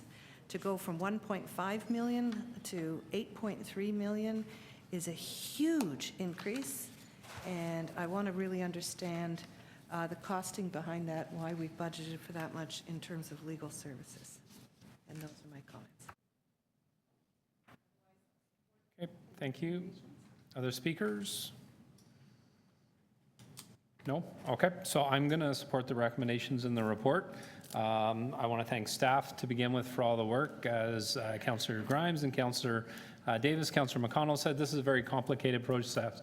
I can remember first going in when I was the chair of the Government Management Committee previously, when it was mud, hard hats, and work boots, and talking about the 20 to 30% completion and looking at a bundle of 150,000 wires and not sure where they were going because there was no master plan. I remember Tim Hortons having their water turned off in the GO concourse and not being able to figure out why. And it was because the water had been turned off on the top floor of the west wing where they were starting to move some of our tenants out. You know, and look down and looking at these pillars they were going to jack up and pour concrete under, and they had laser guide lights between the different beams because the GO trains and VIA trains were running on top while they were trying to do all this construction work. And you can see in the report where they currently 65 million passengers a year by 2031, 130 million passengers a year, probably 20 to 30 times what you would ever dream of seeing going through Pearson Airport. And it's a huge project on a century-old building. You know, we went through a tour a couple of weeks ago. We brought the mayor through for us, and you know, one of the reasons we're paying legal fees or getting lawyers is we've had some issues with some of our contractors. You can go through the building. Some of the, I'm not going to mention the companies by name, but they're standing around with clipboards. We're paying them to stand around with clipboards, not seeing a lot of work being done, but the bills are still coming in. And that's why we need legal representation to protect our interests. You know, this was something that was done at 20 to 30% completion. We've changed a lot of the management, the project managers that originally had this when we started. I'm very happy with the work that's being done by the management team that's there now. They're doing their best to keep it on budget. There's a lot of dynamics at play. We've, like Metrolinx, that had an agreement with the Northwest Path. You dig anywhere in downtown Toronto, you never know what you're going to get. We've had issues with the Northwest Path, and now Metrolinx doesn't want to pay their fair share. So, you know, there's another component that could be increasing the cost. I certainly, and I won't be supporting Councillor Davis's motion because I think we need to look at further divestitures and strata sales and lease agreements. You know, there's a lot of opportunity there in Union Station. As I said, you know, retail in particular, moving 130 people through there. There's many different excellent opportunities to take advantage of the retail sector and having to get a profit that way for this station. Has come a long way from the building that was there in 1928. I think this is going to continue to make it you know, one of our premier buildings in the city of Toronto, and I want to thank the management team for all their hard work, and I look forward to seeing it open in 2017. Okay, we have Councillor Davis's motion first. Sorry, Councillor McConnell's motion first. All in favor? Carried. Councillor Davis's, which amends recommendation number 4.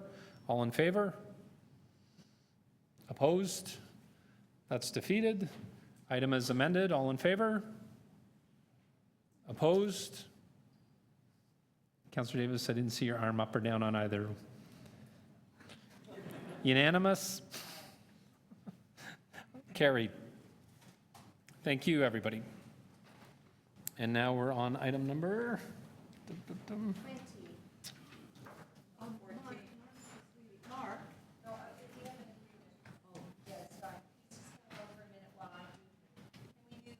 You want to do 20? Okay.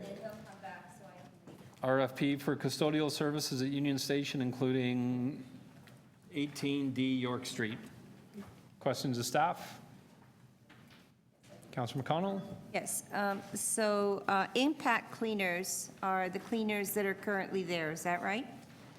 Through the chair, that's correct. Right. And how have their standards, oh, there was one more. How have their, sorry, for the clerk, I think there was an additional motion that I'm not seeing on this list, which had to do with the standards of cleanliness, right?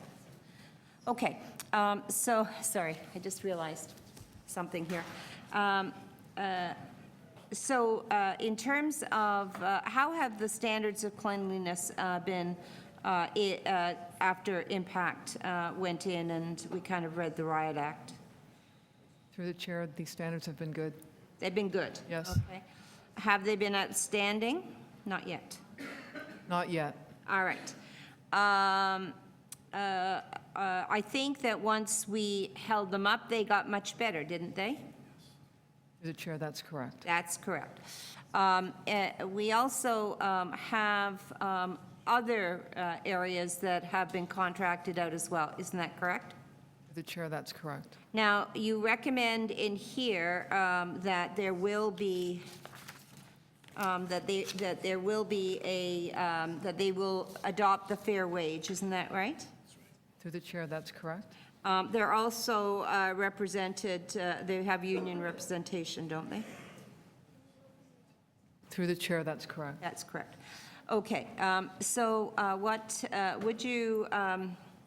In order to continue to just keep the carrot and the stick going, you have in here, you're recommending an additional 2 years at your discretion.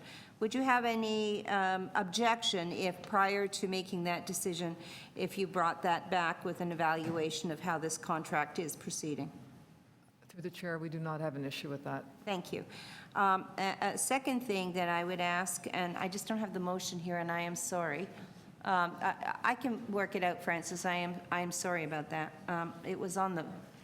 Do you have the one that I was trying to do? Okay. So what I was asking for is probably on the back somewhere.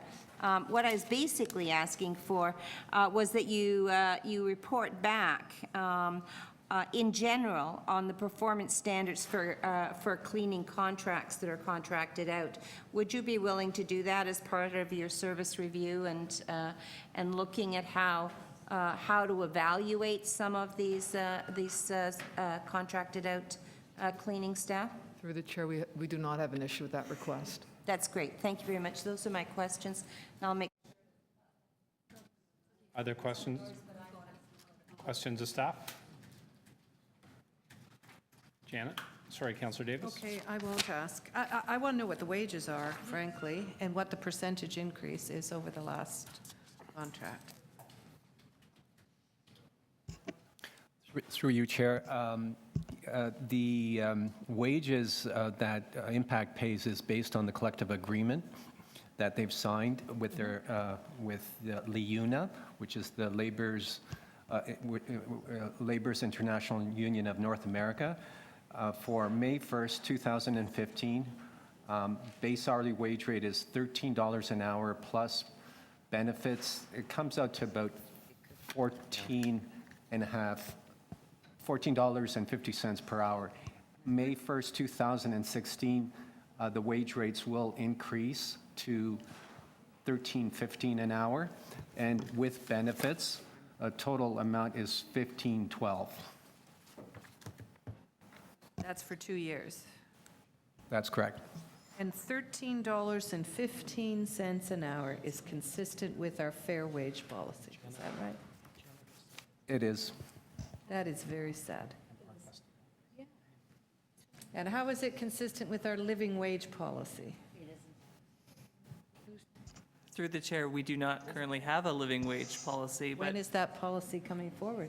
Social Development, Finance, and Administration have informed me they're reporting in September on the Quality Jobs Assessment Tool, which includes a living wage component.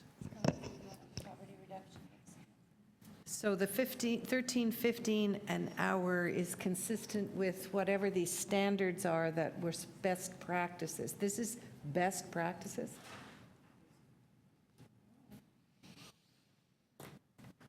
Okay, well,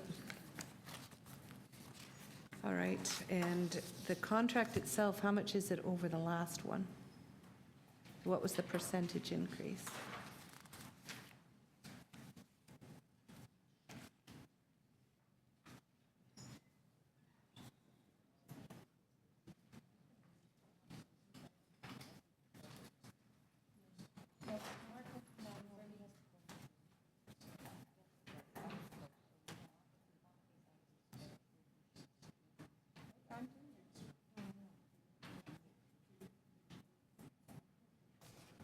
The total amount of the contract is 4.3 million.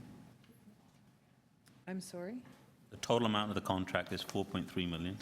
And what was the total value of the contract before? Because this is a renewal, right? Yes. But it was contracted out Right. before. No, I want to know how much more we're paying for this contract over what we paid for the services in the last contract, and what that constitutes in terms of a Yeah, I think percent, we have to get back to you on that. Through the, and how it Councillor compares. Davis, we'll come back to you with the amount, okay? And I'd like to know what the wages were in the last contract, and how the wages compare We'll come back to you with that. in the last contract. Okay, thank you.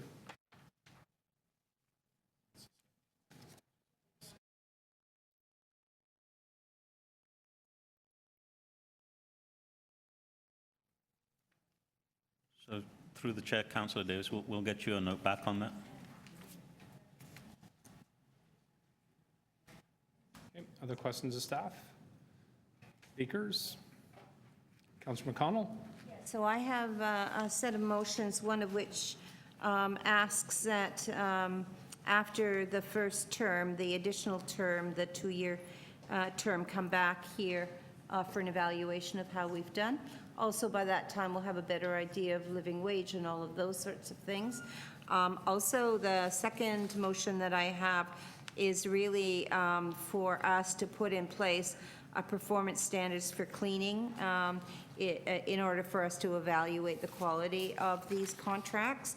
I've heard most recently that many of our police stations are in not very good condition. I've also heard that the libraries are in poor condition. Not certain that this was the best way to proceed. And as we know, as recently as today's newspaper in the Toronto Star, was the eye-popping shift to low wages demands change, as the reports say. And that is really about precarious employment. And this is an exacerbation of precarious employment. If these organizations, these contracts were all under our own cleaning staff, we would have some flexibility to allow people to have full-time jobs and not have to have be at the beck and call of people in terms of the shifts, that the shifts themselves, and whether or not you know you're getting a shift or you're not getting a shift, are not enabling people to live in Toronto, to work in Toronto, and pay the rent and pay for food. So it's a big issue. I don't think it's resolved here. I'm very pleased that Impact is doing a better job. They were doing a lousy job, and now a better job is much better. But I'm not convinced yet that we've got it to the point in which we really are, as a city, embracing good employment and good wages for people so that live in our jurisdiction. So that's kind of my concern, but it's incremental, and I'll move forward in this particular way in order that we'll have some stability for the next 3 years in this particular place, as we move into the new era of the Union Station and also the new era of trying to figure out how to be good employers. Okay? Thank you.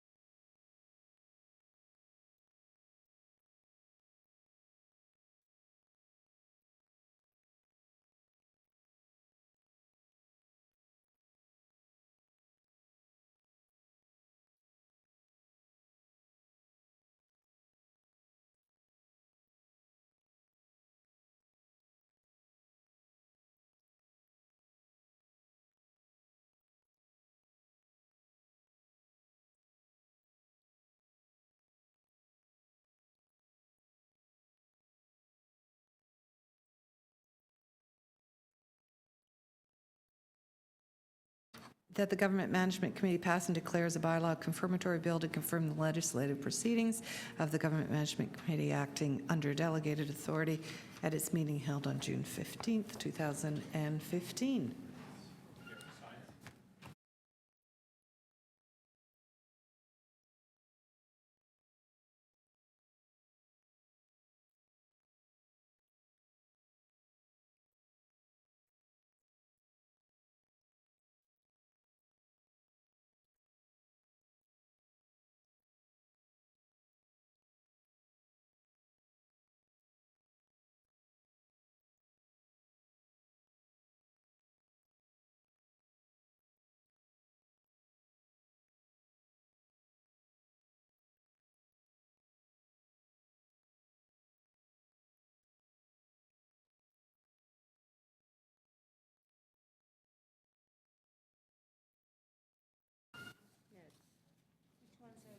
This is signage at Metro Hall. So we have built, Um, we have signage at Civic Center.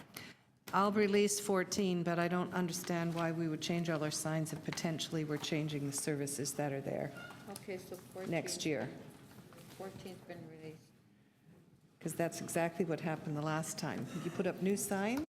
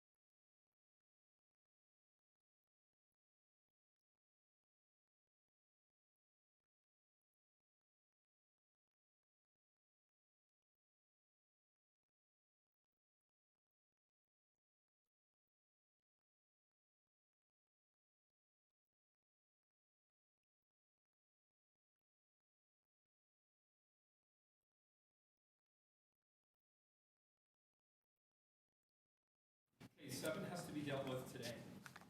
Okay, So I Janet, agree. just release 7 has to number be dealt 18. with today. I'm B. I will cave to the pressure of my colleagues. And do what? And release the office modernization. It's going to council if I have any other questions. But it still has a deputation. No, he's not speaking on it. All right, so number 18, all in favor? Carried. Now we have 2 left, 14 and 7.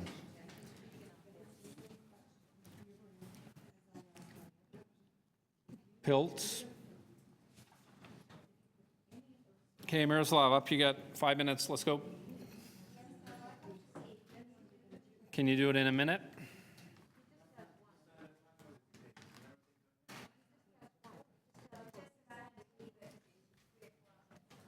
Okay, no, I'll be quick. 14, right? Paul? Passed. 14? Yes. Paul, 14? Speaking? Go. Oh, okay. One of the issues I have with this, what's it called, some of the signs, especially the directory of your counselor's office, where you guys are downstairs on the first floor, the letters are too small for anybody with visual impairments. Half my staff at work have visual impairments. I brought them to City Hall a month ago. They all had troubles.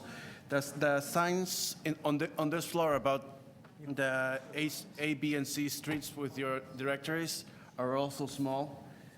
The main fall directory at the civic, all the ones here, the letterings are slightly too small. Councilor McConnell has mentioned in the past that she has some visual issues. I think you should be able to read the signs. I don't know if when the staff prepared this, if they brought anybody who has visual issues to check if the fonts. An example: my father could not see Paul Ainsley's sign in front of him that says Councillor Ward 43 right there. Not every disability is. You can say not everybody has a wheelchair or a stroller, or a walker, things like that, especially visually impaired people and hard of hearing like me. These fonts are way too small. Thank you. The end. Okay. Thank you. Ooh. Questions of the deputant? No. Questions of staff? So I just have a quick one. The deputant was, Mr. Glavich was talking about the size of the fonts. When these signs are done in accordance with the AOTA, is there a standard size font signs have to be? Can we look into that? Through the chair, there are guidelines, and we do have to have, it's specific to the overall practice and policy. Okay. So the future signs, when they're done, will be to AOTA font size standards? That's correct. Okay, thank you. Right. Okay. I'll move the recommendations. Or sorry, does anybody want to speak? I'll move the recommendations and thank staff for this report. All in favor? Carried. We need a motion to go in camera on Pilts. Get out. You want to talk? Questions at council? I guess Councillor Davis is asking her questions at council. Yeah. Are you? Yeah, she's going to ask them anyway at council too, so. Okay. So all in. Thank you. Okay.